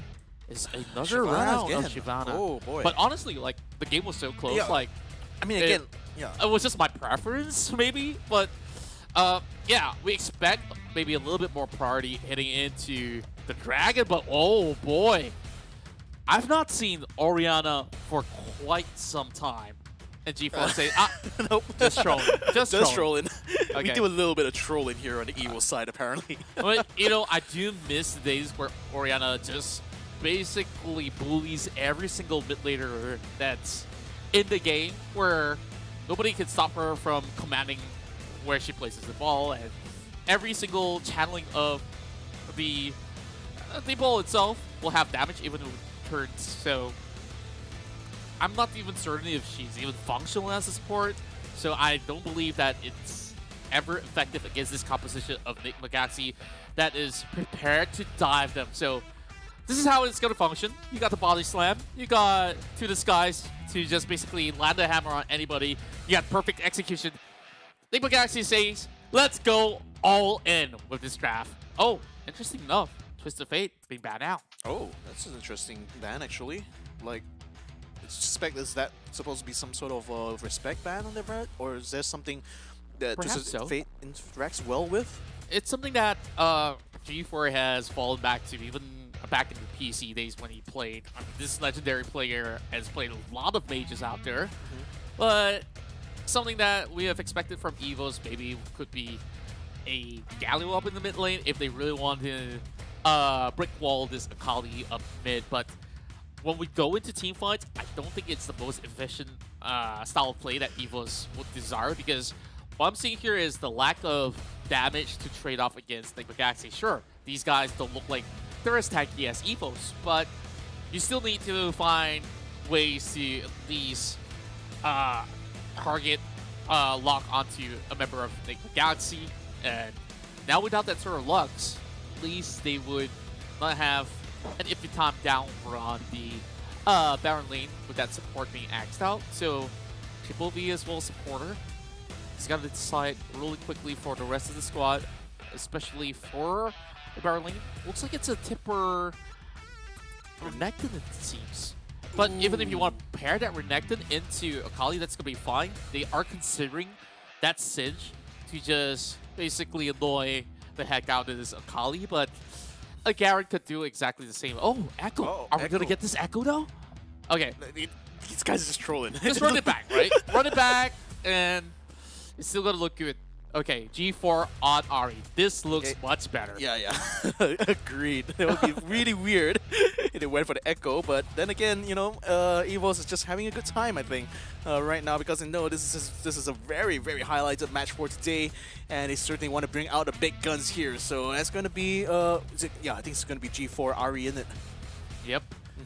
He's been pulling this pick off very frequently, as he knows when exactly to play very offensively with his Spirit Rush or even fall back. And whatever Nick Magaxi wants to do, they could try to replicate as well. But it's kind of like a one-way dive instead for Evos Esports. Sure, Slice and Dice can still go in for a return. Shyvana, once she commits, no way out. Like, you just basically gotta run things through. So if there's any sort of target that they really want to eye out on, is to find ways to take down Demon Kite. But man, Demon Kite, throughout the span of the series, he's been holding his own so well, and being paired with Gragas is not so easily phased by whatever pressure that comes out of a Nessus lane overall. So down towards whoever makes those preventive measures to get upper hand for the Dragon lane to get those elites going, then we'll be able to see something turn out for either sides. But interesting matchup overall, to say the very least. So it's a skill matchup over mid side. Same can be said over the top. But yeah, Garen is just gonna do Garen things. So won't expect too much out of that. But Nick Magaxi now just fancying their chances to get 2 back-to-back wins. Evo side, at least they don't look like they're too bummed out after that sort of loss, coming in with a quick reset. Like, whenever you have players like Supporter, who's always having a big smile on his face, like, I think like it's easy to just get into a new game, just feeling fresh yet again. It's you all need about teammates like that. it's all about that PMA, right? The positive mental attitude, and I think Supporter definitely brings that for EVOS here because it often seems like the ringleader in terms of bringing the smiles on the EVOS' players' faces. But nevertheless, though, the smiles might get wiped out soon if they aren't able to take the win of Enigma Galaxy in this second game, so it's going to hinge on the performance here and the Summoner's Rift. So, ladies and gentlemen, matchup number 3, game number 2 has just commenced. Let's see how this will unfold. Man of the previous match would be Aaron. They pull off pretty significant clutch plays, stealing away the Elder Drake early on to give the team an edge. But now we're up against G4's favorite pick of the Ahri. Early on, just have to dodge out some of all these poke damage that can come out.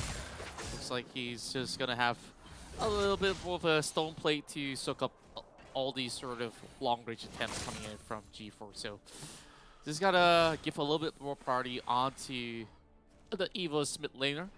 Early wards being placed out. Should be able to eventually spot out Joshi if he ever goes into the river instead.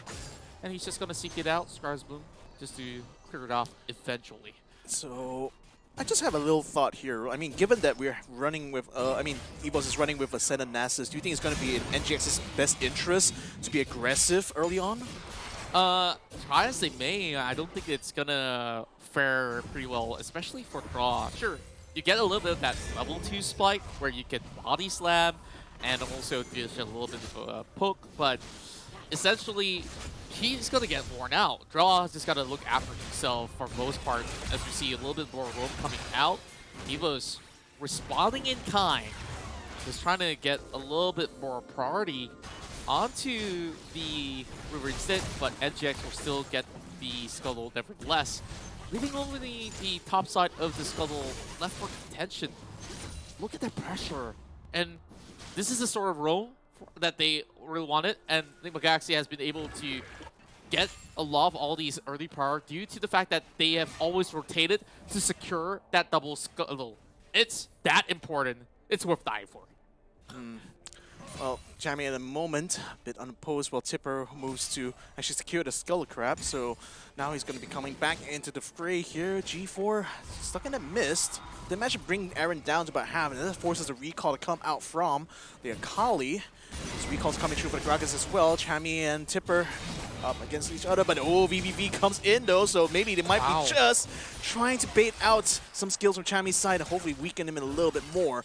But the Garen, not to be abated though, again, can be very, very tough to deal with.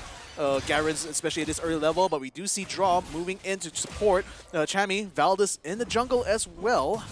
So looking like they're just piling a lot of bodies towards this top side here, trying to see who's going to be the first one to crack. Chami is about half health at the moment, but still tears enough to force Valdez out of the jungle. But not before Valdez has already picked up a few minions of his own. Now the Senna is going to be joining up with the Renekton here to lane up against Chami, so a bit of a swap around. But then mostly they want to try to keep priority on this top lane here. They want to ensure that both Chami and Tipper are able to still maintain good farm and just ensure that none of them actually risk getting picked off very, very early on. And I just love how reactive Enigma Galaxy has been playing this game so far. The sort of rotation has to be equally matched by Draw, understanding that Triple V would come in with an early rotation, studying the way it has gone through. Oh, Jushi. Shock Blast. Nice That's shot. it. Nice shot on the Tipper, forcing them to duck into the turret. But Shyvana's Shyvana's on the coming from the back line there, so I think the Jace is probably going to have to back off now. Garen's still going to be left up there. Graga's actually joining up together with Jushi, and looks like they're going to be aiming around the middle. Trying, and they do get the kill onto the Ahri, so well done. Valdez, not much he could do to even bring a trade. Neither of the members of NGX in his mid lane here are low enough for him to pounce on. So 3 flashes committed right there to get this first blood, but it was well worth it, right? Like, you saw Triple B try to save him with the Dawning Shadow, try to at least give a little bit of shielding. Even that wasn't quick enough. G4, he accepted fate. He just used his Spirit Rush, didn't try to flash away. He thought he would get out there safely, but he suspected that 3 members are going after. Oh, Chami almost gets it. Yes, he does get it. He gets the kill onto the Renekton. And oh my goodness, that probably was not what Tipper or VVV would have wanted, but unfortunately with VVV out of the way, it really wasn't much that was supporting the Renekton in this case, and now Champion Draw is going to continue to bring even more hurt now by taking down this tier 1 turret up top. So we do see the Shyvanas moving up together with the together with Senna. They want to try to get in a good position here to maybe get a trade. They're going to try to aim on a Chammy, I think, but they do get a root onto one. And, they're going to be able to silence down Valdez, but unfortunately, NGX are going to be pulling away. They're close enough to the turret. They managed to at least kill Chammy, and now, oh, look at that. VVV coming in just in time. Will be able to take out the Jace. And at least with those couple of trades there, at least it does make that the damage on the tier 1 turret a little bit less sting. And in fact, they're going to continue to push that tier 1 turret while the rest of the team takes the Rift Herald. And that was a great call coming out of Evo's Esports, and they managed to catch the most important target. Joshi, out of that means that it's free reigns to secure those objectives. Yet again, Enigma Galaxy, at least they salvage it by congregating onto the Dragon instead. That first knock out of Shelly will secure them. The first turn of the game, Evo's Esports take a slight lead as Enigma Galaxy will need to find other alternatives to get back up ahead. So far, let's break it down for a little bit. That's a response coming in from Valdez as well as Tipper. Tipper definitely supplement with the final stun that he can't turn out with, and of course landed the killing blow, and G4 to accompany to secure a double kill onto Valdez. Now, it's a different script for this Shyvana. 2 kills up ahead. Things are looking mighty fine. Yeah, much better, definitely compared to that first game, but nevertheless, still very, very close between these two. Still within that 1K mark, or maybe it's just a little bit above that 1K mark now, thanks to Evos having taken down those couple objectives. But I digress though. At the moment, NGX still not looking that weak either. They can still afford to fight. And Chammy is just trying to keep himself in the zone here. He sees that the turret is so low, but then... He's like, can I take this down myself? Yeah. Do I need the minions? He was thinking about it for a second, but nevertheless, he will back out, rejoin his Jhin down in the mid lane. Bit of priority right now in the bottom, as it seems that supporter is caught in a bit of a hard place right now. He doesn't support in G4 and VVV on the side, but then they need to try to find an opening here for supporter. Gets a little bit of a link. Now tries to get an aim. Jushi's going to get caught out though. That's a good kill. Now they're going to try to see if we can get a second one. They might find a one for a draw, but Demon Kite now comes in. They do take out the Dragons though, but Demon Kite now comes in, does get a kill done onto Valdez, does try to get a shutdown onto Shyvanas. Now, the thing is, Demon Kite and Chammy continuing to roll over EVS. Here's Tipper. Does take down Tipper, comes in, aims on Demon Kite, cleans him up. And at least with that done, I think that must come up to maybe a 2 for 1. Going for it? I mean, Tipper can continue to chase because Chammy is about half health, and Tipper still has quite a bit of rage left, but nevertheless, he will back down, though, just to try to get some priority over the river. And that was still a well-fought fight coming in from Enigma Galaxy, though they kind of overextended a little bit towards the enemy lines, and they've noticed that, okay, Evos is going to strike back. So they have a few of their members to pull right back, and yet again, you saw how important that Spirit Rush was from G4 to dive all the way to the back line. Aaron was left with only a ticket to help left. It could have been a little bit more for Evo's Esports if they were just 1 second ahead. So far, things are still looking to be relatively even now, only with 1,000 gold up ahead. Still for Evo's Esports. And so long as they funnel more and more gold to this Ahri, and of course, anything that Valdez as well as Tipper get will definitely be an added bonus. And we still have this infinite scaling going on for the Senna, the Nasus combo, heading in for the Dragon Laners overall. Enigma Galaxy just want to ensure that Demon Kite remains to be safe throughout the course of the battle. Now, they're going to go for a take 2.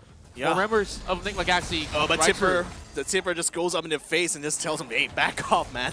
This is not your turn to take quite yet. Because he does have backup around, and I think Enigma Galaxy knew that as well. So they're going to be resetting because next Rift Herald is going to be coming up soon. So it looks like they're going to be wanting to take that instead, because that would certainly help them a lot. Taking down at least one of these turrets, could either send it up to top and finish off that tier 1, or they could even just use that to help them in this push on the bottom. So plenty of options here, and just needs to secure that Rift Herald first. That's all they need to do. But then Evo's now moving in to try to contest this. Maybe a supporter around the outside there trying to find an opening, but unfortunately they've already slain the Rift Herald, so not quite in time, and they can't really get a catch down. They do manage to get a few shots out, but not enough to secure a lockdown here, and not even enough to get initiation on these fights. But Demon Kai does let off the Jin ultimate now, and just trying to use this to defend this tier 1 turret, and successfully allows them to fall back. Nevertheless, though, they do lose the tower on the top side anyway to the minions, but that was probably a given. The turret wasn't long for this world anyway. But nevertheless, with the Rift Herald already used on the NGX's side, I mean, at least that's going to keep allow them to try to catch up to EVS, at least in terms of their net worth.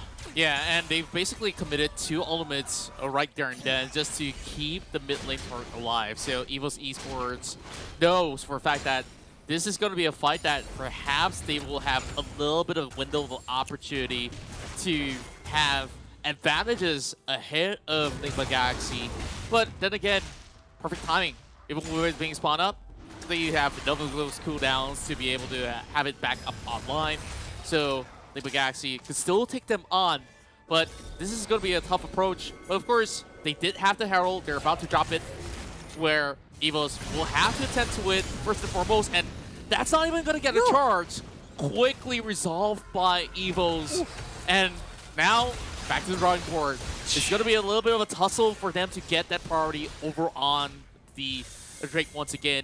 And there's not much vision being set up by Evos. They're looking for that bottom tier 1.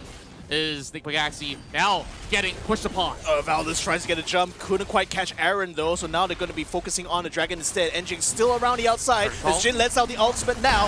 The rest of NGX, are they going to be jumping in? It looks like Draw is going to try to get on the supporter. Valdez a little bit low, forced to get out of the pit, but then right now, surrounded the Dragon, who's going to be able to get it? Red team gets the Dragon there. NGX steals it away from Evos, and Evos now trying desperately to try to get some trades back. Only managed to get Chammy so far, but they lost G4. What? The rest of NGX still able to stay behind the pit with relative safety, but not really risking too much. So only a 1-for-1 here. Jushi might just get caught out as Tipper moves in for the flash, but doesn't quite have the lockdown required to lock Jushi down. So it looks like still pretty much as a stalemate, but at the very least, NGX gets the Dragon for themselves and denies Valdez any of those Dragons. And this is just a running trend. Enigma Galaxy just knows the perfect time to strike, and it's all due to the fact that the rest of Enigma Galaxy had one target in mind, and that was Valdez has this being man-marked all the way that he had to flash out a little too early, and they know there's no other way that Shyvana is going to get his way back in, because we saw he's already utilized his ultimate to get out of that situation, or should I say, enter that fight. So I guess it's a little bit of miscalculation from Evo's Esports side, but it's still a decent fight overall. We saw an interesting approach where even with that being concluded, Evo's, the way that they hindered the rest of the Galaxy from getting a lot more is to still stay behind that pit. Ensure that whoever's still in there, and the last I checked, supporter, as a Nasus, is like, somebody help me. No help for you, my man. Oh my goodness, barrier still keeps him alive even though his armor is broken. So that's a bit of a lucky break there for supporter, but nevertheless, he will have to back out of that. The rest of NGX now gathered up in the mid. They do see G4, they do see VVV, but they're going to be dodging away from him, moving up to the top line here, behind the bush. Are they setting up for a possible ambush? Not quite. Chammy's joining them in the fray right now, so it's going to take a while for them before to be able to meet up this confrontation, but at the very least, want to ensure that this tier 1 turret continues to receive that pressure. Now, supporter is back up into the jungle. He's going to meet up with Akali up in the top lane, while the rest of Evos will be joining him in the jungle. But it's mostly just to try to set up some defensive positions around their turrets. They want to keep these turrets as alive as long as they can, and try to maybe draw out NGX into the open. But NGX so far just been keeping themselves very close to each other, making sure that it's not much. There's no point to actually force anything though. Like for now, no objectives involved except for the fact that there's still Baron at hand. Yeah. So nobody will really want to commit a crime of a mistake because one good pickoff easily. Either Nigma could actually get in the back, especially now with that sort of a heavy party on their favor with that 1-1-3 split. Most often than not, Evo still has a chance to definitely turn this one around. As we hit into its 15 minutes of play, Evo's just needing to have that perfect death ball running for them, where I guess in that previous team fight, they were in a position where they can't really contest in such a way that, okay, you want to single out fight? Okay, this is what I was talking about. There's just a lot of mobility, and the moment that you draw any sort of ultimate and you burn it off, Nigma Galaxy will always respond. Likewise, Evos definitely will just need to take that battle right here. So it's all about the pickoffs. Oh, Cammy jumps in, gets a kill to Ari now. They're going to try to focus in. Draw is going to be picked off to the side there. Shyvana's getting the kill done under that. Valdez now continues to try to chase on. But looks like Chammy and Jushi are able to just try to keep them held up on the front line while Demon Kite tries to blast them from the back.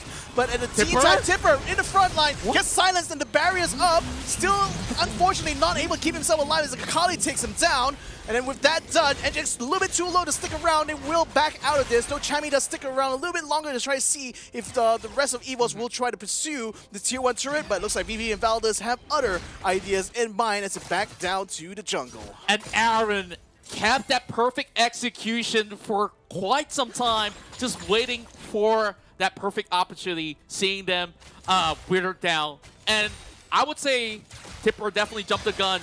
He tried to get that dive on, extended all the way to the turret range overall, and that kind of resulted in an undesirable trade for Evo's Esports. And I gotta say that Nigma Galaxy, at least they've been able to basically pull back for a little bit more and still managing to come up with long-range pokes. That's the advantage of having a Jace as well as a Jin with you. So this is going to be a little bit more riskier for either side, though. Now, Infro Drake left on the table. We'll expect Chammy to be joining into the fray as well.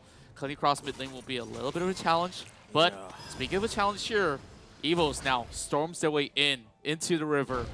Now, trying to set up a little bit more vision.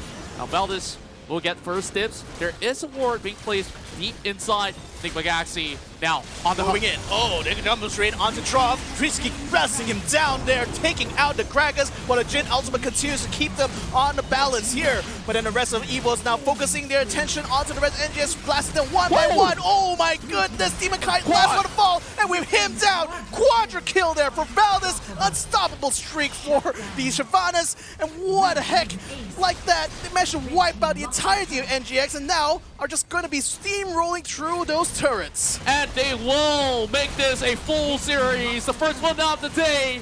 That one fight is all it takes for Evo's Esports to get themselves the win, to tie it up against Nigma Galaxy. And here we go, pushing it to game 3. The Tigers are still here to play. You know, it just makes me think, like, you know, if Evos had gotten dragons in that first game, perhaps they could have won it. But it just didn't happen. And then look at that. Just one dragon. Just one dragon. Just one dragon. That's all it took for them to just wipe out the entirety of NGX there. Power spikes, man. I tell you this. I mean, other than the dragon design, like, I felt like Nigma Galaxy were forced to pull the trigger. Like, they felt like, okay, this is a golden opportunity to strike, but once again, need to consider their positioning.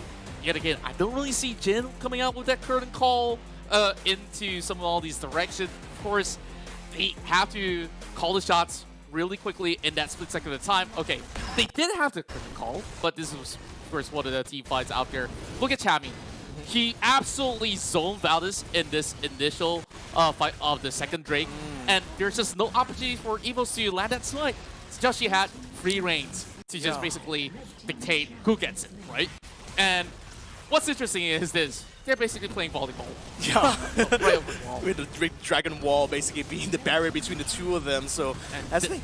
this fight though, like, it looked to be pretty close for EVOS, where they have members to basically break wall as Nick Galaxy managing to go in for a trade, but it was due to this flash coming in from Tipper that's once again tipped the balance off of their favor for a little bit. And then Let's here, check this out. Yeah, this is the Inferno Drake fight. So let's see. Turner call comes out. Valdez immediately jumps onto. He actually gets double roots on there on the Chami. So Chami They does bring blew out up a the back barrier, but then Valdez the whole time was just, he was barriered up, so he didn't really take too much damage. And obviously with the Inferno Drake buff, he was just unstoppable amount of damage coming out from that Shyvana's. Look at this. And also, on top of this, like, Valdez, of course, ramps up with those initial picks that he had. This time, he emerged as the MVP, salvaging the loss that they had with 8 kills in total. Of course, that's probably like, what, if you want to count its percentage, 70, 60? I don't even want to start counting, honestly, but the few opening fights definitely have rewarded him with those 2 kills that have ramped things up to speed. And the problem for Naval Galaxy is that they don't necessarily have the strongest designated tank. We see Draw, sure, he builds a little bit more of a supportive tank sort of role, but I still see that Meteor Enchantment, maybe he could ditch that for a beefier item. So, heading into this, like, we still see Enigma Galaxy at a certain point in time hold that lead until that team fight happened. And, of course, it's just a one-way street down the mid lane for EVO's Esports, but it was great call and great positioning overall, where I felt like when it comes down to that sort of area of play, they should either maybe just send 1 or 2 members to commit, and if they don't get it, it's fine. Fight for another one. But everybody just say, let's put all the chips on the table, and if they take it, so be it, right? But we get ourselves a game 3, so I'm happy. Yeah, and you know who you're going to thank for that? You're going to thank Snapdragon Elite Gaming, because they are the ones who bring it to you when winning matters the most here. And of course, alongside with the other sponsor, their partner as well, Monster Energy, they will be unleashing the beast, hopefully, when it comes to game number 3. So go ahead and check out Monster Energy at monsterenergy.com/gaming, by the way, guys. And of course, join us in the conversation on our Discord server. Discord.gg/Snapdragon Pro Series is where you want to be at in order to discuss all the ongoings here at the Snapdragon Pro Series. So now that Game 3 is on the cards, it's going to be coming up soon after we take a short break here. My name is Victor Cax, joining me is Contra. We'll be right back, ladies and gentlemen. The Snapdragon Pro Series is brought to you by Snapdragon Elite Gaming and Monster Energy.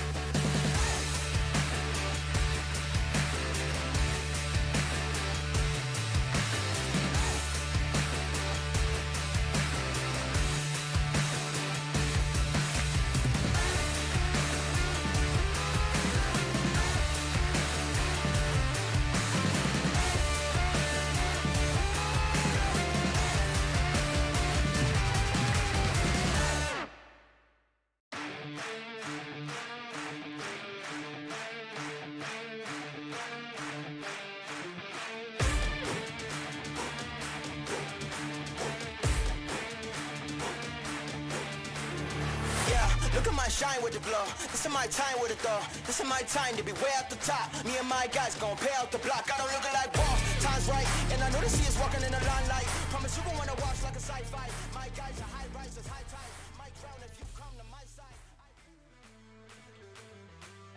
And we're rolling into Game 3 of the Snapdragon Pro Series. Of course, brought to you by ESL. It's Contra here alongside with Victor Cax as we have Evos tying the scores with Nigma Galaxy. And man, we still can't decide who's the clear winner between these two. Where both of these matches were just neck and neck, and they are basically just equally matched. It was just high quality matches throughout both ends of the spectrum. And this time around, Valdez have got his glorious moments throughout the course of the battle. Yeah, I wouldn't be surprised at all if Evos decides to ban out the Shyvanas in this next round here, because he was absolutely killing it in that Dragon Lady. 11 KDA, 91.67 kill participation percentage, 968.1 gold per minute, 1,178.8 DPM, and 738.1 damage taken here. Valdez absolutely being the master of this second game here has certainly gotten quite a few moments there that certainly clinched the victory here for Evos. Yeah, it's the way that he's been approaching it a little bit more differently. Sure, he may have lost a couple of these dragons. We forgive him for that, but he's been able to basically outnumber the rest of Nigma Galaxy in the form of damage that he could basically churn out in those split second of those moments out there. And of course, now down to this final hour for both of these teams here to settle the scores. So I just need you to basically lay a finger on who's gonna win. Just simply throw it out. I'm throwing you under the bus. So what? Throwing me under the bus? Okay, Seriously? I don't think I have the strength to do that, honestly. But okay, just take a pick. Like, oh man, when it comes down to both styles of play, which do you think that actually is your favorite? Because we see like this is like a sword and spear sort of situation, or I don't know what this is, honestly. Yeah, I mean it's so tough. It's honestly so tough between the two of them. I think for the most part, maybe like if Evos is able to get Shyvanas again in this third game, then maybe I'll hand it to them.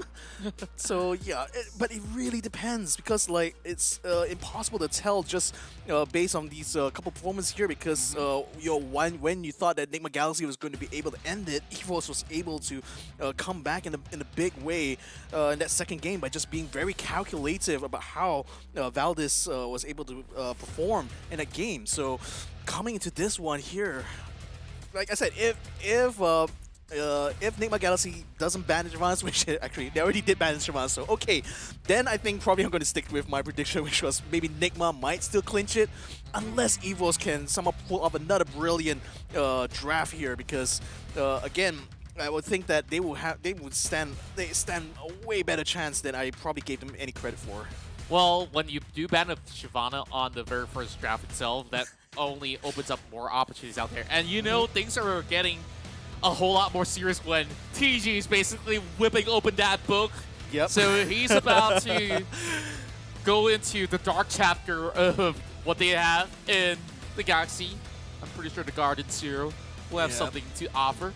So with these 3 bans coming from Nigma, there's still a few options left on the table. Evos have to choose. Is it going to be a Yuumi, or could it be a Lucian? They do axe out the Lucian instead. So Nigma Galaxy immediately hover upon the Yuumi, as this will be an interesting start. Wait, whoa, am I seeing this right? No, I think it's there's also again. the setup. Okay, this can pair with anything at all, or I mean, Anastasis is a given if they really want to force Evos to try to pull some strings. And things have definitely worked out for Evos Esports on the past game itself, where they basically took the Seven Masters combo. But Evos, they stole away the Morgana.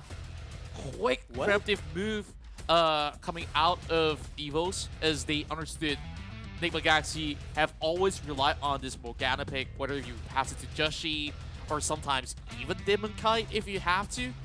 And this is something that Triple V has been able to play countless of time, very safely. If you pair it with the Gragas, it's going to be a very safe lane with heavy crowd control. But I'm not too sure if Valdez wants to give it a try in the jungle. We've seen him being a lot more efficient as a Shyvana, so my assumption is that this is still going to be a support role Gragas overall. Yeah, most likely. I mean, we already see what Supporter was capable of doing on that Gragas, so I will not be surprised if he's going to be playing that Gragas again in that support role. Meanwhile, NGX picks up Kha'Zix to pair up alongside the Senna. Now that will be responded with a Nautilus pick on Evo's side. Wow. Okay, so maybe it might not be a Gragas support then. This is very, very intriguing for me because, sure, it gives you ample lockdown onto units of Enigma Galaxy, but I still think that it's a really risky play because Nautilus does one thing and one thing only. Go into the fight or lock somebody down, that's it. I think Nautilus might have been a glitch actually in the draft because it's actually been swapped now with the Renekton, so that looks like a lot much better. Yeah, a lot more logical, I think. Yep, and overall, it's just like a little bit of a switch up coming in. Like you just basically swapped the logos aside. They could have looked almost the same, except for the fact that this time around, Enigma Galaxy is relying on Jushi's ability to carry the game on his Kha'Zix. But with so many of all these frontline tanks as well as bruisers for them to seek their way out, EVOS is going to make things a lot more difficult for them to deal with. So, good first half of the draft, I would say, for both ends. Olaf admittedly being banned out. But that's kind of interesting, especially when you have so many heavy CC on the group side. I thought that Enigma Galaxy wanted the Olaf for themselves. Instead, EVOS Esports want to take out whatever juggernauts that's still left on the table. So no Garrett as well as Jax, which we see Chami play a whole lot of, especially on that Jax. Now, I'm wondering what's really a good pick for Enigma Galaxy heading into the second draft itself. EVOS Esports now starts off with this pick on the 4th. Probably going to be looking at a mid lane or Baron lane matchup. Or you can still have this driven to hit directly into the jungle. Maybe. And still have it being very much reliable where they could just flex it and not really give too much of a intel to Enigma Galaxy of what the final pick could be. Yeah, solid pick on that Riven there. Now, NGX will have the next pick. Hovering over at Corki. Will they commit to that though? Because Corki will bring damage. Still a very decent option at the very least because Fair enough, yeah. he can have enough of a mix magic and the armor penetration at the same time to at least wither down the form of sustainability that EVOS Esports has. But look at this secret weapon that Enigma Galaxy has brought to the table. It's a Shen. Now this is definitely going to bring a good mix to the table if they were to put it over on the top side. Then Riven will have a really tough time, but if it's facing against Tipper's Renekton, maybe it's a different story. But who's over mid lane? It has to be the RE. Has worked well for G4, coming out with some really huge calls, but instead is considering whether or not to go on that Akali. Still having 50-50 thoughts on this. Down to the final second to decide what they need. And this will be Akali. My goodness me. I've never really seen G4 on the Akali as of recent, but back in the days when he was playing in C-Champ, this is one of those picks that definitely got him to win other than the Galio. So we expect to see heavy committal when it comes down to dives. Look at those high mobility that EVOS Esports can have. Everybody comes with dash except for Morgana. And meanwhile, on the Galaxy, they will have two global ultimates. You consider Senna with her Dawning Shadow to provide a little bit more shields as well as AoE damage. And even more shields coming from Chami with the Stand United available, just keeping across map to make plays happen. So they can still focus on split pushes if they want to. The scaling is going to look pretty good. But really, it's going down to Joshi as well as Aaron. How well they hold their own in this match for Enigma Galaxy and EVOS Esports. I believe that this is going to be a fair, balanced comp that they've been known for back in their very own region. Yeah, I mean, sorry. This is going to be an this is going to be quite interesting. Like, again, I also have not really seen many Shen games, and I'm also going to be curious to see what G4 will be pulling on the Akali. So, yeah, I mean, again, like, it's still a very tough one to call for me, to be honest, but I still think... No, actually, I don't want to think at all. I want to see how this is going. Yeah, just don't think. Just let it run its course, and then let's see how it ends up in the end here. Because trying to predict at this point, I think is kind of fruitless. Because honestly, these two teams have been so neck to neck that I could feel that it could go either way, really. Yeah, just fascinates me to see on both ends of the gaming houses. Like, there's one thing I want to highlight though. Those flip flops. Hey, like, it's shoes indoors. I'm judging him, man. It's gamer gear. It's perfect gamer gear. Yeah. Okay. Most comfy kind of gamer gear you could wear. If only there's a walkout stage for him and he comes in with a flip flop. Yeah, I'll bow. I'll just take a bow. Like, this guy deserves all the respect. Of course, they already have my respect. Anyways, down to this final game. This best of 3. Enigma Galaxy on blue. Humorous Esports red side. And this is where we'll see them settling the scores to get themselves up ahead in the standings. So far, Valdez actually has a 100% win rate on that Riven, so this could be a bit exciting for their end. So, nevertheless, though, he was the key player for the last game there that secured Evo's that victory, so definitely all eyes will be on him to see whether or not he'll be able to play that role this time around. But I think it's going to be more incumbent upon GeForce Akali to really bring a lot more of that excitement, I think, on the EVO's lineup. But I digress, though. Still in the early phases here, ladies and gentlemen. Valdez just about clearing out some camps here, now taking the red buff. Meanwhile, Jushi already picked up the buff of his red buff of his own. Now getting himself up to speed. Now this Kha'Zix here also can be a very major threat here on the NGX side. So definitely they will be wanting to keep a close eye on this cockroach for sure. Now the safe lane right now is currently, of course, the Senanasis versus the Morgana and Gragas. Well, the mid lane, G4 staying quite a bit of damage. I want to highlight something though. Look at that. He's spotted out by a ward, so they have perfect idea of the whereabouts of Valdez, so they can basically plot an attack on this move up if they really want to. They do have Vision Ward being set out into that brush at the very least. I mean, so at least Evil's Esports, they will be able to at least take their pick. They will each finally get their own skull crab of their own, then to have both joined by the guys. Yeah, and with the recall coming through from the Shen, must have seen the Riven has already moved up the river, so decided that the recall would be the best course of action. But in the meantime, bit of an invasion going on here as NGS tries to steal the buff, and Supporter now is going to be coming in here to try to bring some revenge onto them. Demon Kite's going to be one tanking most of the damage here as G4 jumps straight onto him, and the Senna is going to be the first one to fall, conceding that first blood to the Akali. And that was a perfect shuriken flip connected by G4. I believe that was maximum range, where he just basically sent it, full send it, I would say. Coming in, or even without an ignite, I'm absolutely impressed. Not needing to burn too many summoner spells, or did commit the flash to it. And that invade was too much of a risk of attempt. Enigma Galaxy had it all thought out, but EVOS was just one step ahead.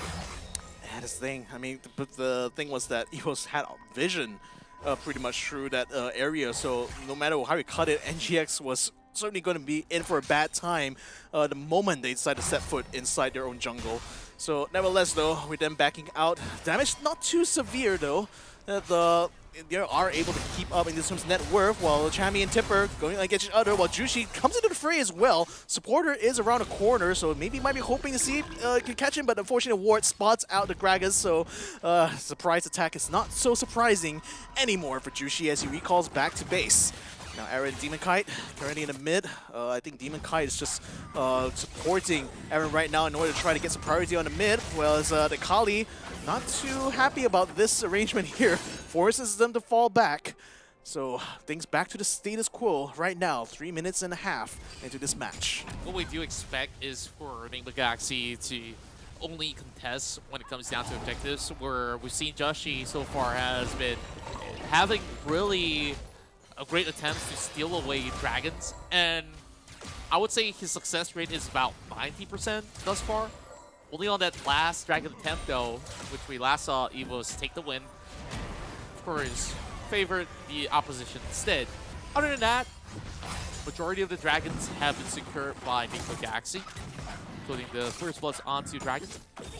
While we're going to be looking into how the rest of EVOS basically use this upper hand where G4 have secured the first blood. We've seen a lot of interesting builds that comes out from Akali players. I wonder if G4 is also opting to utilize the new itemization of including the Rift Maker that could basically give a little bit more of the good damage throughout to stay longer into the battle.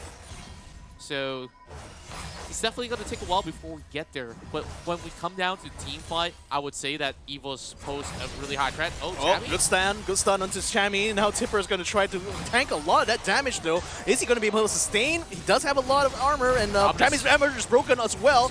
Ultimate's coming in that side. The barrier does keep Chammy alive a little bit, but then, draw came in.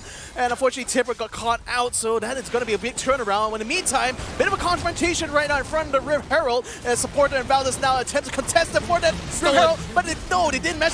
Actually they did. The Riven steals the Herald away, but then now they're trying to pull back. Unfortunately, they lost the Gragas in the process and might lose BBB as well. Yep, the Corki is down. Did you get the good trade in front of Joshi? G4 trying his best here to fight against Chammy as well. Demon Kai does get can he take out Demon Kai as well? Tipper comes in. They are going to try to chase down this man who's very, very low. He does have a bit of mana though, so he is going to be able to bring up the shield. So it looks like the Senna should be able to slip away, but Tipper still continues to give chase though, but only just so that he can bring some vision into the jungle. Sorry, I just blurted out Penta, but it wasn't the case, right? Like, nope. I was supposed to say 8. So that was crazy. Like EVOS, that looked like a losing battle to them, but G4, he basically read it out like a book that he's written by himself, right? Like, he can see the future. He basically had everything laid out. Of course, the front line of defense have already utilized the bomb slabs and everything else. Now, another contest happens over on the Drake. And Carry's position for draw. He's going to be caught out in this pincer position, so support is going to try to come in to help him out, as well as Jushi. Chammy now trying to force them into a bit of confrontation, but Tipper goes for the attention there. Onto Aaron, takes him out. Now he's going to be taking the brunt of the damage. He's going to get traded out as well. But 3 people has already been taken down on the Evo side. They've already carrying a rampage here onto G4 as he takes down Demon Kite. And with that said and done, even the dragon is not quite taken out here. It's still up for grabs. My oh my, this is a different phase that we're seeing here coming in from the Tigers, where you at least expected G4 to be so aggressive. We haven't seen this side of him for so long. Usually when you see him going on the mid lane, it's usually utility mages or just control mages overall. So G4 now just unleash the monster that was hiding inside of him all along. And I love the face of it, right? Yeah. Like, how aggressive he plays this Akali. Sure, he can be either the cleanup crew or the guy that starts off the fight. I think we actually goes for take 2. Yeah, take 2 here on the Dragon. Who's going to be able to take it? It's going to be NGS. It takes him out the Dragon. Now Evos still sticking around for the fight. They managed to pick up Aaron and Demon Kite as well. Valdez now coming in to try to clean up house. But the problem is his friends got taunted. His friends are getting taken down. G4 is out for the count. But then now Chammy and Jushi attempting to try to peel out. They do see support being a bit low, and Chammy goes in for the hit. That's forcing VV and Valdez try to respond to that. Draw comes in a little bit too late there to actually avoid anything, but Jushi jumps on the supporter, almost gets getting taken out. Valdez now going to be taken down solo. Jushi jumps in, gets the kill done. My goodness, finally he finds the mark. And look at that. Now both sides secure 9 kills apiece, and if and only if supporter land that explosive cast perfectly onto the wall, suppressing them, then maybe they could cheer out with another kill. But it's still back to square one. Just like the other games that we've seen. Sure, it was G4 with a lot of pop-off moments, but they finally landed shutdown. And the goal did went over draw, if I recall correctly. So far, at least falling back a little bit more resources back into the favor of Enigma Galaxy, and they did walk away with that Drake. This is going to be crucial for them, especially when you have a little bit more resistance against EVOS as they skill into its later stages of the game. So EVOS Esports, they do have a little bit of timer on them yet again. Because when it comes down to the power spikes, sure, G4 can do a lot of burst damage, right? But so long as members of Enigma Galaxy gets tagged here, I'm talking about Chammy as well as Draw right here, which is going to be a little bit of a nuisance for G4 to seek out the backline eventually. And Aaron's not going to be having an easy time for G4 to just easily hop upon. So, Aaron, first, we'll have to make a little bit of difference here. EVOS eyeing on the Herald. Yeah, just dancing around. They are bringing that Rev Herald down, and they do take out the Rev Herald though, and so Reds NGX are going to be collapsing onto them, but unfortunately not really doing that much damage. They do get a double root. They are going to be trying to focus on the G4, take down the Akali. Now they're going to be able to take down another one in the form of the Gragas. They're continuing to try to roll around, not able to jump over the pit though. It looks like they will be backing out, but 2 kills already. Whoa. Those are very valuable trades there coming from the side of NGX. And that was a perfect call coming in from Aaron. He laid down that perfect package of the Valkyrie into the middle of the fight, splitting them apart, and the Hellfire just burned them to bits. Where you saw G4, he wanted to commit. He was the only one across, and immediately faces against 4 players out there. Not much he could do, especially when he hasn't bought himself that stasis enchantment, right? So, as it stands, at the very least, they got themselves that Herald, so good takeaway from G4 nonetheless.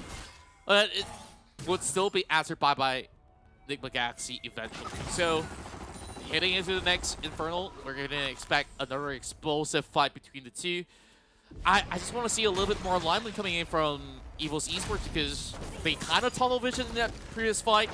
Didn't yield all too much of a great result. NGX just knew what that perfect time to strike yet again. So just looking at how things have turned out in favor of Enigma Galaxy in that previous battle, now they pull themselves ahead yet again, and they've already built quite a lot of items here to try to counter some of these initiatives that they have coming in from EVOS Esports. So first, early execution of calling there. Cuts a little bit of healing being done by players like Tipper, G4, as well as Supporter.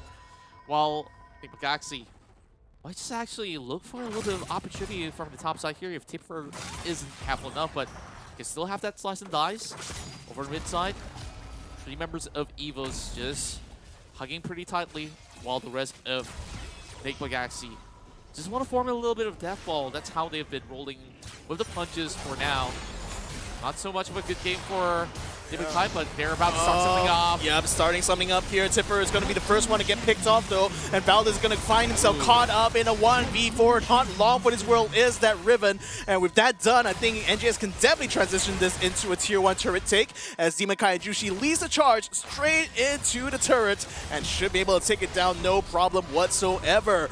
But in the meantime, looks like NGX is already focused on their next objective, which is going to be that next Drake. It's going to be an Infernal one, so definitely a very, very important one here for NGX. That's right. And that was really a tough luck for EVOS, where it could have actually been a lot costlier. But of course, the timing does favor them a little bit. Galaxy now. Yep, G4. March right in, but they still have to fight this one off. Yeah, Dragon's already halfway. Stasis on the G4, forces him to flash away. NGS picks up the Dragon anyway, so now they're going to have to bump the damage to be able to overwhelm the entirety of EVOS here. As Tipper attempts to try to hold his own, does get a root onto one member there, Demon Kite. And look at that, EVOS, even though NGS picks up the buff, EVOS was the one cleaning house, taking out 4 members of them, leaving only Jushi, the sole survivor. You can have all the dragons you want. You know what time it is, Victor? Hey? It's Baron time. Oh, so, yeah. There we go. 4 members working their way out, and EVOS, sure, they do have maybe a little bit of an opportunity to shove some of these waves. Meanwhile, Jushi knows okay, it's too much of a risk. If I'm going to move right in, I might just be caught out. So, took the safer route, secures themselves a turret just to even out some of all this gold that gets funneled in towards Evo's side eventually. With this Baron power play that only lasts about 2 minutes, supporter already giving a helping hand to these two cannon minions. So, expect them to have a little bit of slow burner. Enigma Galaxy should be able to hold out for a little bit more. I guess the biggest takeaway that Evos can come out with here is to at least force a couple of tier 2s. But look at the commitment coming in from Enigma Galaxy, though. Creative members already got themselves settled in. But of course, there's more forces coming out of the rest of Evos, while Tipper comes in with a push of his own over the top side. Still a long stretch, because he's already secured the tier 2 much early on. We have to quickly let go. Enigma Galaxy just have to wait for another alternative to strike Joshi. Hiding from the back, now getting spotted out by the ward being set by Evos. This is gonna look pretty rough. 1 more minute, but looks like there's gonna be another opportunity for that for a takedown. Ooh, Rude had a blast straight onto draw. But then look at EVS just continually hounding down that tier 2 turret.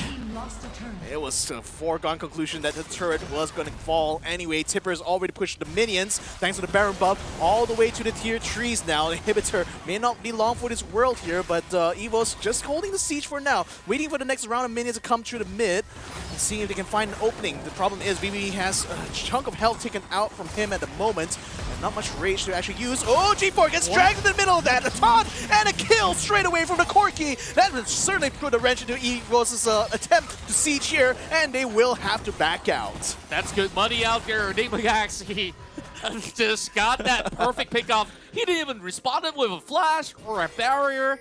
Not even designers. Like, I think it was too fast for him to even react. How did that happen? Wish we got a little bit of replay. Probably a good taunt coming on from Chami. That would be the best bet. But nevertheless, just focus fire away. Enigma Galaxy, if they can rinse and repeat, they will. But G4 now definitely going to be on his toes. Okay, technically still on his seat, though. We saw him last leaning back on that sofa. Looks absolutely comfy. He did have that stern look on his face, and just having great scoreline. Like, the moment you anger this guy, you just get crazy scorelines, like 75 on this Akali so far. Sure, that earlier pickoff wasn't called for, but we forgive him for that. So far, 15-14, even score right here, right now at 16 minutes and a half. I mean, it's so close between both these teams here. I mean, no joke. I mean, it's not for it's not because they're not really trying. They do try very, very hard doing these team fights. It's just that the brilliance of their positioning, as well as their fighting skills, just makes it so it's such an even fight, you know, between them a lot of times. And a lot of them also don't overextend, which is another factor here that ensures that, you know, the scales of balance never tip too heavily to one end. Now Baron is coming out. We already see Evos in position to try to hold off NGX should they try to make a move for it right now. They gotta think twice, because Aaron. Yeah, oh, managed to get a taunt onto Tipper and a root as well. Chami going out on the front line, but then unfortunately not able to finish him off there. It's only going to be enough to kind of like force out a few skills. They force out a flash as well from Tipper. And look at that, Jushi just going straight for the kill onto the Renekton. He's not really letting go. Chami continues to get himself a little bit into the inside. Space is going to be coming in here. And then right now, NJ is going to have to fall back here at Air Blast, forcing them out of the way. But at least they managed to take down only that one. But meantime, Aaron managed to push the minions all the way to the tier 3. So that's forcing them to kind of like respond to that with the recalls coming in. And that's opened up opportunity now for NJ to try to move in onto the Dragon. Now the thing is, the rest of Evos is moving in. They're already trying to counteract this, but they're not fast enough to contest this Dragon. The Drake has been taken before Evos was able to arrive on the scene. What a great macro play. Enigma Galaxy make one risky call with Aaron not being in that river to participate in that skirmish, but basically he just relayed, guys, buy time and I will make wonders, and they managed to at least bring one tier 2 back. Yeah. It's still something. and that has put them up ahead in goal. At this point in time, does goal matter? Yes, it still does. They haven't finished their final items overall.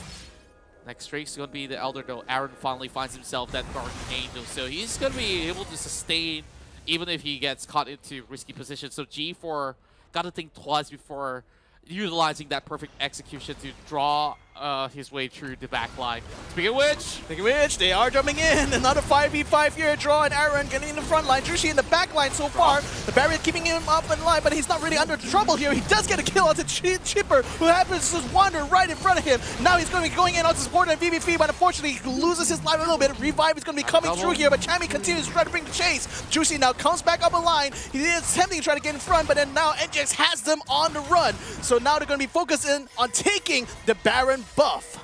And they've already been able to knock Tipper as well as G4 out, so there's just very little threat. So Nigma Galaxy fancying their chances here. Even tight spot one out, finds another over top side. Keep them zoned out. Chami now jumps into the fray, gets a kill, a rampage onto that Gragas. And then now they're going to be continuing on to this Baron while they keep Valdez at bay here, keeping him zoned out. He's a little bit low. VV now comes back into the fray. Is he going to be good? Is he going to be able to steal the buff? Not quite. The Baron's still up and alive. Blue team takes the buff, so NGX secures it for themselves, and he even secured a kill onto Valdez as well as Morgana. Oh my goodness, an ace on the Jushi here.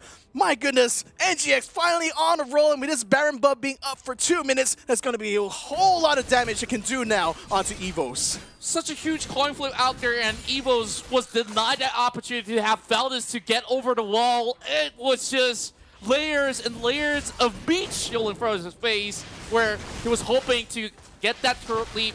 Now, with Valdez gone, this Elder Drake absolutely reachable for Nigma Galaxy to secure, and they won't even have time to even get anywhere close. He got to fall back. Got to let go of this. Tipper on the crosshair. Jushi jumps in, and then that's forcing supported Tipper to back out. G4, oh, saved by the air blast, but Chami comes in, gets a taunt anyway. Oh no, 52 seconds out of the rift right now for G4. He's not going to be able to defend, or rather join his friends for the defense here, as NGX is now knocking straight onto the tier 3 inhibitor.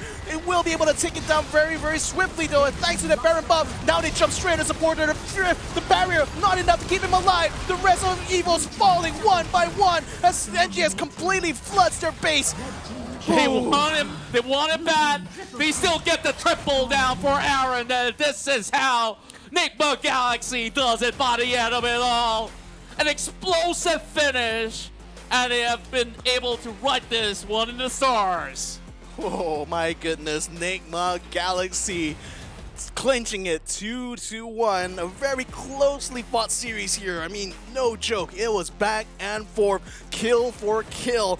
But when it comes down to it, NGX, they played the cards right. They played the positions right. And having secured all the dragons and the Baron buff, they had all the objectives in hand required for them to win out this last game.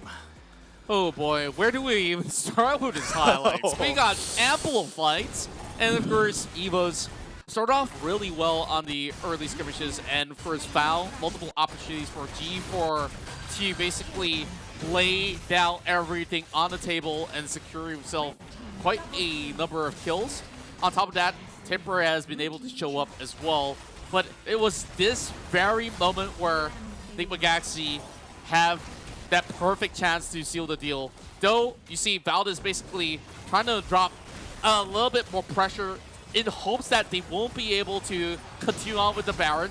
Triple V flashes over the wall, but was met with so many of all these oppressive members. 4 of them immediately focused firing onto him, so there was just no way that Evos could basically snatch it away. Once they secured that Elder Drake, it was the pure wrap-up.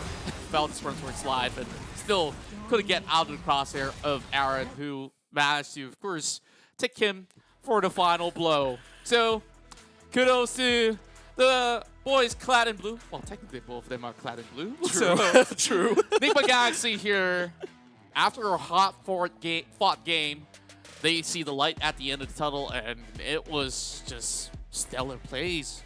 Like, Dude, there's just too much going on this match. It's crazy even looking at the KDAs for everyone at NGX's side. 21, 13, 12, 21, 19. The amount of assists, I mean, the thing is that they were sticking together like a squad, practically deathballing their way through, especially the final stage there. But all of them really had to play their role here in order to pull things off. And I think it was just that the coordination as well as like the shot calling, I think. Because, you know, especially that moment, I think, where Aaron managed to do the split push while the rest of NGX and EVOS were caught up in the fight somewhere around the Dragon Pit, I believe. That actually kind of forced them to kind of bring on a recall, creating the space, and actually open up the opportunity for NGX to just straight up take away that dragon because it was not enough time for EVOS to recall and then get back to the Dragon Pit. So again, such brilliant sort of like minor things like these all piled up for NGX, and you can see very clearly for the majority of the game, it was back and forth. Like, even though NGX had like a slim lead in gold here, but it was going up and it goes down, it goes up again. I mean, EVOS really had kept the scales of balance so well in his early phases. It's really well done. It's just that those few objectives there, those few fights, especially towards the end, NGX nailed it perfectly. Completely shut down G4, completely nullified whatever advantages they had, and allowed themselves not only to secure all the dragon buffs, but also the Baron buff as well. And also, this is all thanks to the composition that they crafted to be able to lead well into the later phases of the game. Of course, you got the Nasa Senna that has infinite scaling, and then Corki, once you hit that 3-item power spike or hitting into full items itself, it just hits different. So Aaron is finding a lot of room to breathe, especially after buying that Guardian Angel, where G4 is not going to be giving him too much of a threat. He still has a lifeline in hand for himself. So I guess that's where it was troublesome for EVOS to eventually find a way out in all these sort of traits that they were taking. Sure, they were a little bit off when it comes down to a little bit more of that decision making across the Baron, across the final few drakes that they were attempting. But yet again, it was still a really interesting sort of maneuver that they've been able to pull off to try to get a rabbit out of the hat, right? Like, especially that final call on the Baron, they know that this is the lifeline. Like, if we drop this Baron, it's all over. So, yeah, unfortunately, we see, I believe it was Tipper that was getting chased initially, and then we had, of course, Valdez getting blown off, and they just don't have a chance after that. But that being said, of course, the focus are back onto Enigma Galaxy, and now we do have all the boys here joining us for the interview. Of course, this is Demon Kai as well as Aaron. That was a spectacular game that you guys just concluded, and tell me, how are you guys feeling right now? It's exhausting and tired. You're feeling great. Yeah. Yeah. My voice was lost in that match. Oh my god. I can imagine the amount of shot calling you guys had to do there, because a lot of those fights were like super hard and confusing. So like, I just wanted to know, like, what's the communication sort of like in your team? Do you guys like all on the same page during these fights, or is there usually someone, one or two IGLs on your side who really calls the shots and tell you guys where to target and where to focus?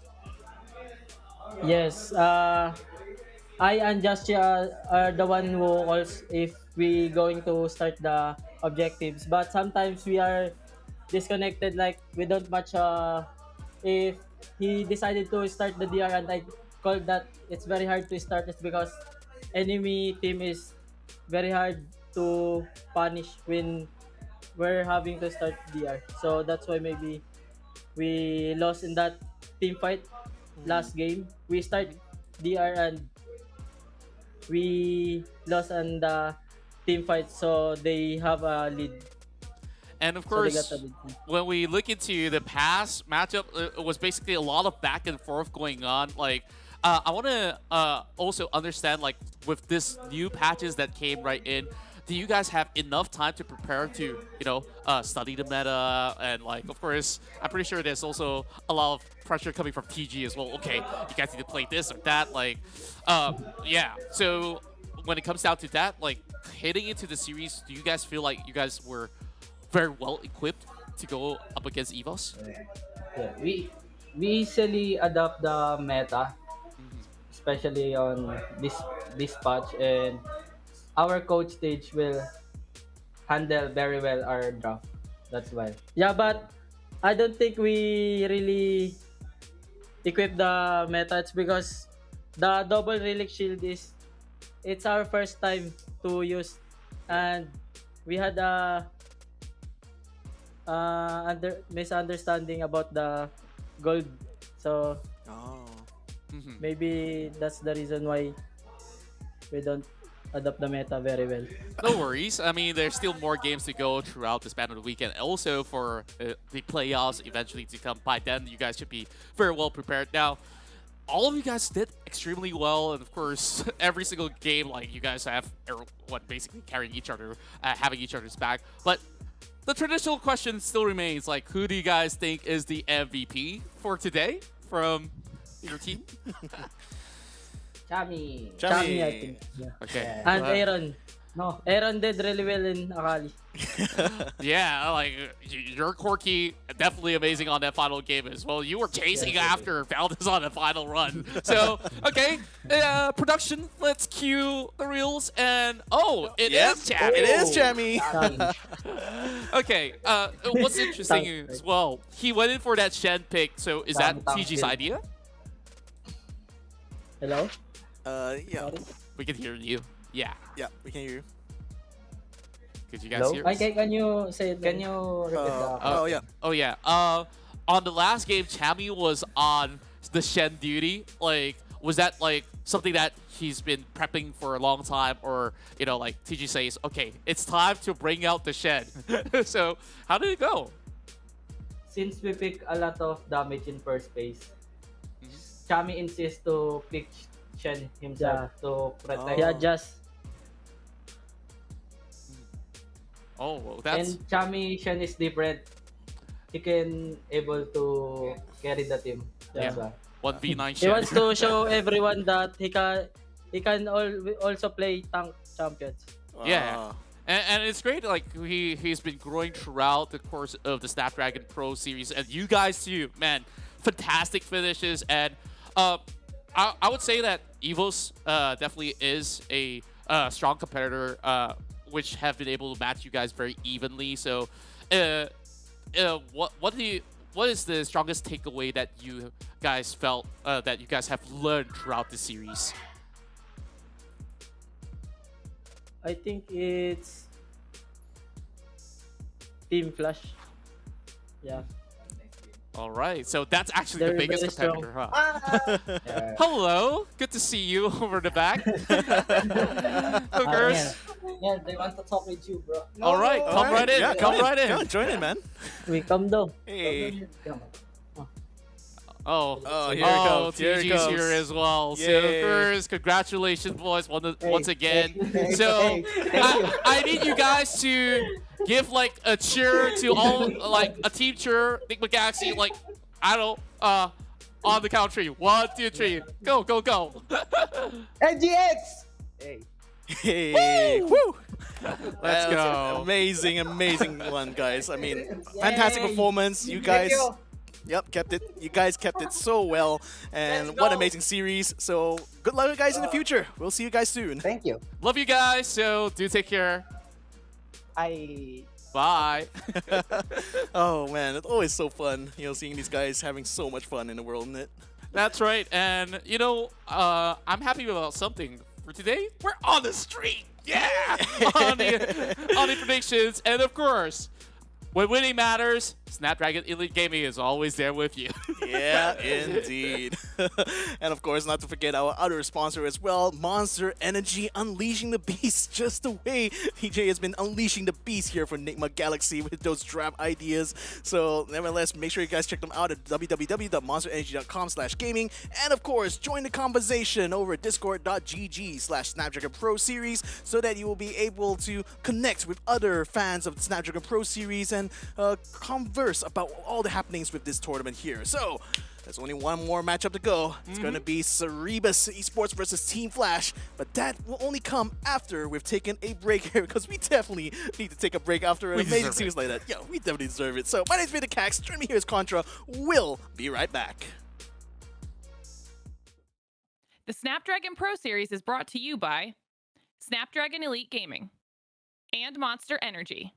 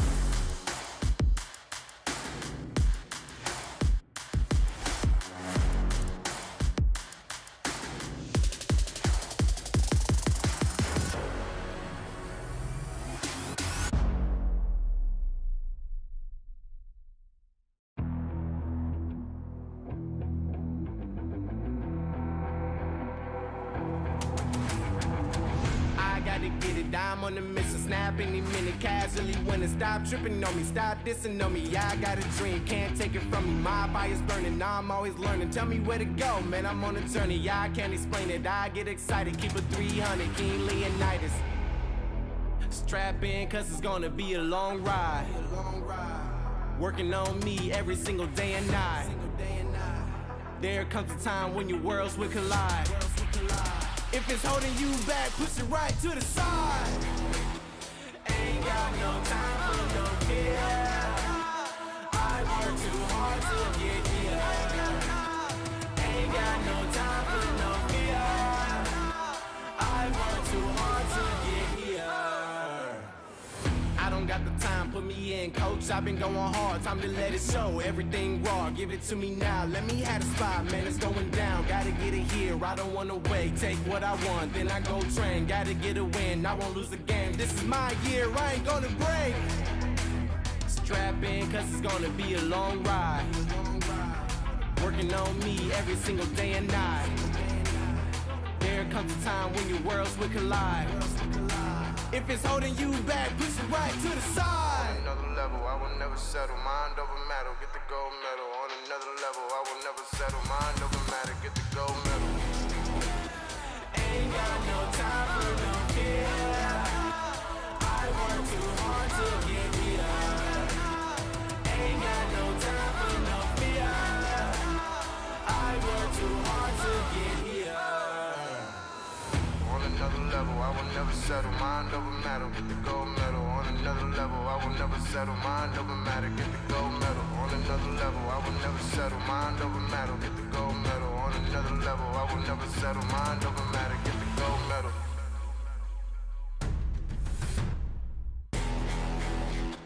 Ain't got no time for no fear. I work too hard to get here. Ain't got no time for no fear. I work too hard to get here. Ain't got no time for no fear. I work too hard to get here.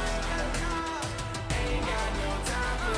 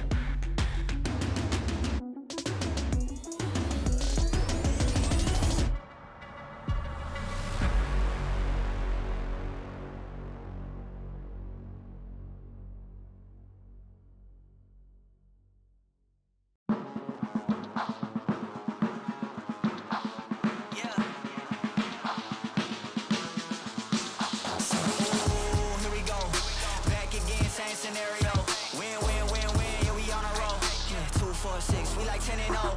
I should probably tell them something that they didn't know. Back then we was down with nowhere to go. Might have been down, but we didn't fall. Now we running it like some intervals. Ooh, what now? Tell me who you see when you look straight up. Like, wait, who? Us now. What you gon' do when we pull up on you? Like, ooh, touchdown. You already know what it is when I come through you. Ooh, shut down. Say, ooh, shut down. Say, ooh, what now? Tell me who you see when you look straight up. Like, wait, who? Us now. What you gon' do when we pull up on you? Like, ooh, touchdown. You already know what it is when we come through you. Ooh, shut down. Say, ooh, shut down. Say, ooh, give me that crown. I need that now, right now. Ooh, don't make a sound. It's my time. You hear the crowd. Hey, we need that rain. Me and my team. Deja vu. This here a dream. We done all seen 100 times over back when we was just teens. Now we going dumb. Told them we the one. They would count us out. Now we counting up the funds. Now without a doubt, they be throwing up the ones. Like they was always rapping. I believe them if you want. Now they show love. Came with a dub. It is what it is. It isn't what it was. They all love to hate when it don't work out. Tell you that they always been down when it does. Look. Say, ooh, what now? Tell me who you see when you look straight up. Like, wait, who? Us now. What you gon' do when we pull up on you? Like, ooh, touchdown. You already know what it is when we come through you. Ooh, shut down. Say, ooh, shut down. Say, ooh, what now? Tell me who you see when you look straight up. Like, wait, who? Us now. What you gon' do when we pull up on you? Like, ooh, touchdown. You already know what it is when we come through you. Ooh, shut down. Say, ooh, shut down. Say, ooh.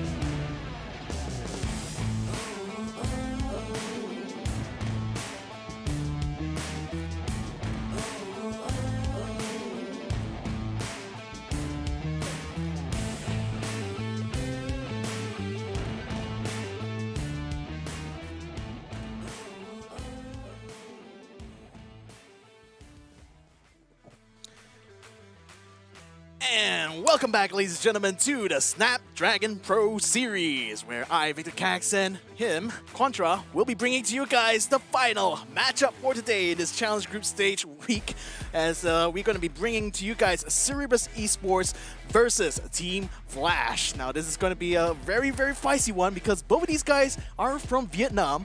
Both of these guys are currently tied in terms of their win-loss percentage, so which means whoever wins this one is going to be on top of the other. Yeah, and of course, we've already got RRQ who are currently sitting at the top, so there can only be one of the Vietnamese representatives that will be able to retain their spot. And whoever takes the L will be tied up with Nick McGaxey as well as Brum United Esports, who have been able to at least score some of their own for today. As for Evil's Esports, they have slid towards the 6th position, unfortunately, but I guess like at the very least, it won't be falling further from that.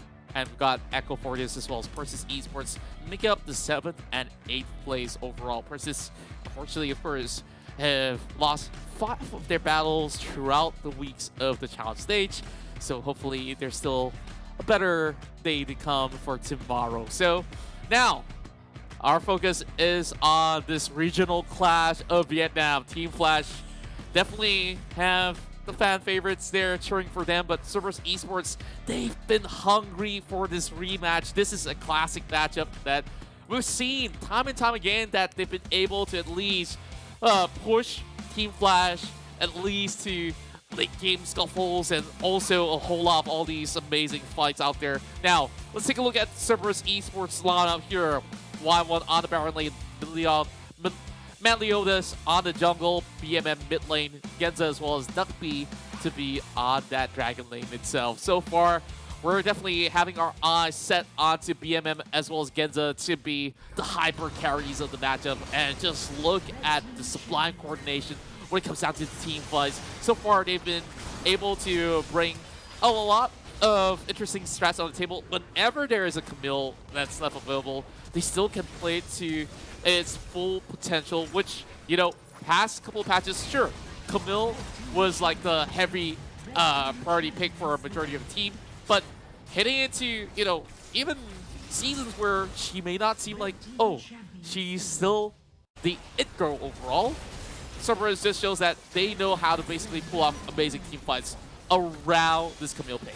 Yeah, and the thing is that, you know, Cerberus being from Vietnam, Vietnam is a very strong region when it comes to Wild Rift, you know, rivaled only by the Philippines. So knowing that, you know, CES has definitely shown some of that potential coming into this, but certainly they're going to have to bring all the stops here to beat their fellow regional rival here, Team Flash, comprised of Shy, Zaisu, Coyote, Taddy, and Empty. Taddy kind of filling in for today. Yeah, that's definitely interesting, as this is going to be an empty canvas. We want to see what sort of potential does he have to offer to the table.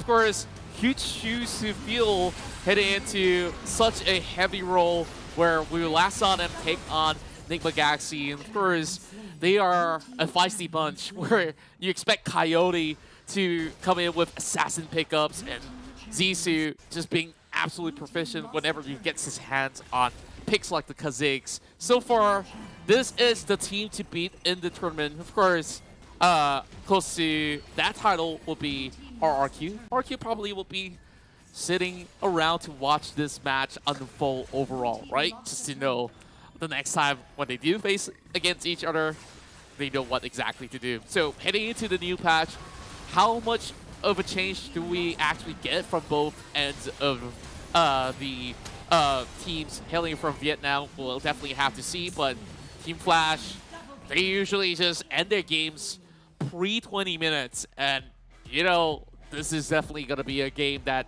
is going to be a lot of back and forth going on. Is the Vietnamese regions, they love their battles. Like, if they could choose, they could just basically make this like a 5v5 ARAM all the way.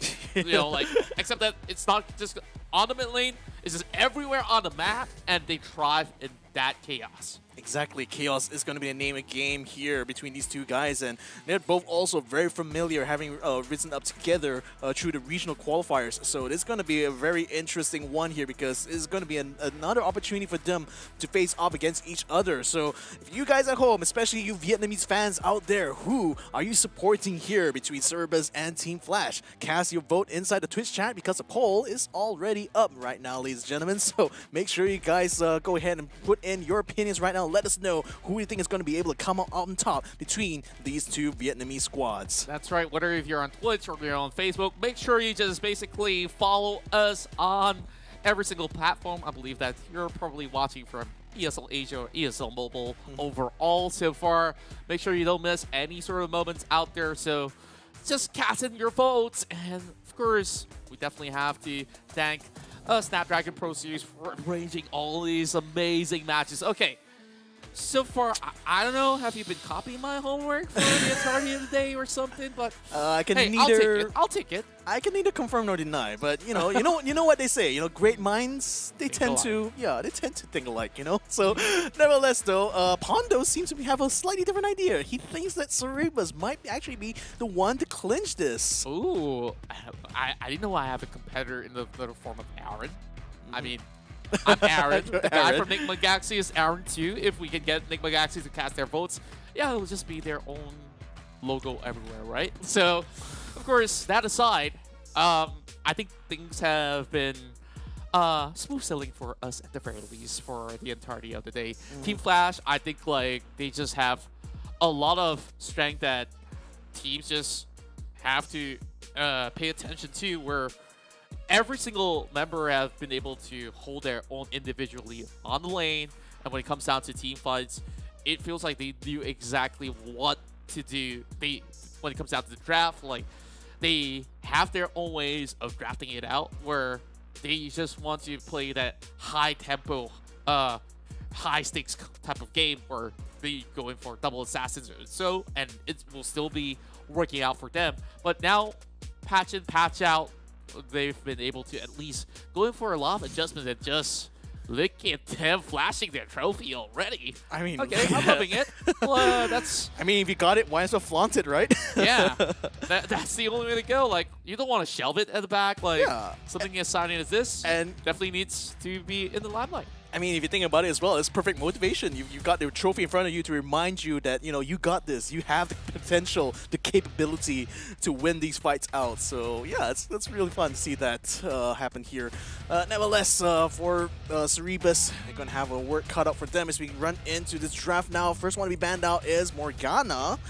Bit interesting, but then again, you know, both of these teams coming from the same region definitely will be very familiar with what they're able to do, and having fought each other as well would certainly be very familiar what type of hero pool each squad will possess on their own. So Morgana, Gragas will be banned out for by Cerberus, and TF so far has banned out the Karma. They have another ban to go, and it will be the Lucius.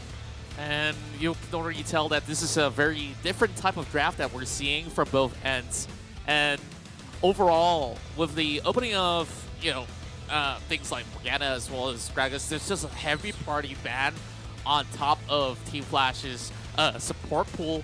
But keep in mind, MT is one of the best players of trash out there. So keep an eye out for that surprise pick if ever the case. So Y1 will start off with a draft. Another support to be taken out. Well, you can argue with me it's a marksman. Sure.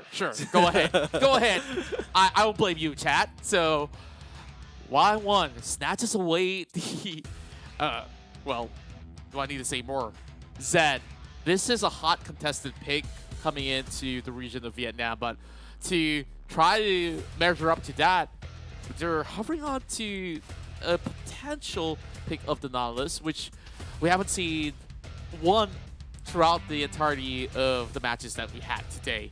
So far, what exactly to pair up with the Nautilus is going to be the question here. Here, it provides you with a whole lot of heavy lockdown onto specific targets overall, but there is also glaring weakness as to what Nautilus offers, because once he jumps into the team fight, to get out is going to be pretty hard, so you just really have a hard commit. But who to hard commit with?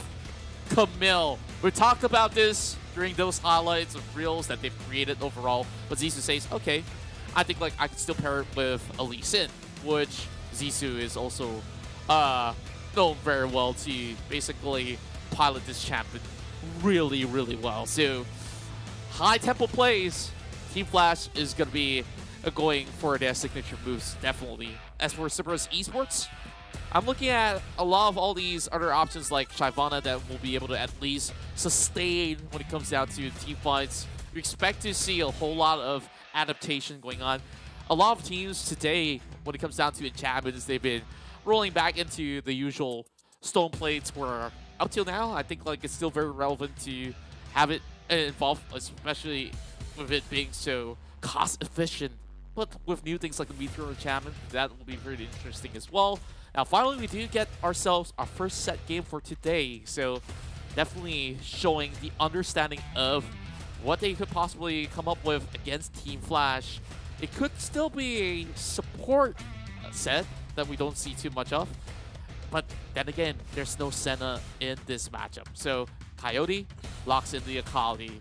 Now, signature moves, technically double assassination coming in from Team Flash. Very, very aggressive pickup there, that's for sure. So I think, knowing Team Flash's kind of like style as well, it tracks quite well that it will be going for the double assassin setup because they love to be that aggressive regardless. So Cerberus now banning out the Varus, while Team Flash bans out Fiora on their end. One more ban to go for either end before we're going to be going to our final pair of picks here. You know, the mid lane is definitely going to be pretty exciting to watch. It's a skill matchup. It's just who lands all the shots here between the Zed as well as Akali. Then, of course, more and more of all these picks up the back lane will be taken out. So Cerberus really have to think about it, whether if they still want to put this set up there onto the top side of the map. And with the final ban coming in, it's going to be locking onto the Shen, but they still leave this Jax up online. So this is going to be the late game insurance that Team Flash has. But then again, Lux, that has been banned throughout the course of today, especially against some of the other teams that play out. Persis, I think, specifically. Yeah, this is still going to be a really strong lane when you pair the set along with this Lux. So whenever you do get the phase breaker, chain it all together with the light binding. That could basically secure a kill if they do have the final spark online. And early on, Team Flash did hover Camille in match to end up over on the final course of the champion selection for Team Cerberus. They're going to be weighing the options. Riven seems to be a well-balanced pick overall. As you can see, there's a couple of things that can still deny the Hextech ultimate from blocking a single target. Because Lee Sin, so long as he does land that Dragon's Rage, it's done for. You don't even need to consider. But look at that. Orianna hover again? Or are they going to be committing to it? I don't know, man. They committed. They committed to the Orianna. Oh, okay. Question now is, it's it. Okay, I understand this composition already. Okay. So, Orianna, bottom lane. So far, all you have to do is just basically have the support to basically troll the line in the sync. Well, I don't even know what I was talking about. Okay, his ultimate! His ultimate to lock down anybody he wish. And then that's where that command shockwave drops in, suctioning anybody that's along the way as well. So that is definitely a clear way to go. And if they still survive, that's where Coyote pops right in, just to lay down the perfect execution.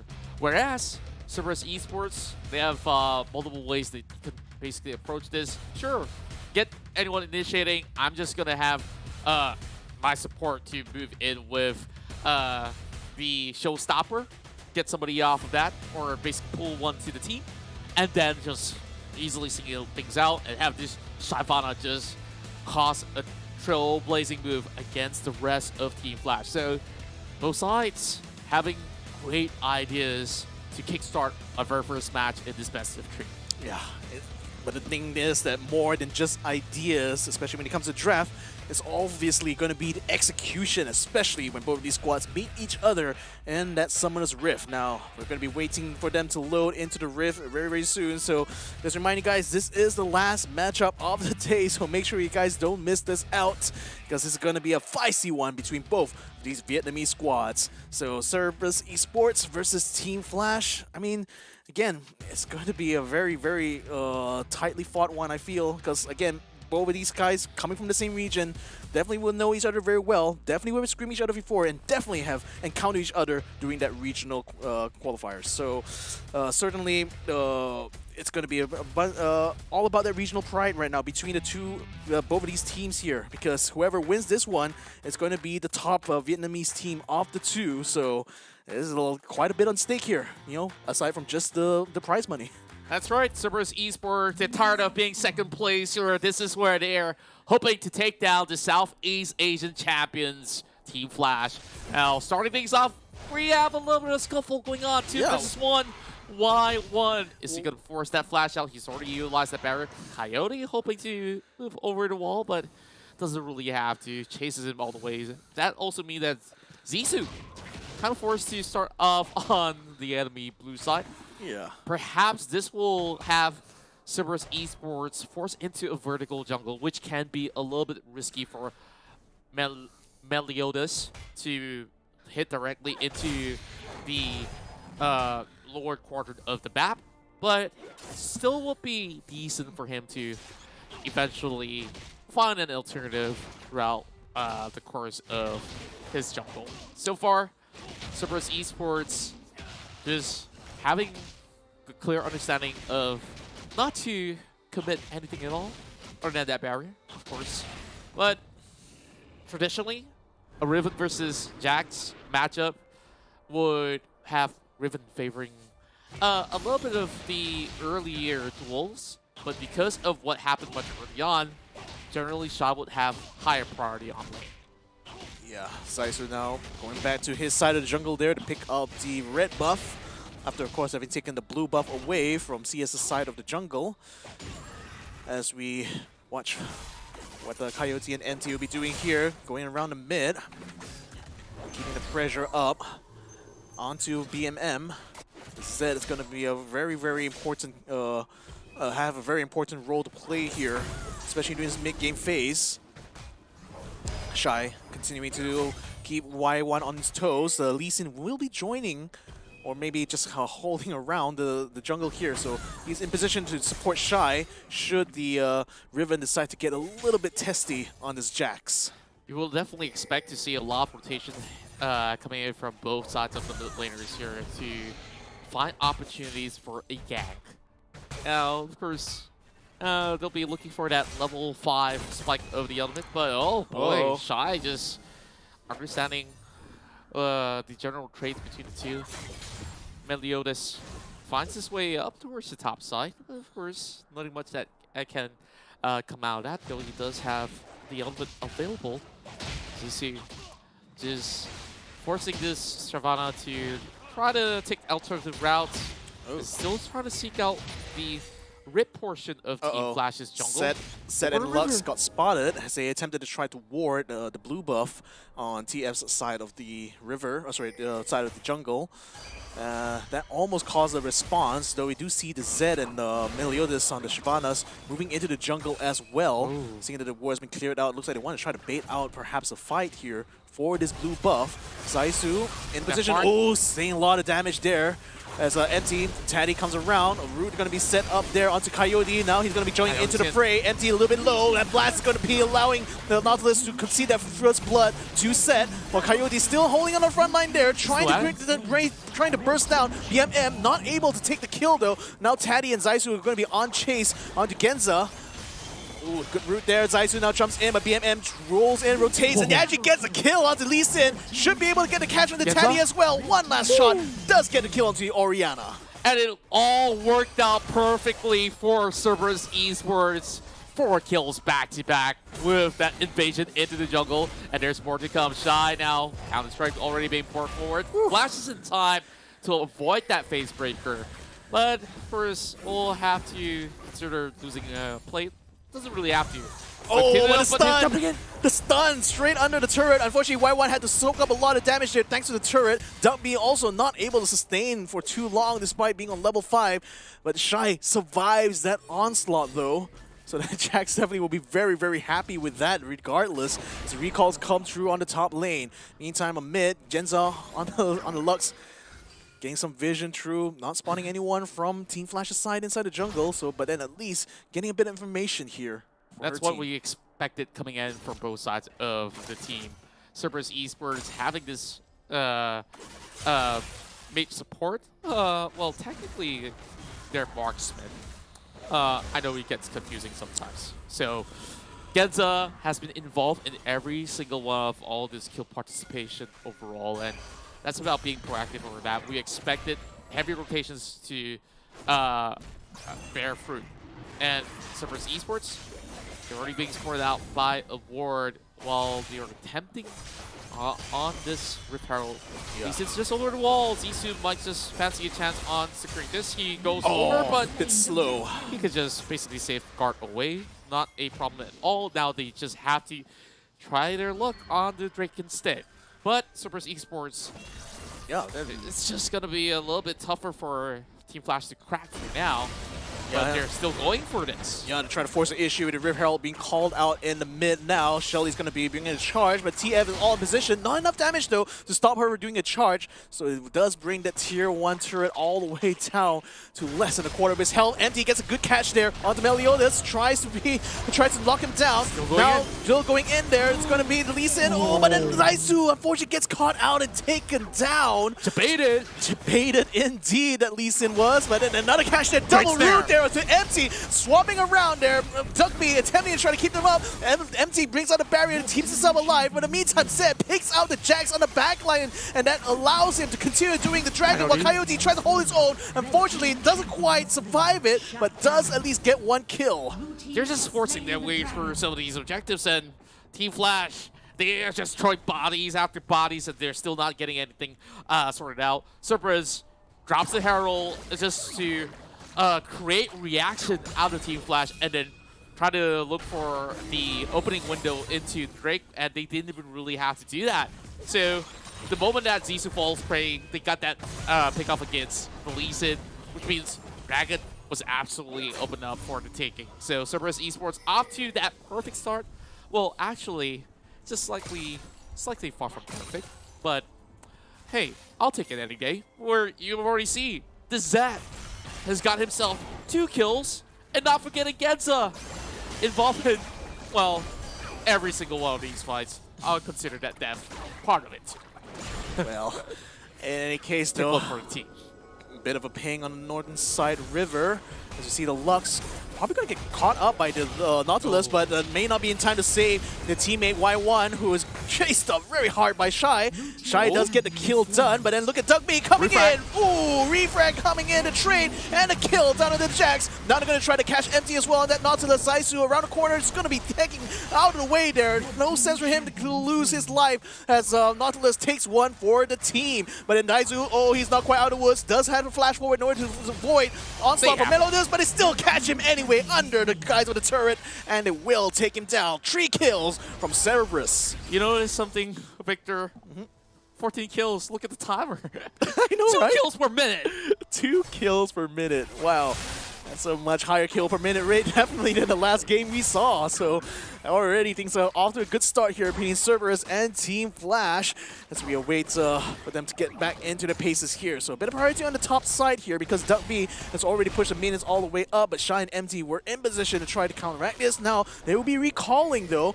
Seems like they want to try to focus on objectives here, or rather trying to get a bit of a reset for themselves while the Rift Herald and the Dragon is still out for a while. So now they want to try to regain some priority on these lanes. So the key thing though is that the top and the mid, especially that mid, turrets are a little bit low on health. So they could potentially break down if they can put a concerted effort to make a push. But then right now, Y1 going to have to hold his ground here. Good stun there, Coyote. Oh, but a Lux Final Spark didn't quite finish the job there. Does take a chunk of his health out. Melodius now focusing on Empty, gets a good hit onto the Nautilus, but not able to finish that kill. Melodius still bringing chase though. Out? He's still coming after because he sees that Coyote is low, but doesn't quite have the opportunity really to take him down. So the recall still will come true for the Akali, and I think she will be safe and sound back in the fountain. Yeah, just a little bit more of a dicey situation, but they will have to let go of this turret. Cerberus Esports here starting off so strong, and well, they're basically 6,000 goal up ahead, approximately, while we're having Meliodas having that Triforce as well as the Blade of the Ring King already up and available. So expect to see a lot of situations where this Shyvana is just going to be able to melt everybody down when she does get to fly in. Now, Team Flash going in for the challenge, but they do have Empty trying to zone them all out. This is not going to be contested.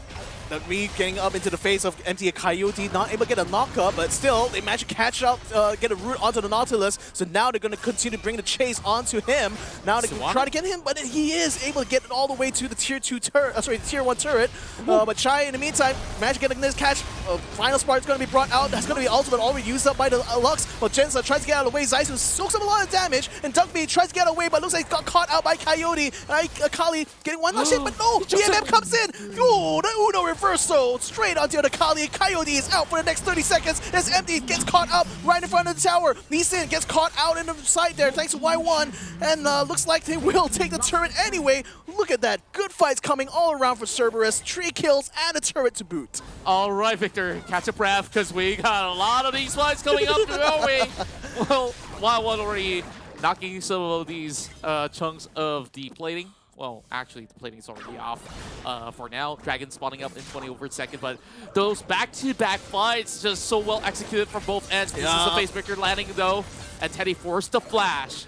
Now, this is going to yield a little bit more of a result of how the outcome of this Dragon fight is going to turn out, but they're keeping up with the pressure. Team Flash sees an opportunity to drop this Herald, forcing another response coming in from the rest of Cerberus Esports as Team Flash eyeing onto the Mountain Drake. Now, they should be able to eventually at least get this charge, but I don't think they will be able to have enough to get Shelly off onto a good knock. So, Cerberus Esports regain control over the course of the river.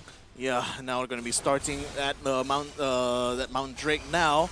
It's going to be a bit tough here for Team Flash to take because they're not going to be in position to try to contest this anyway. So Mountain Dragon falls to the hands of CS. That's the second dragon in their hands right now. So they're going to be...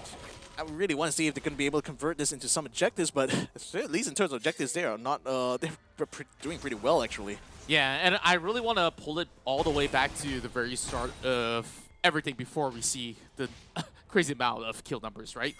That sort of invade that Cerberus Esports shot call for have paid out so much, where after that, Team Flash has had Zissou running on the back foot and struggling to get good ganks off, and whichever lane he goes to, it's just a little bit more intense. Like bottom lane, I could clearly say almost ungankable because Teddy will need ample time before the Orianna could reach a better potential. So early game, you just expect her to just stack up on the Seraph and Braze charges.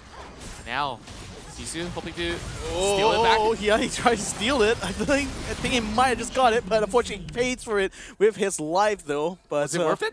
I don't know. Maybe. I don't think so. No, not at all. Are they calling for an early Baron? Looks like it. Oh, no. yeah. Cerberus Esports, they're greedy. They're hungry for everything. They know they got 24 seconds to work this one out. But the question is, Team Flash, can they even challenge, though? I think they have to let this one slide. Oh, Zed tried to distract them, just create some space, and space was created, allowing CS to pick up that Baron buff. So maybe that was a more valuable sort of trade there compared to Lee Sin trading himself for the buff. And CS now with the Baron buff should be able to convert this into some objective takes for sure. It is 15-5. We have not seen Team Flash put so behind in the early game for quite some time. But of course, a little bit of warm-up for them would definitely do wonders. Well, actually, it's already somewhere towards the evening already. But who's counting, right? Like, Team Flash have probably not expected Cerberus to have so much of the aggressive attempts, especially on that the early few fights. I've seen them put on the back foot. Meanwhile, Coyote is someone that they can still rely on so far. He's having the Rift Maker as well as the Melodus jumps straight onto Zissou. Look at the way he's bursting him down. Not enough to get a kill though, but then now he's focused on the Coyote, whose flash slides forward there. Final Spark runs out, doesn't quite get the nail done, but then still brings out one bit of damage down to Tempting. Look at that though, double stun and a triple. My goodness, Cleals coming all around. 4 people, a rampage now on a Riven and a turret to boot as well. CES certainly are on a roll here. 20k. Was it? No, it's actually 50k. It could be all over very, very soon because CS is not stopping this momentum at all. And what can this Akali do? Just get crushed. Cerberus Esports, show us how it's done. In game 1, as they will take this one pointer up against their worthy adversaries that they've been facing time and time again. Team Fight takes the L. Oh, wow. This is a really feisty one here because I didn't expect that CS is going to be able to pull first blood onto Team Flash here right on the get-go. So, oh my goodness, ball is going to be on Team Flash's court for sure when we come to that next game. Suddenly it felt like a UFC matchup, just going blow for blow, yeah. Wrestling all over the map. Yeah, I mean, you have to set though. Like, he comes in with a showstopper, like, he disrupts everyone out there. This is just great showing of mechanical play from both sides. Look at each respective player running away with that little HP, and they still manage to sidestep, juke each other out, and still find those picks. But Team Flash, they don't look coordinated at all, and that's the core issue to what happens throughout the course of the battle. So this was that perfect angle where Meliodas have been able to just have that gut feeling to know that they're all there. Of course, with a little bit of help of communication with all this sort of dive setup. And then, once again, Duck B lands another showstopper, just pulling them all together. And it doesn't even matter if you have this Orianna that has a shockwave because you don't even get to scale into the game. But Genza, though, oh my word. Well, somebody has got to get this Lux out of the game for take 2. Oh my goodness, whenever Lux pops off, she pops off so hard. 5-1, 12, and MVP to boot for this game here. And look at that, 29%. 29% and 85% of the kills were done by this Lux alone, so no surprise that she earns that title there as MVP. So with Team Flash side though, it's quite abysmal looking at their stats, and my goodness, even worse when you look at the graphs. It's all blue. It's all blue. Well, I guess there is only a small tinge of red over on the bottom where okay, got a little bit of red there. Carol. Yeah. And that's just about it. Like, it's negligible, right? Like, that's 3 minutes and a half. Like, they're just basically farming. But heading into this whole battle, like, Team Flash just didn't look like their usual self at all. Sure, they were usually the aggressors, and Cerberus Esports, I'm not saying that they're pushovers or so. Like, there's a reason why they do have a huge reputation back in their home ground as well to be able to challenge Team Flash for so many of all these national championship overall. So we've expected this to be quite the bloodbath, and we did get high kill volumes as we do expect. But, well, I guess Cerberus, that hunger is starting to show, and man, the hounds are starting to claw and bite their way through. Oh yeah, so Lovely caster. Yeah, it would be kind of weird if we end up biting all around here. But nevertheless, though, we want to give a thanks to our sponsors here, starting off with Snapdragon Elite Gaming for when winning matters here, provided a platform for all Wild Rift teams here in this Challenger Group stage. And of course, bring a shout out to Monster Energy Unleashing the Beast. Go ahead and check them out over at monsterenergy.com/gaming. And of course, join the conversation over at discord.gg/Snapdragon Pro Series, where you can discuss all the happenings here at SPS and also connect with other fans of Wild Rift here who are also following this tournament. So game number 2 will be coming soon after we take a short break. So my name is Victor Cax, joining me here is Contra. We'll be right back after this, so don't go away.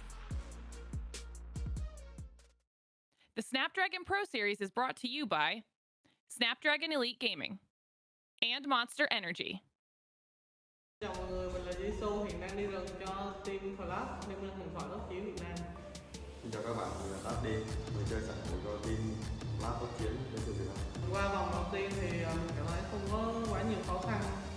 Mong là những trận sau gặp đối thủ ở vòng trong thì sẽ có những trận đấu hấp dẫn hơn. Liên tục và lao và đánh trước vị trí của MT. MT còn rất thấp máu chiêu cuối trận đến từ vị trí của Varus. Những người trong team của mình thì khá là hài hước, đặc biệt là anh MT. Chúa hề của team. Những đội trong vòng challenge thì bọn em cũng gặp khá là nhiều rồi, cho nên không có gì đặc biệt hết. Cho nên là bọn em muốn đối đầu với NGX nhất, bởi vì họ là một đội tuyển mới và có nhiều thành viên có kỹ năng cao. Đội của em đã tập luyện rất kỹ để chuẩn bị cho chút người sắp tới. Mục tiêu và kỳ vọng của đội em là tất nhiên là vô địch rồi. Cảm ơn các bạn đã luôn theo dõi đội của team. Mong các bạn sẽ tiếp tục ủng hộ team trong thời gian tới. Đi xuống tới chơi.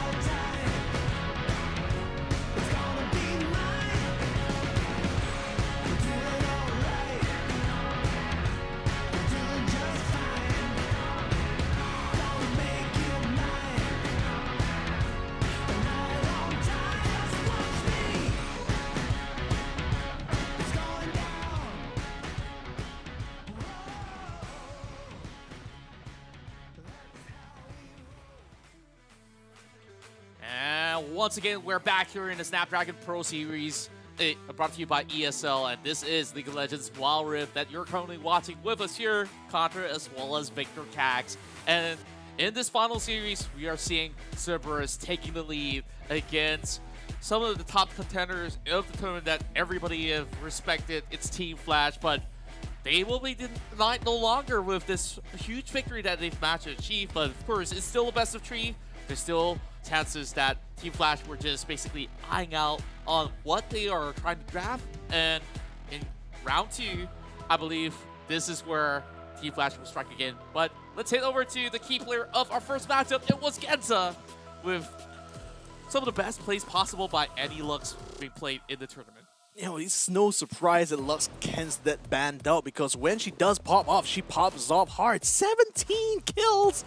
Oh my goodness, kills per death rate is just going off the roofs here for Genza. 1,355 damage done. I mean, the final sparks, you know, it's probably a global kind of skill. So, you know, if the coordination is right from his teammates and they mark exactly where he needs to shoot, he does. If he nails it down, the timing, he's going to be able to nail down those kills. So, you know, I wouldn't be surprised if Team Flash decides to ban out the Lux next, because he certainly put a lot of hurt onto Team Flash in that last round. It was also due to this Lux pick that they managed to get that successful invade into the territory of the blue buff, where first, not only did they manage to catch Zissou in the jungle, and further putting him a little bit more behind, and it just gets rough from there. And they started taking a lot of fights, be it necessary or unnecessary. They did manage to at least come up ahead against Cerberus Esports at any given point of time. And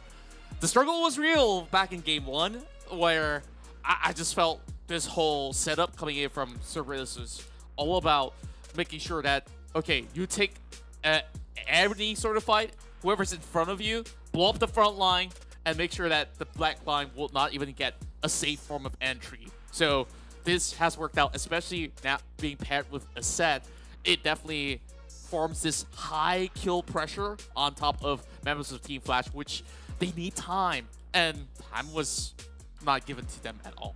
Yeah, and the time living wasn't on their side. As you saw, Team Flash was quite in disarray actually in that first game. So hopefully they will be able to put themselves together for this next one here, because otherwise they could be in serious trouble of losing the prestige that they hold in the Vietnamese community. So let's see whether or not CS will be bringing them more challenges coming up soon, because the draft is going to be coming up. So, but I think though, like, what do you think? I don't know. Like, do you think? I mean, I think I should just stop thinking for once. No worries. I mean, you can spill your thoughts if you want to, because we're about to at least get our draft running in a little bit more time. So we got time to kill. Yeah, I mean, for Team Flash in the first game. Because, like, especially given that this new patch came out literally yesterday, right? So it seems like the teams that are able to get a grasp of it very quickly are the ones that are able to pull through much better. So we saw that with RRQ, like they literally figured out that they could use the supports very, very well in this patch because of the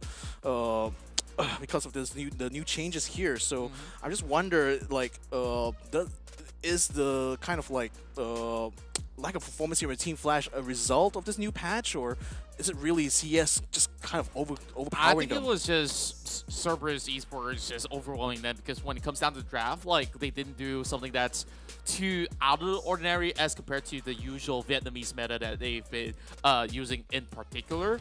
And therefore, I just think that it was down to execution itself, where Team Flash, they try to cheese their way out, coming in with that early invade, which you give intel to Cerberus, they're gonna abuse it. Like, okay, you're gonna take my blue buff, I'm gonna eventually get to yours, right?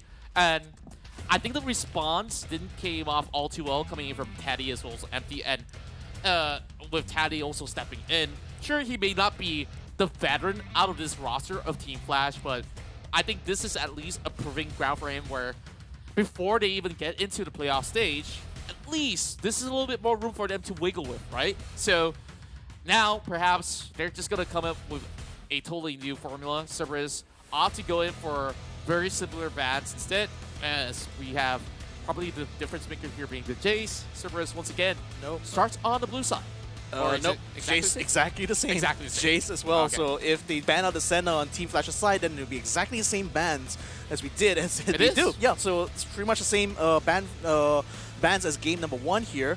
And Y1 picks up the Zed, which is literally the first pick as well for their side in the last game. So it looks like they may be going for similar game plans, but TF, though, picks up the Lux for themselves. That's going to be the change that's necessary for the team. Probably having a little bit more comfort for either Empty or Taddy to be piloting the champion. Now Cerberus will once again opt for aggressive pickups here. Now interchanging the Shyvana that was stolen away by Team Flash. Of course, they're still considering, hey, we want to kind of put this party onto the Nautilus, but they do have 2 picks to work with. So if they don't pick the Kazakhs by now, perhaps it also will be banned out by Team Flash overall. But instead of going for Kazakhs, that's where the Rengar will come into play. Oh well. Okay. Bad Kazakhs. You know, just scratch all of that. It's going to be the Kazakhs. So moving into phase 2 is going to be pretty interesting, though, because we'll see probably a heavy party from Cerberus to ban out mid-lane champions, unless if they pick it right now. Janna, though. Oh. Okay, this is relatively interesting because, okay, we've talked about new changes and what it could benefit overall for Team Flash. Now, Alistar will come into play, which essentially works just as well as a set will do, except that he's a beefier frontline. So I would say that it's also an answer to the Nautilus that they've picked up coming in from Cerberus Esports. So moving along into phase 2, Ziggs now back away.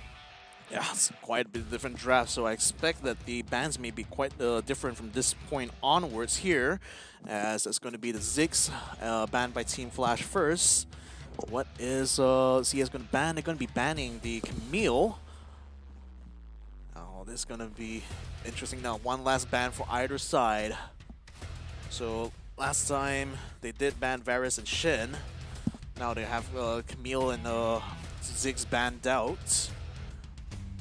What do you think is going to be one champion that CS, or rather Team Flash will not want to have on CS side? Okay, so Corki is going to be one. So certainly they took out both the Corki and the Ziggs as well. So 2 major damage dealers here that's going to be out of pool for CS. Well, considering the options that's still left on the table, it's going to be pretty tough because they're basically just target banning most of their go-to champions overall. As for Cerberus Esports, they still need their marksman. There's no Lucian on the table, so they might actually pivot into a mage instead. And you can already see all the safe options are already out. So I don't even know. I don't think Azrael is going to be a comfort pick for Cerberus Esports whatsoever. But that will force Cerberus Esports to snatch away the Orianna and hopefully finding a different form of result. But I'm liking the way that Team Flash approaches this instead. Hey, Kassadin has been able to slide right through, but are we looking at triple assassins here? Rather risky, though. You don't really want to put that Kassadin down the bottom lane. Not safe enough to be paired up with the Orianna overall. So with Orianna, at least you have decent clear speed. And on top of that, just look at Juggernauts that's still available. I think this is one of the safest ones that they could get, since Renekton has already been picked up. This is a natural answer to the Baron lane that they would possibly get. But Team Flash will conclude their whole draft with the Akali. Well, likely. Haven't quite locked in yet, but I think it makes sense for them to go with the Akali once more. And yep, they do lock in the Akali again. So that's Zed, Nautilus, Kha'Zix, Orianna, Garen for CES. Lux now going to be played by TF, and I expect that's going to be put onto Taddy. So, yeah. I mean, what are your overall thoughts about the lineup here, though? Well, I guess that now that there's a lot of changes involved, I think that Team Flash definitely stand a little bit more of a better chance as compared to back in Game 1, where even with a little bit of pressure this time around, they won't be able to crack all too easily, especially with the presence of that Alistar. And you just really have to respect the space, especially on that Dragon lane, with Caddy being a little threat with the Lux pickup. So, of course, all eyes are on both sides of the jungler.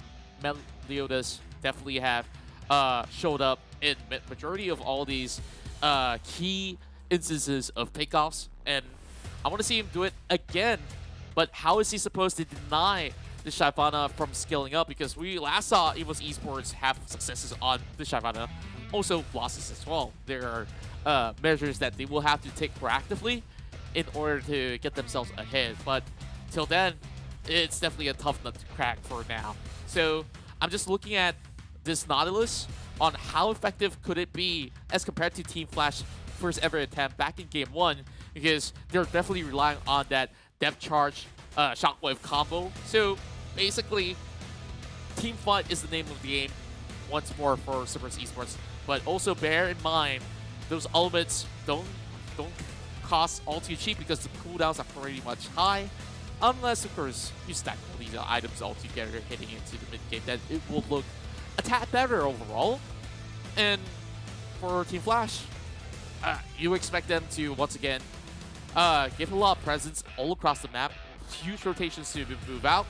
But I'm still kind of second-guessing on how effective a Nautilus could basically offer them early game potential, especially now Cerberus being on this champion for the first time for this week. All right, ladies and gentlemen, this is going to be game number 2. Cerberus is already one game up. They only need to win this one to win this series outright. As for Team Flash, they need to win this one to bring this to a third game decider. So a lot is at stake here for Team Flash's side. So CS, again, going to be on the blue end. Team Flash is going to be on the red. As we see Y1 and Shy laning on the top. Akali versus Garen this time around. Y1, of course, going to be on a Garen. Whew. Just jumping in and straight on the Shy. Very aggressive, but of course, at early level, Garens can of course be this arrogant.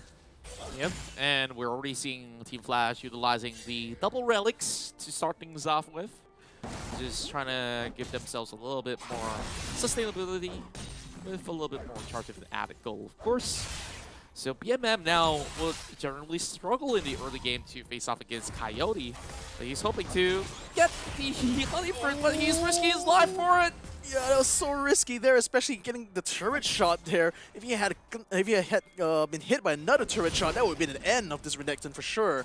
But luckily, Coyote should be able to back out of this and will pick up the honey fruit, keeping himself alive in this lane for a little bit longer. Now, Meliodas moves up to the top side jungle here, mostly to try to shadow the Renekton should he come under immense pressure yet again. But so far, I think in terms of roaming, we already have Genza doing the Skull Crab on the south side. Or I should say south eastern side, I guess, technically. South River, I think South that River. works. Fair enough. Whichever one you want to call it, good sir. Yeah, well, fair.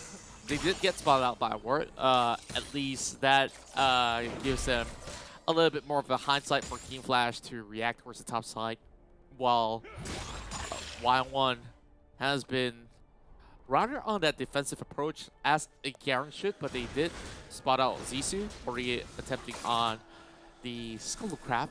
Not that he could challenge, though. It will be a 2 versus 1 scenario.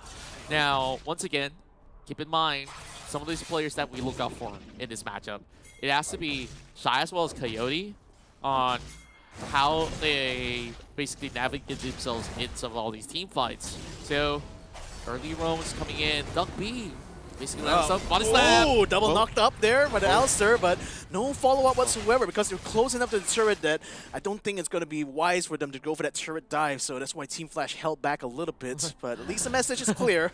Alistar can be very, very dangerous. I apologize. I just called body slam and I was like, wait, there's no Gragas here. I forgot. Oh, Alistar headbutt pulverized, right? My bad, my bad. Anyways, Coyote. Oh, he's looking for that dive. Yeah, And once again, just soaking up. Soaking up all of that turret damage, though. But nevertheless, keeping BMM alive. Oh! BMM attempted to kind of get a jump on the Coyote.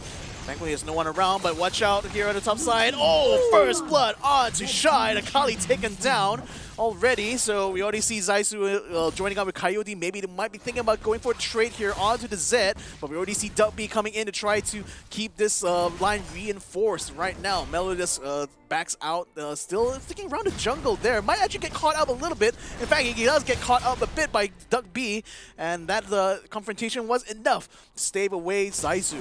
Yeah, we're not expecting full-blown fights for at least a good 2 minutes for now. Hullbreaker now being built by the Garen, so it's just gonna be a little bit harder to kill for the Zakali to fully commit into some of these fights. Of course, that also means that Zaisu should not even attempt for a dive upon this Garen, because the more players that goes against anyone who holds a Hullbreaker, they generally get more defenses, right? So at least empowering a little bit of those minions will make Shy think twice before being lane. And they're just going to go in for a little bit of switch up, as it will be equally matched with Coyote now. Yeah. It's holding a line perfectly well. I mean, it's swapping around the lanes very much here. Melodius keeping an eye out for the Coyote. Enemy keeping him targeted, but the ping coming through. The Y1's going to come in front. Baits him, gets a silence, gets a stun. Oh, Melodius comes in, brings in the damage onto Coyote, but the shield has been broken by Y1. Melodius nevertheless still gets a kill onto Renekton anyway. So that's going to be 2 kills now for Cerberus. And he was hoping to just slide away with a last minute attempt of the flash. Couldn't possibly save it, because I don't see any way out for him, especially with all that's being thrown against the Coyote. But that's only going to hold him back ever so slightly. Cerberus Esports, they've already worked onto the Dragon, and now coming in. Oh my goodness! So, unfortunately, they didn't quite get the Dragon, and now CS is going to try to turn it around. Empty has a barrier up. Shy is going to be bringing a chase onto Genza, and I think he will get the kill onto Orianna. Melodius may be very much in a dangerous spot here, but he is quite far away. But nevertheless, look at that! Jumping straight onto there was Akali, and she does get the kill onto the Kazakhs. So now, with all that done, and with another kill onto the Nautilus as well, Team Flash have taken out 3 members of CES in one fell swoop. Man, these guys are experts in diving, of course. There ain't no swimming school, but you see how it goes when you have Shy prepared to land the perfect execution on top of some of all these stray units after the commotion by the Dragon Pit. So they've been able to resuscitate their hopes here to bounce back up strong. So we expect Team Flash to reenact that scene over and over again. Yeah. Cerberus Esports, they won their hands on this Herald. They want to try. Alistair is getting close enough to the Rift Herald, but now it's going up against the face of Melodius. Shot's going to be coming around, but then CS does pick up the Rift Herald anyway. Now they're going to try to turn it around onto MT. MT's still tanky enough to sustain most of those damage, but then now Melodius and Genza are not going to be letting go of this opportunity here. Tries to get up close to Shy, but still not able to close the gap there. That allows the rest of Team Flash to break away without taking more damage than just the kill onto Zaisu. They're just going to get more out of this, though. They have themselves some platings and now popping in the Herald, hoping to land a few more auto attacks. Should still have the turret standing for a little bit longer. Oh, they just jump straight onto him, not even caring at all that the Shelly is going front and taking down the turret. Instead, they're going to try to see if they can get a trade in the form of one of the champions. The turret still stands, nevertheless, though, as Shelly gets taken down. But the thing is, Team Flash at least forces CES back out of that turret push, so the tier 1 still saved somehow miraculously as BMM picks up a red buff for himself, chasing Zaisu coming down. Oh, he sees the Y1 very, very low. Garen, what were you doing there, man? He was defending, and unfortunately Zed was not in position to save him there, so Zaisu picks up the kill. This is being overwhelmed. Here comes the Death Mark though onto Zaisu. He should be able to land that kill like touch, and swiftly as he goes, finishes off the Shyvana. As we continue on, this is going to be another trade without any presence of Team Flash members over the bottom side, so expect the Zed to continue on this pursuit over the side lanes while they have the Akali on the opposite end for Team Flash to also claim number 1. So still neck and neck, though 3,000 gold difference with Cerberus Esports securing majority of the objective. Now onto the Cal they go. Yeah. Oh, nice shot there, and now that's going to be the blue buff picked up. Unfortunately, no one else Got taken down in that process. Melodious, Duckby, and BMM still not quite getting out of there. They're going to try to jump onto Zaisu as he's still stuck around the jungle a little bit too long. Bit of a slow and an airborne there. Nice catch up there by Duckby, but then there's no follow-up coming for the rest of his team as they backed off into the river now, seeing that the rest of CS are now moving in onto the position. Thinking of maybe they want to try to force out a fight, but they're going to be meeting each other in the mid lane instead. Duckby up against Alistair. Just holding position for now, but the minion's going to be coming through, so that's going to be a good way for CS to peel out of this fight. Cerberus Esports now putting some breaks to a lot of all these attempts, while Team Flash at least gets a little bit of breathing space. We see the Rift Maker being built as the first item for the Akali. So far, it does offer true damage that could prove to be essential when it comes down to the team fight. So you could basically find ways to still dish out a truck ton against units like the Garen in an extended trade, of course, while just eyeing out for a little bit more of a vision control. Cerberus Esports continues to push forward, just renewing the war that was about to expire, with another Herald being spawned up as the next objective. Team Flash looking pretty much ready to eventually move towards that direction. Meanwhile, Cerberus Esports, they're going really deep into the jungle, hoping to catch something here. Stops the recall. Trump starts a recall on Alistair, forcing the back out, but no follow-up at all, so that really wasn't a good bait for a fight. But nevertheless, objectives are coming out though, so neither side wants to suffer the unfortunate fate of a pickoff before they're going to be able to contest those objectives. But nevertheless, see Melodious, Genza, Duckby sticking around the mid. They want to try to control the Dragon side pit, it looks like, for CES as they stacked up most of their champions on that side of the river. Now Y1 is going to be coming down to this side here as well. Oh, he's going to try to get a catch onto Shy, trying to keep him distracted while creating space. There it is, dragging the rest of TF back to the mid lane. But CS, conversely, not really starting the Ocean Drake yet. It looks like they really want to try to get that pick off first before they would attempt to. And especially knowing that Alistair is up and around, they don't want him to be able to interrupt this process that they're trying to set up here. So they're going to be taking the blue buff. Now that Alistair's going to be coming in, gets airborne, and now tries to take on BMM, who slips out of the way. Zaisu takes a lot of damage though. Shivanas is taken down. Now Shy is going to try to get a trade there. Double knock up there to Duckby and Y1, but they still are having a lot of help. And now going to chase after Shy, taking him down. Now Teddy and Empty tried to start the Dragon, but realized that they're going to be outnumbered pretty much, so they will back out. Now Melodious is quite low, so that might be an opportunity, but the thing is, Flyers are coming through, doesn't quite take out Melodious though, but Coyote, very, very low, still going to try to drag them away, and that's allowing CS to pick up the Ocean Drake, and now they will peel away with BMM getting taken down, and Shy and Coyote both taking one for the team each. And he was just feeling a little bit hopeful to land that final blow against Cerberus Esports, where you're going up against Smites. It's not really the wisest choice out there. Team Flash, once again, over-committed into the objective, while Cerberus Esports now secures another Rift Herald for themselves, and they should be able to at least propel themselves forward with a lot more stats to go. But they still have to hold this one out, though, until it's close to the timers for the Mountain Drake to spawn. So for the moment, with so much of all these areas of play, a couple of these tier 2s are already down for, well, actually, I would say tier 1 so far. It's all about the battle of vision control that will give them a little bit more of an edge for either side of the team. And currently looking to be CS dominating the vision war overall, and BMM just causing so much nuisance, just pulling attention away on the side lanes. Same goes to Y1, just having that Hullbreaker to be used into full effect.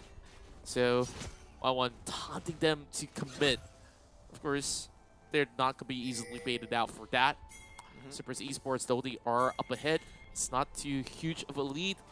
While Shy will be kept confident. So long as he sticks against Garen, it is considered a huge win for Cerberus Esports, because they are about to drop the Rift Herald over the top side.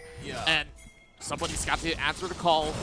And it looks like it's a dive. Yup, it's going to be a bit of a fight now. Shelly charges onto the turret. I think that's going to turret taken down now. TF going to see if they can try to get some champions on CS's side. But Melodius jumps on the turret empty. He sees that Alistar is low. Now they're going to try to catch him, screaming out. But unfortunately, the barrier keeps him alive. So now CS attempts to try to find another one. They do bring down Zeiser very low. Melodius jumps in, takes out the Shyvanas. Now they're going to try to end it on an empty. Takes out Alistar as well. Now CS going to try to find another kill here. Can they find even more now? But then look at Y1. He's already pushing it on the tier 2. He's already taken down the Akali on the bottom lane, and it's already taken down the turret as well, while Coyote tries to hold his ground against WM Melodius, taking so much damage there, but finally, almost will not. He is going to get taken down. Melodius and Dugby still is around, and see what? Y1 takes down Inhibitor on the side. Oh my goodness, a doorway has been opened. Y1 continuing to push on. There's no one from TF that's going to be able to come out in time to stop this, but Y1 unfortunately realizes not enough minions here to help him in this push, so he is going to recall back.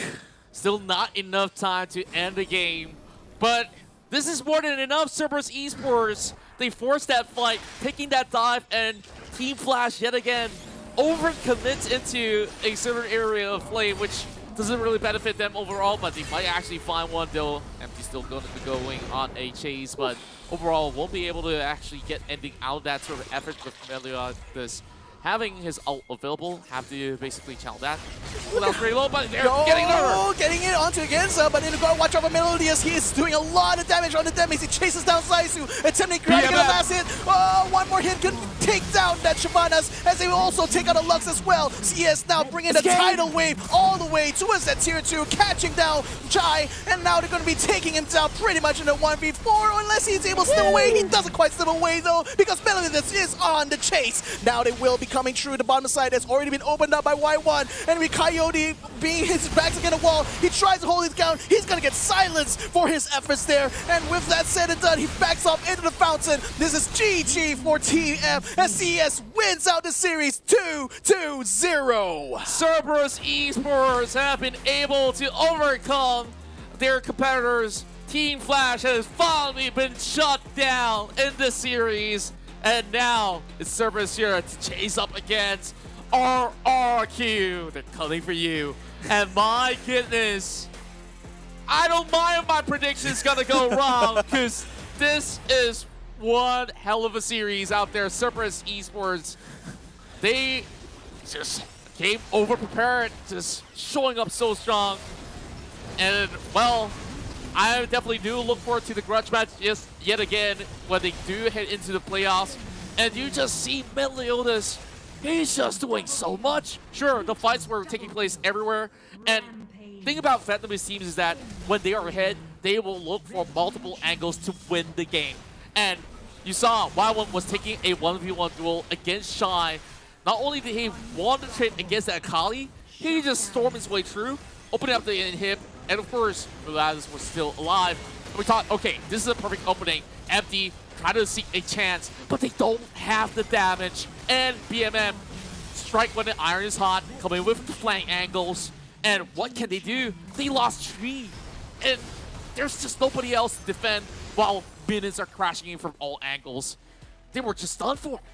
Yeah, wow, what a collapse on the side of TF. They were not having much to stand on, really, by the end of it. So, Melodius definitely earned that MVP. I mean, he was so confident to the point where he was literally straight up just chasing down that Alistar in the final phases, and really, Empty couldn't do much in that regard. He's only a level 11.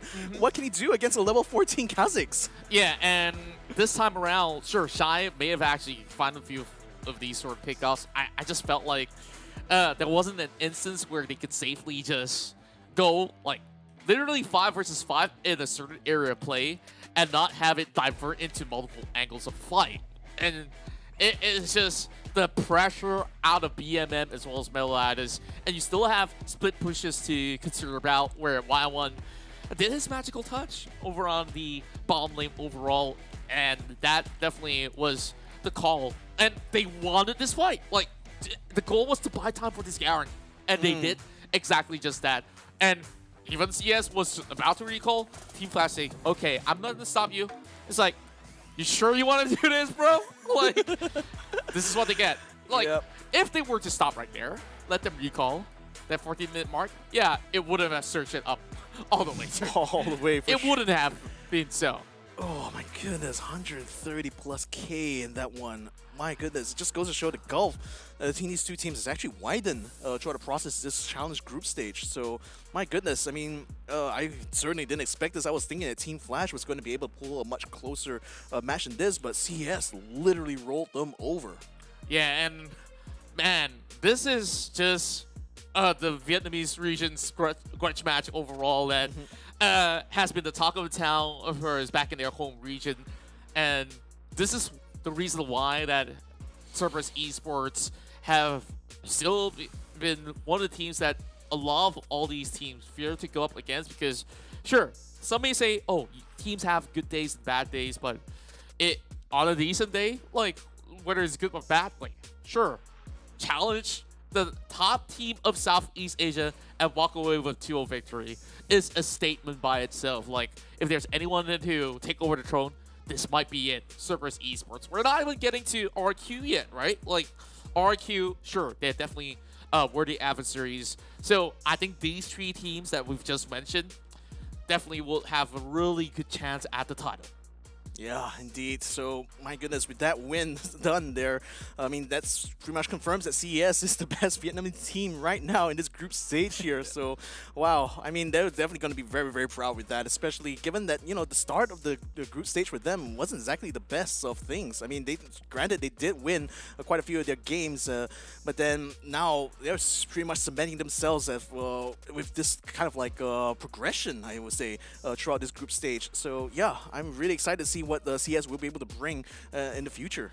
That's right, and of course, with Team Flash now having some of their confidence here, maybe bruised a little bit, some say ego or so, but I've talked to these boys, they're just wonderful guys out there. There's a lot of things for them to pick up and learn yet again, and we did talk about it. Sure, maybe it's a patch, maybe it's the way that they've approached this game very differently, but you know, Cerberus in this game, they're just basically laying the smackdown, and it's just basically like watching a guy that's possibly 7 foot tall, just ready to just give you like a choke slam or something, and there's no way that you can get out of that ring. All you can do is just run around.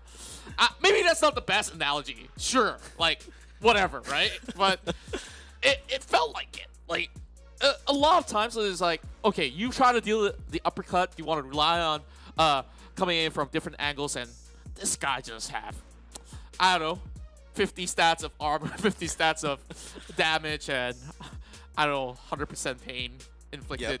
Yep. Literally pain inflicted here onto Team Flash. So, my goodness, yeah, it's certainly going to be a lot for them to kind of analyze from this and figure out what exactly went wrong for them. And I'm expecting, you know, I'm going to be hoping that Team Flash will come back from this stronger, especially tomorrow.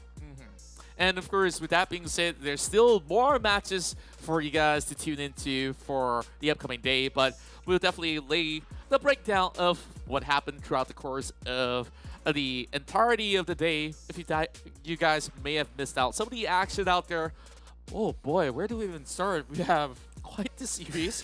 Sure, we have a couple of games that did end up in 2-0 victories, but some of them were pretty close games too, I would say. I think, like, okay, I want to ask, which one was your favorite? Was it this series or the one before where we saw Enigma Galaxy win over EVOS Esports 2-1? So for me, honestly, it's a bit of a tie actually between, you know, the EVOS versus Enigma match and the RQ versus You're Echo too Fortius. politically correct. It's a bit unfortunate, right? But the thing is that there's so many good things to take out from both of these ones. I mean, one, RQ just figuring out that, you know, the support meta might be in play in this patch here, and the way they dominated Echo Fortius, especially with Exorcism was basically going ham in all this two games there. RQ, man. Yeah, but then built different. Yeah, definitely built different. But then EVOS versus Enigma, it was a very methodical game. It was so close. you can definitely feel like the cerebral level of gameplay that was going on there, because they had to not only balance the risk versus reward, but also have to take every single step very, very carefully, because if they make a misstep somewhere, that balance just completely flips over, and you know, it's easy for them to lose out as a result. And you did see, you know, during that those 3 matches, it all eventually boiled down to one final fight at the end there, because up until that point, they were just going back and forth, back and forth, back and forth. One final fight, that's it. Floodgates open, and they just swept that Nexus. That's right. When it rains, it pours. And of course, that's it. We definitely have a back-to-back MVP title here, secured by Genza, as they managed to clinch the series and the convincing 2-0. You know, to say this against Team Flash, it doesn't happen that often. Not in this weekend. I expected. I mean, my predictions definitely were written for this, but twice they went in for mage pickups out there. Of course, with the Lux being his best pickup on game number 1. In game 2, there was a fair share of good performances coming out of the rest of the players, but once again, just having huge utility coming out from Genza, who's been there with this squad from the get-go. We're seeing him on the big stage before, ever since making his debut in CE Championship, and also a couple of all these regional tournaments overall. We hope to see Cerberus Esports to have a great 2022 circuit heading into the next official event as well. So far, I see so much potential in not only Genza, but the entirety of the squad. Like, even with certain changes into the roster, they look like a heavy threat that can match up to the world's best. That's the thing. Like, again, this victory they pulled off here against Team Flash certainly has cemented that potential now. So one can only hope for great things to come for Cerberus Esports. But nevertheless, for Genza, he can definitely be very, very proud of his performance here as both the Orianna as well as Lux. Though I feel his Lux performance was definitely the better one. But nevertheless, though, he played a fantastic role here as the marksman for Cerberus, and definitely deserves all the accolades here that he has earned today. That's right. Of course, I would say there's also a lot of credit to be given to Meliodas for both of the matches where on the Shyvana, he's been able to also find ways to basically reroute his whole jungling passage and call the shots into that invade. Sure, everybody was involved in those sort of skirmish, and what can I say? These guys, they've seen chaos 1,000 times before. They are the chaos, and they bring that energy all over the map. Like, we just love it. Like, you said that Evil's Esports versus Enigma Galaxy was a test of wits. This was the test of might and flair that was being shown. Now, Cerberus Esports, they are currently tied at the #1 spot. Cerberus Esports takes over the title as the Vietnamese #1 here, at least for now, on the Saturday run. Still chances for Team Flash and the other teams to prove otherwise. Yeah, Cerberus Esports Rex Rigam Keon currently tied for first. Enigma Galaxy and Buriram United Esports, as well as Team Flash, currently tied for third. As well, Evo's Esports, after that loss, is puts them all the way down to 6. Echo Fortius and Persis Esports rounding it out at 7 and 8, respectively. So that's the standings as it is for day number 5. We still have another day to go tomorrow, so certainly things could change by the time we get to that point. So nevertheless, though, we're going to have to remind you guys when to tune in for tomorrow for the next stream, because it's going to be exactly at the same time you tuned in for today. So the first match is, of course, going to be RQ versus Persis Esports. That's going to be at 12 p.m. GMT plus 8. Match number 2 is going to be at 1:50 GMT plus 8. That's going to be between Echo Fortius as well as Enigma Galaxy. Then after that, we'll be having our third matchup, which is Buriram United Esports versus Team Flash. And last but not least, Evo's Esports versus Cerberus. That'll be at 5:30 GMT plus 8. Any favorite matches for you to look out for? And I'm basically looking at match 4 because, well, Evo's Esports desperate for a win, and Cerberus need to continue on with the streak. Team Flash, though, fighting against one of the top team of Thailand. I wonder how that's going to go in match 3. Yeah, the 3 and 4 are definitely going to be the ones I want to pay attention to coming into tomorrow. But, that's going to be, literally tomorrow's problem in a sense. So, nevertheless, though, for all of you guys that have been with us from the start of the stream here, love to thank you guys for joining us here for the Snapdragon Pro Series, which, of course, has been brought to you by our sponsors, Snapdragon Elite Gaming, for when winning matters. And Snapdragon Elite Gaming has provided its platform that allows these Wild Rift teams to show what they got. And as well, we're going to give a thank you to Monster Energy for unleashing the beast here at the Snapdragon Pro Series. Check them out at www.monsterenergy.com/gaming. And if you want to join the conversation here, go on to Discord, log in and join us at discord.gg/Snapdragon Pro Series so that you can get not only more information about the Snapdragon Pro Series, but also discuss the ongoings here in this tournament. So, with that said and done, my name is Victor Cax. Joining me here is Contra. This has been the Snapdragon Pro Series Challenge Group Stage, Day 5, and we thank you all for joining us, but unfortunately, all good things must come to an end. So on that note, thank you all so much for joining us. We'll see you guys tomorrow, and hopefully you all will have a good weekend up ahead. So thank you so much. We'll see you guys next time.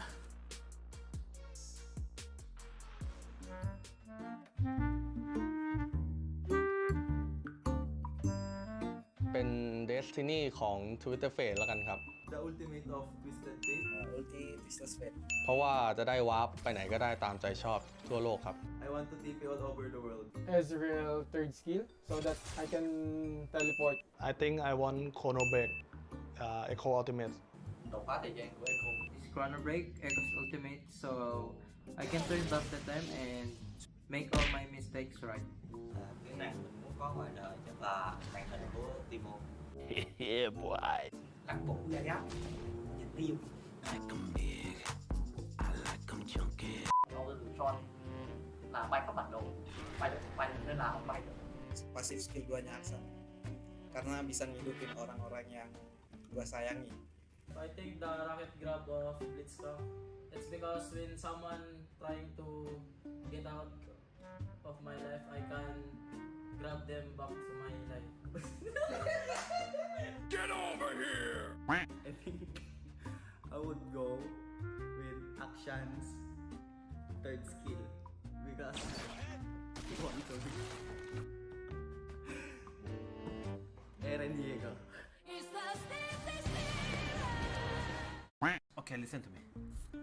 So I want Twist Fate passive, third ability, the roll dice and stack that. Okay, you think, follow my thought. So TF passive give you money every time that the minion dies, and the third ability is give you money when you hit enemy chamber. Imagine I use a Uno card and I just hit my friend. Yeah. So I'll be creating my own money, easily money generator.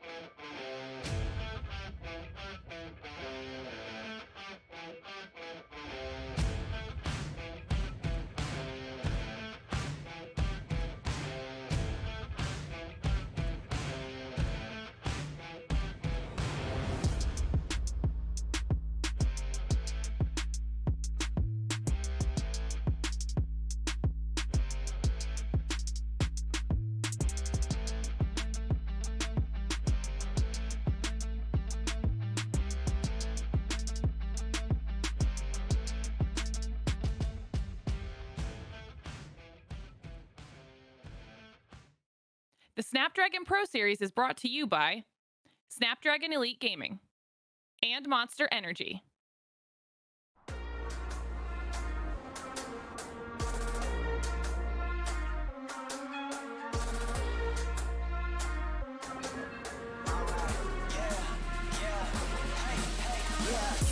Won't stop going till a player on top know it. Rooftop, penthouse, suite. If you really want it, gotta own it. Fly through it, we was at the lowest. Blood, sweat, tears, the components. Riding all year, now's the moment. We are not friends, we are opponents. Yeah, I'm coming for mine. Yeah, I'm making a play, the game on the line. Yeah, I've been on the grind. Yeah, I jump in the spot, I made it my time. Yeah, look in the sky. Yeah, the stars align, no shade to shine. Can't stop it already. Emotional work and devotion. We put in this time. Look. You won't stop.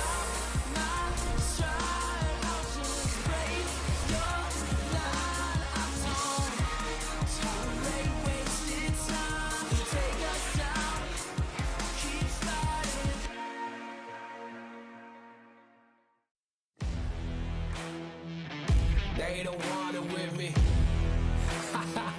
You got a problem with me? Love, you don't want it with me. Man, you won't ever stop me. Who y'all really got a problem with? Who y'all really trying to solve it with? Who don't really like the sound of this? Who come with me getting down to this? You better step back, get your neck cracked, get laid down where you best step. Better check that with a fresh map. Get lost now with no extract. Like, look, that's all me. Got my number, don't call me. We eating up, that's all beef. You freezing up, that's y'all's team. Cause we don't really lose no more. All about heating up, leaving that cold. You can see beating up, killing that show. I ain't about giving up, no.